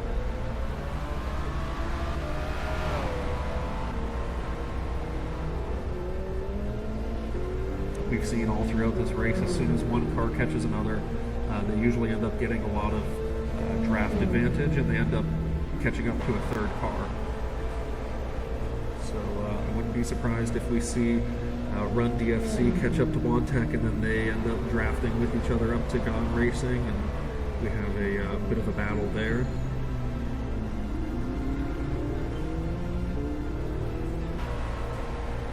I'm looking at Endurance Express, and it's looking like they're in a pretty solid lead. I'm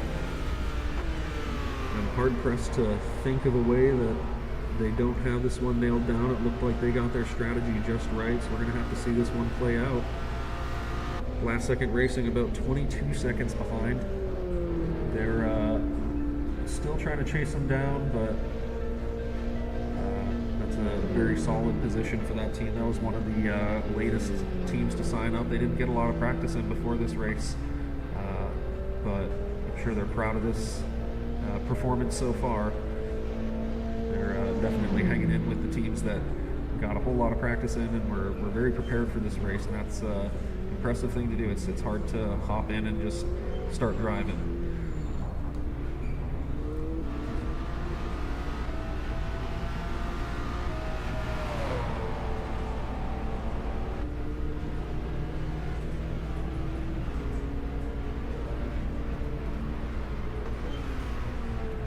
Joku having a very fast middle sector, looks like.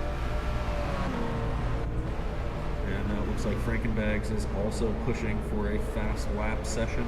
They're going to be trying to get the fastest laps they can. And yep, that's a 3:31.4. That's not quite the fastest lap of the session. Again, Run DFC, David Dobbins, he got a 3:31.3. But a 3:31.4 is definitely not slow, still only a tenth off of the fastest lap. So as you can see, all of these drivers are now pushing as hard as they can, trying to make up as much time as they can find.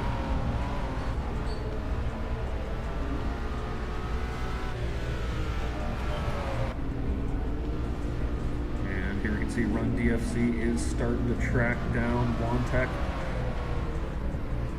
closing up that track gap down to 1.5 seconds.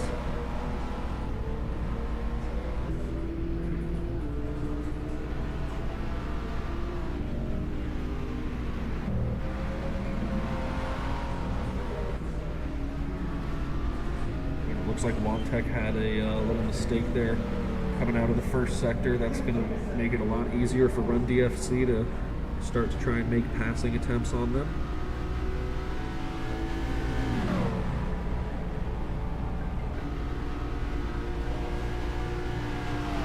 Looks like that Peugeot does have a good bit more speed onto the straight there.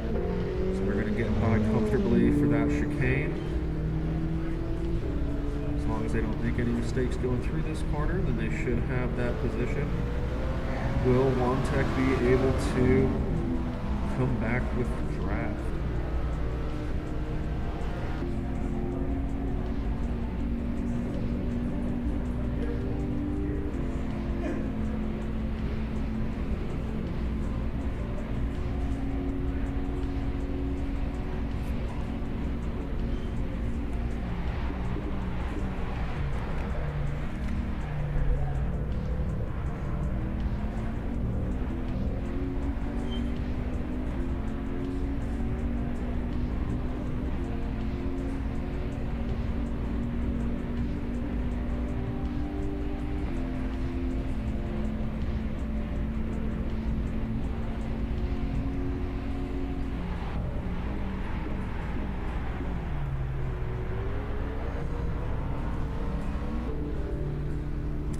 contact. It looks like they missed their braking by a little bit, went a little deep into that corner.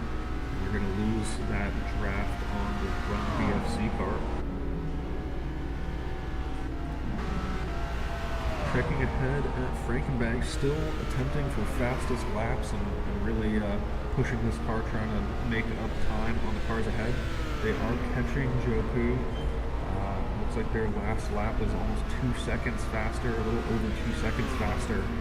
I'm not sure if they'll be able to keep up that pace for the entire 20 minutes remaining, but if they can, they'll definitely be fighting them for the finish.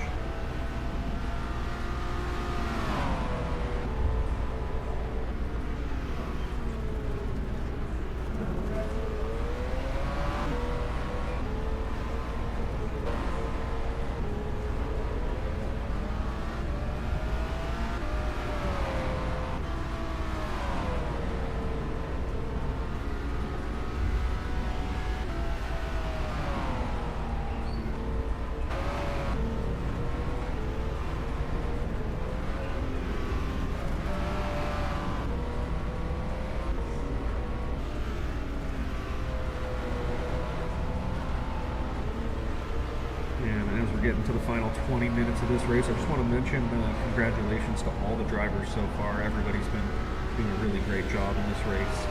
There's been a couple incidents, but even with those, everybody's doing such a fantastic job driving and making this event fun and exciting for everybody. We're super excited to have this many teams and this many drivers. We have 18 drivers here today driving in this 6 hour, which is always great to see.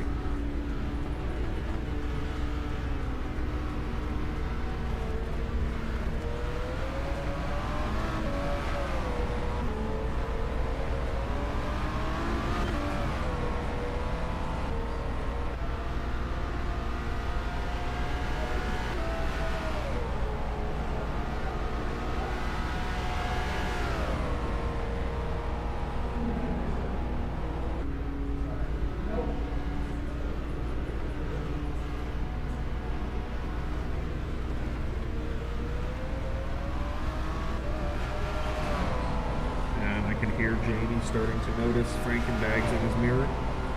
He's definitely very conscious that they are starting to catch up a little bit. They're down to just about 4 seconds now behind. And Justin is definitely not showing any signs of slowing up.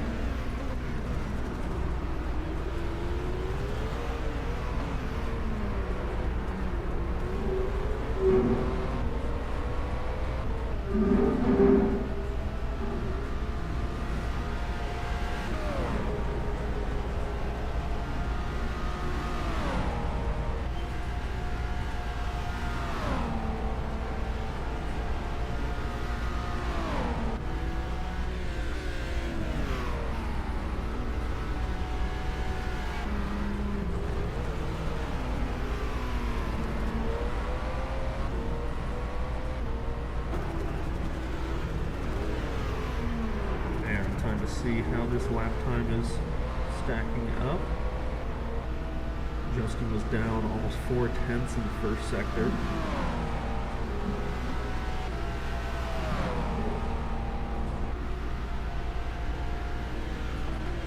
He's now just about 3 seconds behind Joku.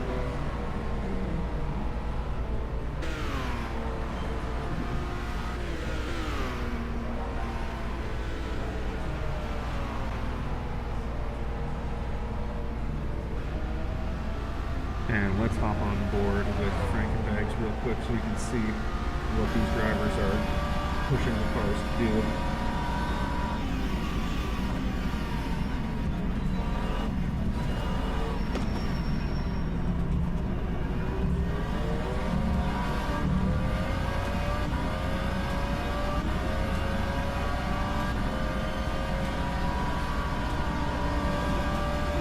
It's great seeing the all-wheel drive LMH cars jumping over the curves and sliding a little bit.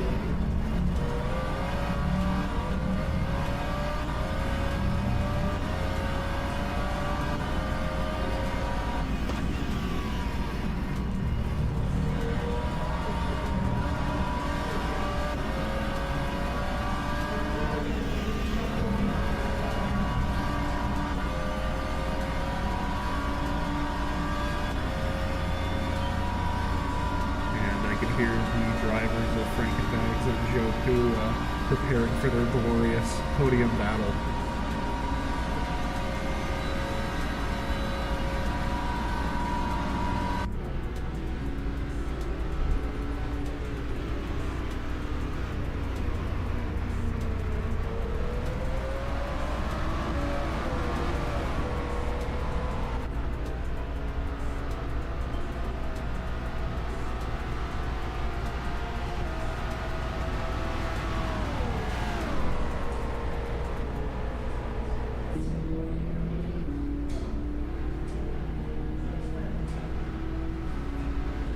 And in the background as well, you can see Gone Racing was starting to catch up to EJ Racing as well. So that'll be a battle to look out for in a few moments' time. Right now, though, Frankenbags catching up to Joku.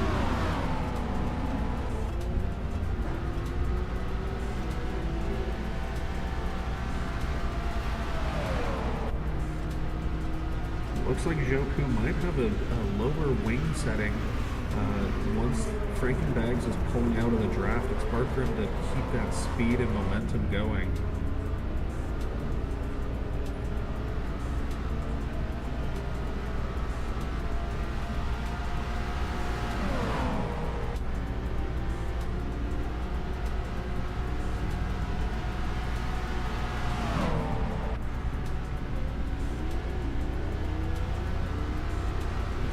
And Frankenbag is going to get by on the straight, and he's going to be able to commit into Indianapolis. So the tricky corner to go side by side through. We've seen a few incidents there already. That was a nice clean move from Frankenbags.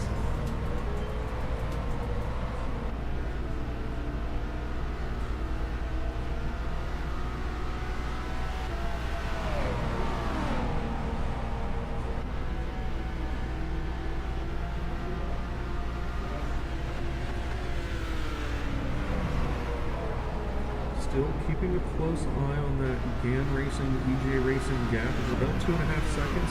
That could close up really quick at any time. Just gonna keep monitoring that and make sure that we're not seeing a battle show up there, because that could be a good battle to watch.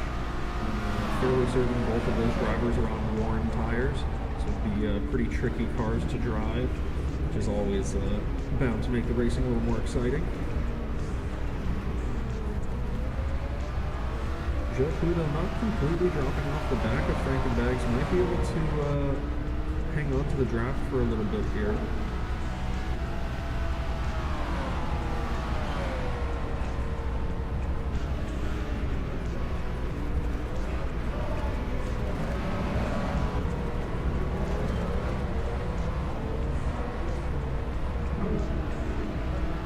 And we're really getting down to the final stages of the race now with only 13 minutes remaining. And Joku, unfortunately, has a big spin into the gravel. Good recovery, though.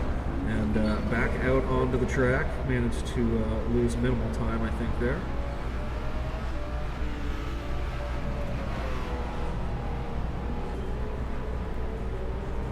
And even with 12 minutes left, it may seem like things are locked in, but small mistakes like that can happen all the time. And it's always important to keep your eye out on the board on the left. It'll change up suddenly on sometimes with 10 minutes remaining. And it looks like Gone Racing, I believe driven by Nathan Roberts at the moment, who we had on for an interview a little bit earlier. He's going to be chasing down EJ Racing. I believe it's Brian Devlin driving for them at the moment.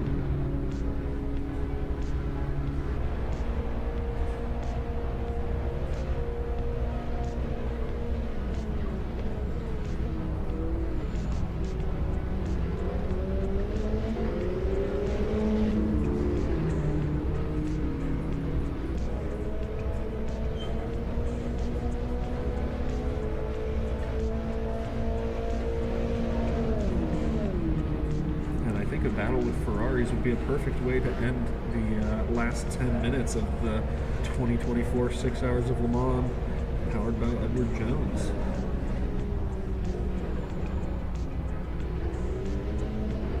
Both of these teams have been showing great consistency and great pace all throughout this race.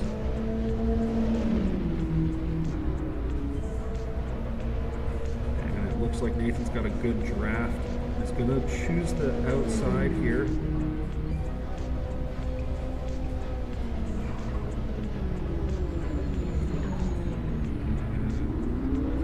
And he gave it a good effort. It looked like he was potentially going to be able to hold it on the outside there. Maybe got closed off a bit on the exit, but the EJ Racing car stays ahead.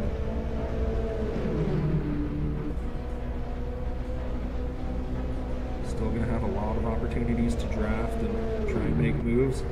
Thinking about making an inside move into Indianapolis, going to claim that spot. Ooh, and EJ Racing almost holds it on the outside. Oh, and that's a great bit of racing from Nathan and Bryant.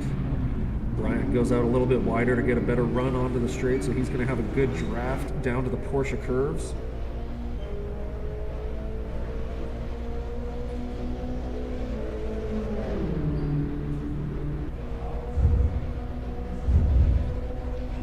And this is going to be another sketchy corner to go side by side through. But both these drivers want that 5th place position. And I'm fairly certain I know neither of them are going to be happy to let up.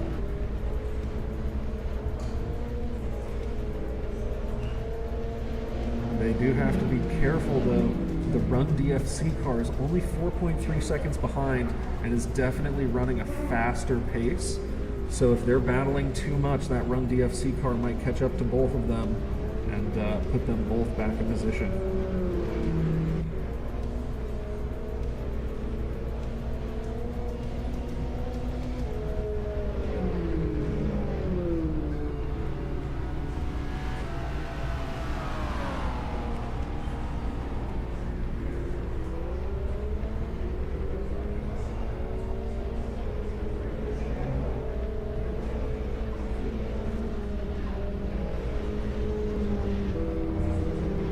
Looks like Gone Racing is going to be able to pull away a bit. Looks like EJ Racing is having trouble staying on the back of that car through the first sector. That is a very tricky sector, especially on worn tires, which I believe both of these cars are on worn tires, which is going to make it difficult for them to keep up the pace for the rest of the race, which could also open them up to making some mistakes a little bit later. We'll have to keep an eye on both of these cars and maybe check with other teams who else is on worn tires right now.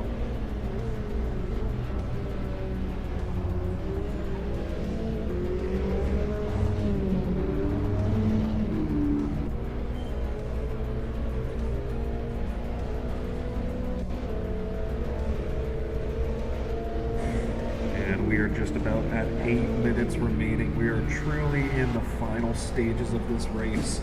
It definitely looks like Endurance Express could get this one if they are able to get to the end of the race without any major mistakes. They currently have a 24-second lead on last second racing, which is a really amazing performance from them.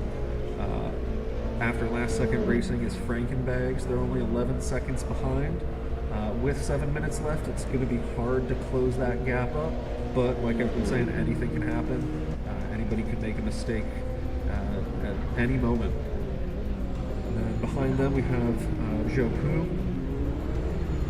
They're looking pretty good in 4th. They've been putting in good lap times for the past couple laps, so they should be able to manage, hopefully. Gone Racing has definitely pulled away from EJ Racing. EJ Racing, as you can see in the background there, is now coming into contact with the Run DFC car, which I believe is still running some fast laps trying to hunt down the cars ahead. And you can see the difference in corner entry speed there. That Run DFC car is taking every bit of track it can.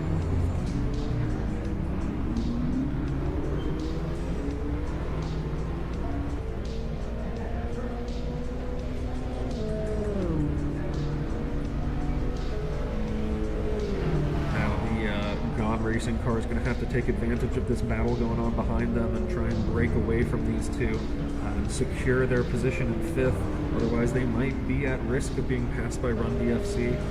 We'll see how much Run DFC struggles with passing EJ Racing.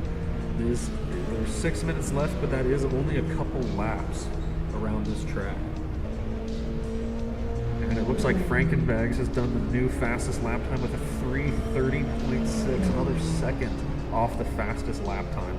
So again, these drivers are still pushing to the absolute limit, trying to get past each other before the end of the race. There's almost only 5 minutes remaining.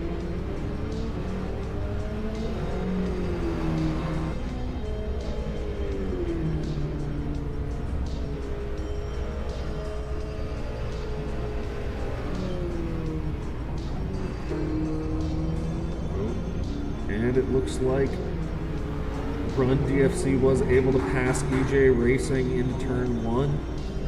That was a good move by Run DFC and a good attempt at defense by EJ Racing, but holding the outside of that long sweeper can be really difficult. It's tricky to keep up your speed while also being mindful of the driver on your inside.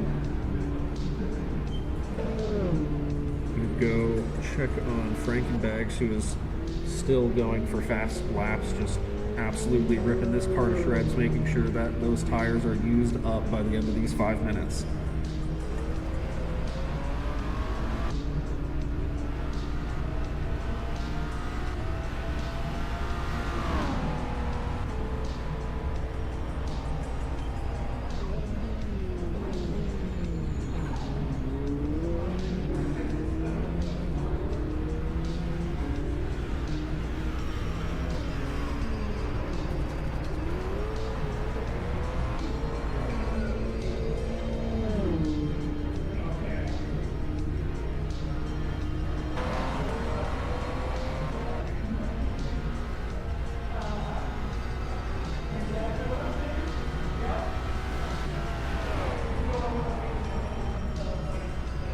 Time to see as well if we're going to have another lap. It looks like it's likely that we will, but it might come pretty close at the start-finish line here.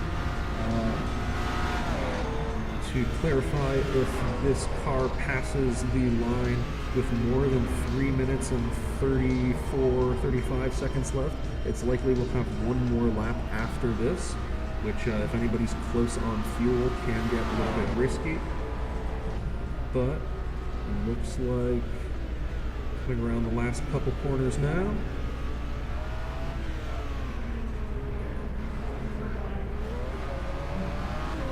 And it looks like this is likely going to be the final lap of the race starting now.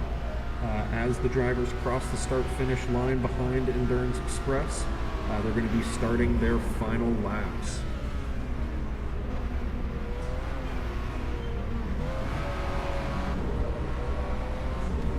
So a reminder on the qualifying starting order from the beginning of the race. Endurance Express started on pole and is currently still in first.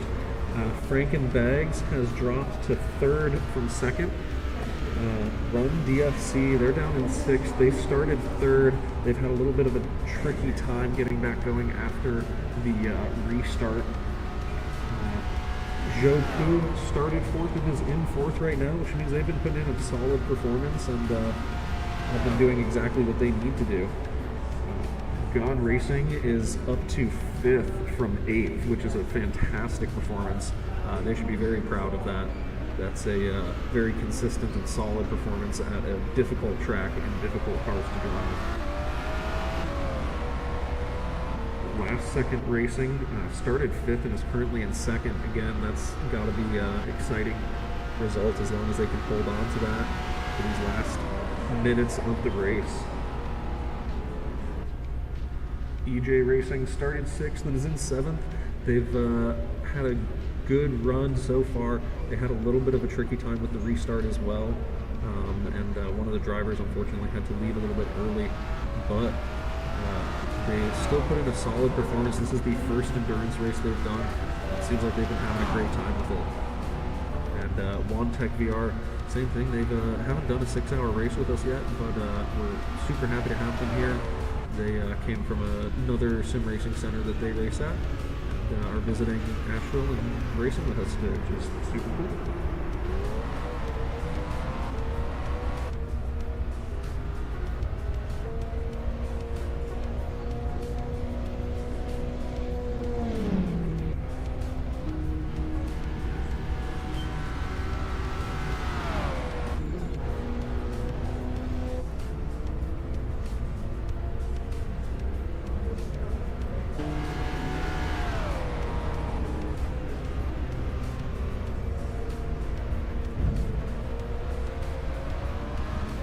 Looks like non-DFC, if they have an incredible sector here, they might have a chance, but it's going to be hard for them to close that up and make a pass, especially with the Porsche curves being the final sector of this track. It's really hard to make passes cleanly there, so that's going to be a tricky thing to pull off.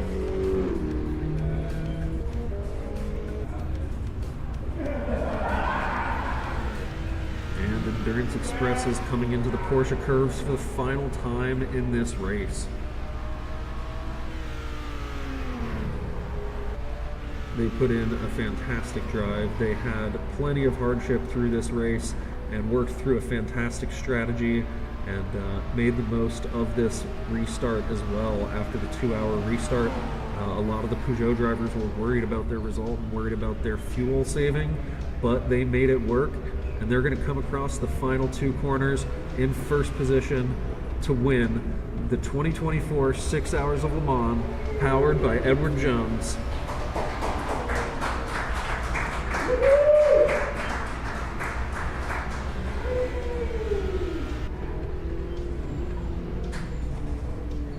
And coming to claim second is Last Second Racing with Cameron and Shane. An amazing performance from them. They did not get the amount of practice they wanted, and they made it work anyway.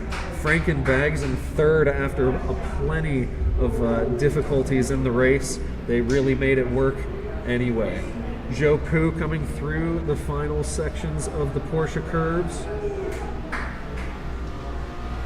They are safely going to finish fourth, it looks like. They just need to roll it home at this point. Great result from them. Gone Racing, the Run DFC car is breathing down their neck, but I don't think it's enough to get it before the line. And they're going to come across the line in 5th place. That's a great result for them. And Run DFC, 6th place. Another great result. EJ Racing now coming through the final 2 chicanes and finishing their first 6 hour ever.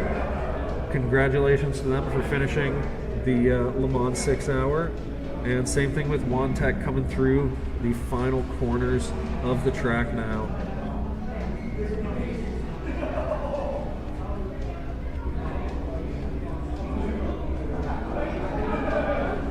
And as we're closing up the stream, I just want to say thank you again to our sponsor, Edward Jones, and Joe Baker for making it all happen. It's great to have the support and the extra financial help working on big events like this, and it makes it so we can do a bunch of fun extra stuff for all of our drivers. We have a great podium ceremony planned. We have a lot of goodie bags and champagne and some Edward Jones bags and things. So again, thank you to Edward Jones for sponsoring this race. And I also want to say thank you to Storm Gang Simulation for supplying us with the 2023 Le Mans hypercars. These cars were fantastic. Everybody loved driving them in this race. They ended up working out really well for the strategy. And I just want to thank them. And again, if anybody enjoyed watching this stream or wants to try those cars here the next time they're in, try to send a donation to Storm Gang Simulation. They're a really good group.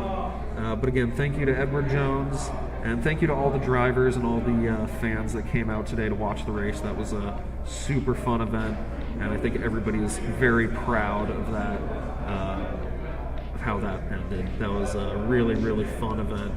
And yeah, I think that's all. Have a good night.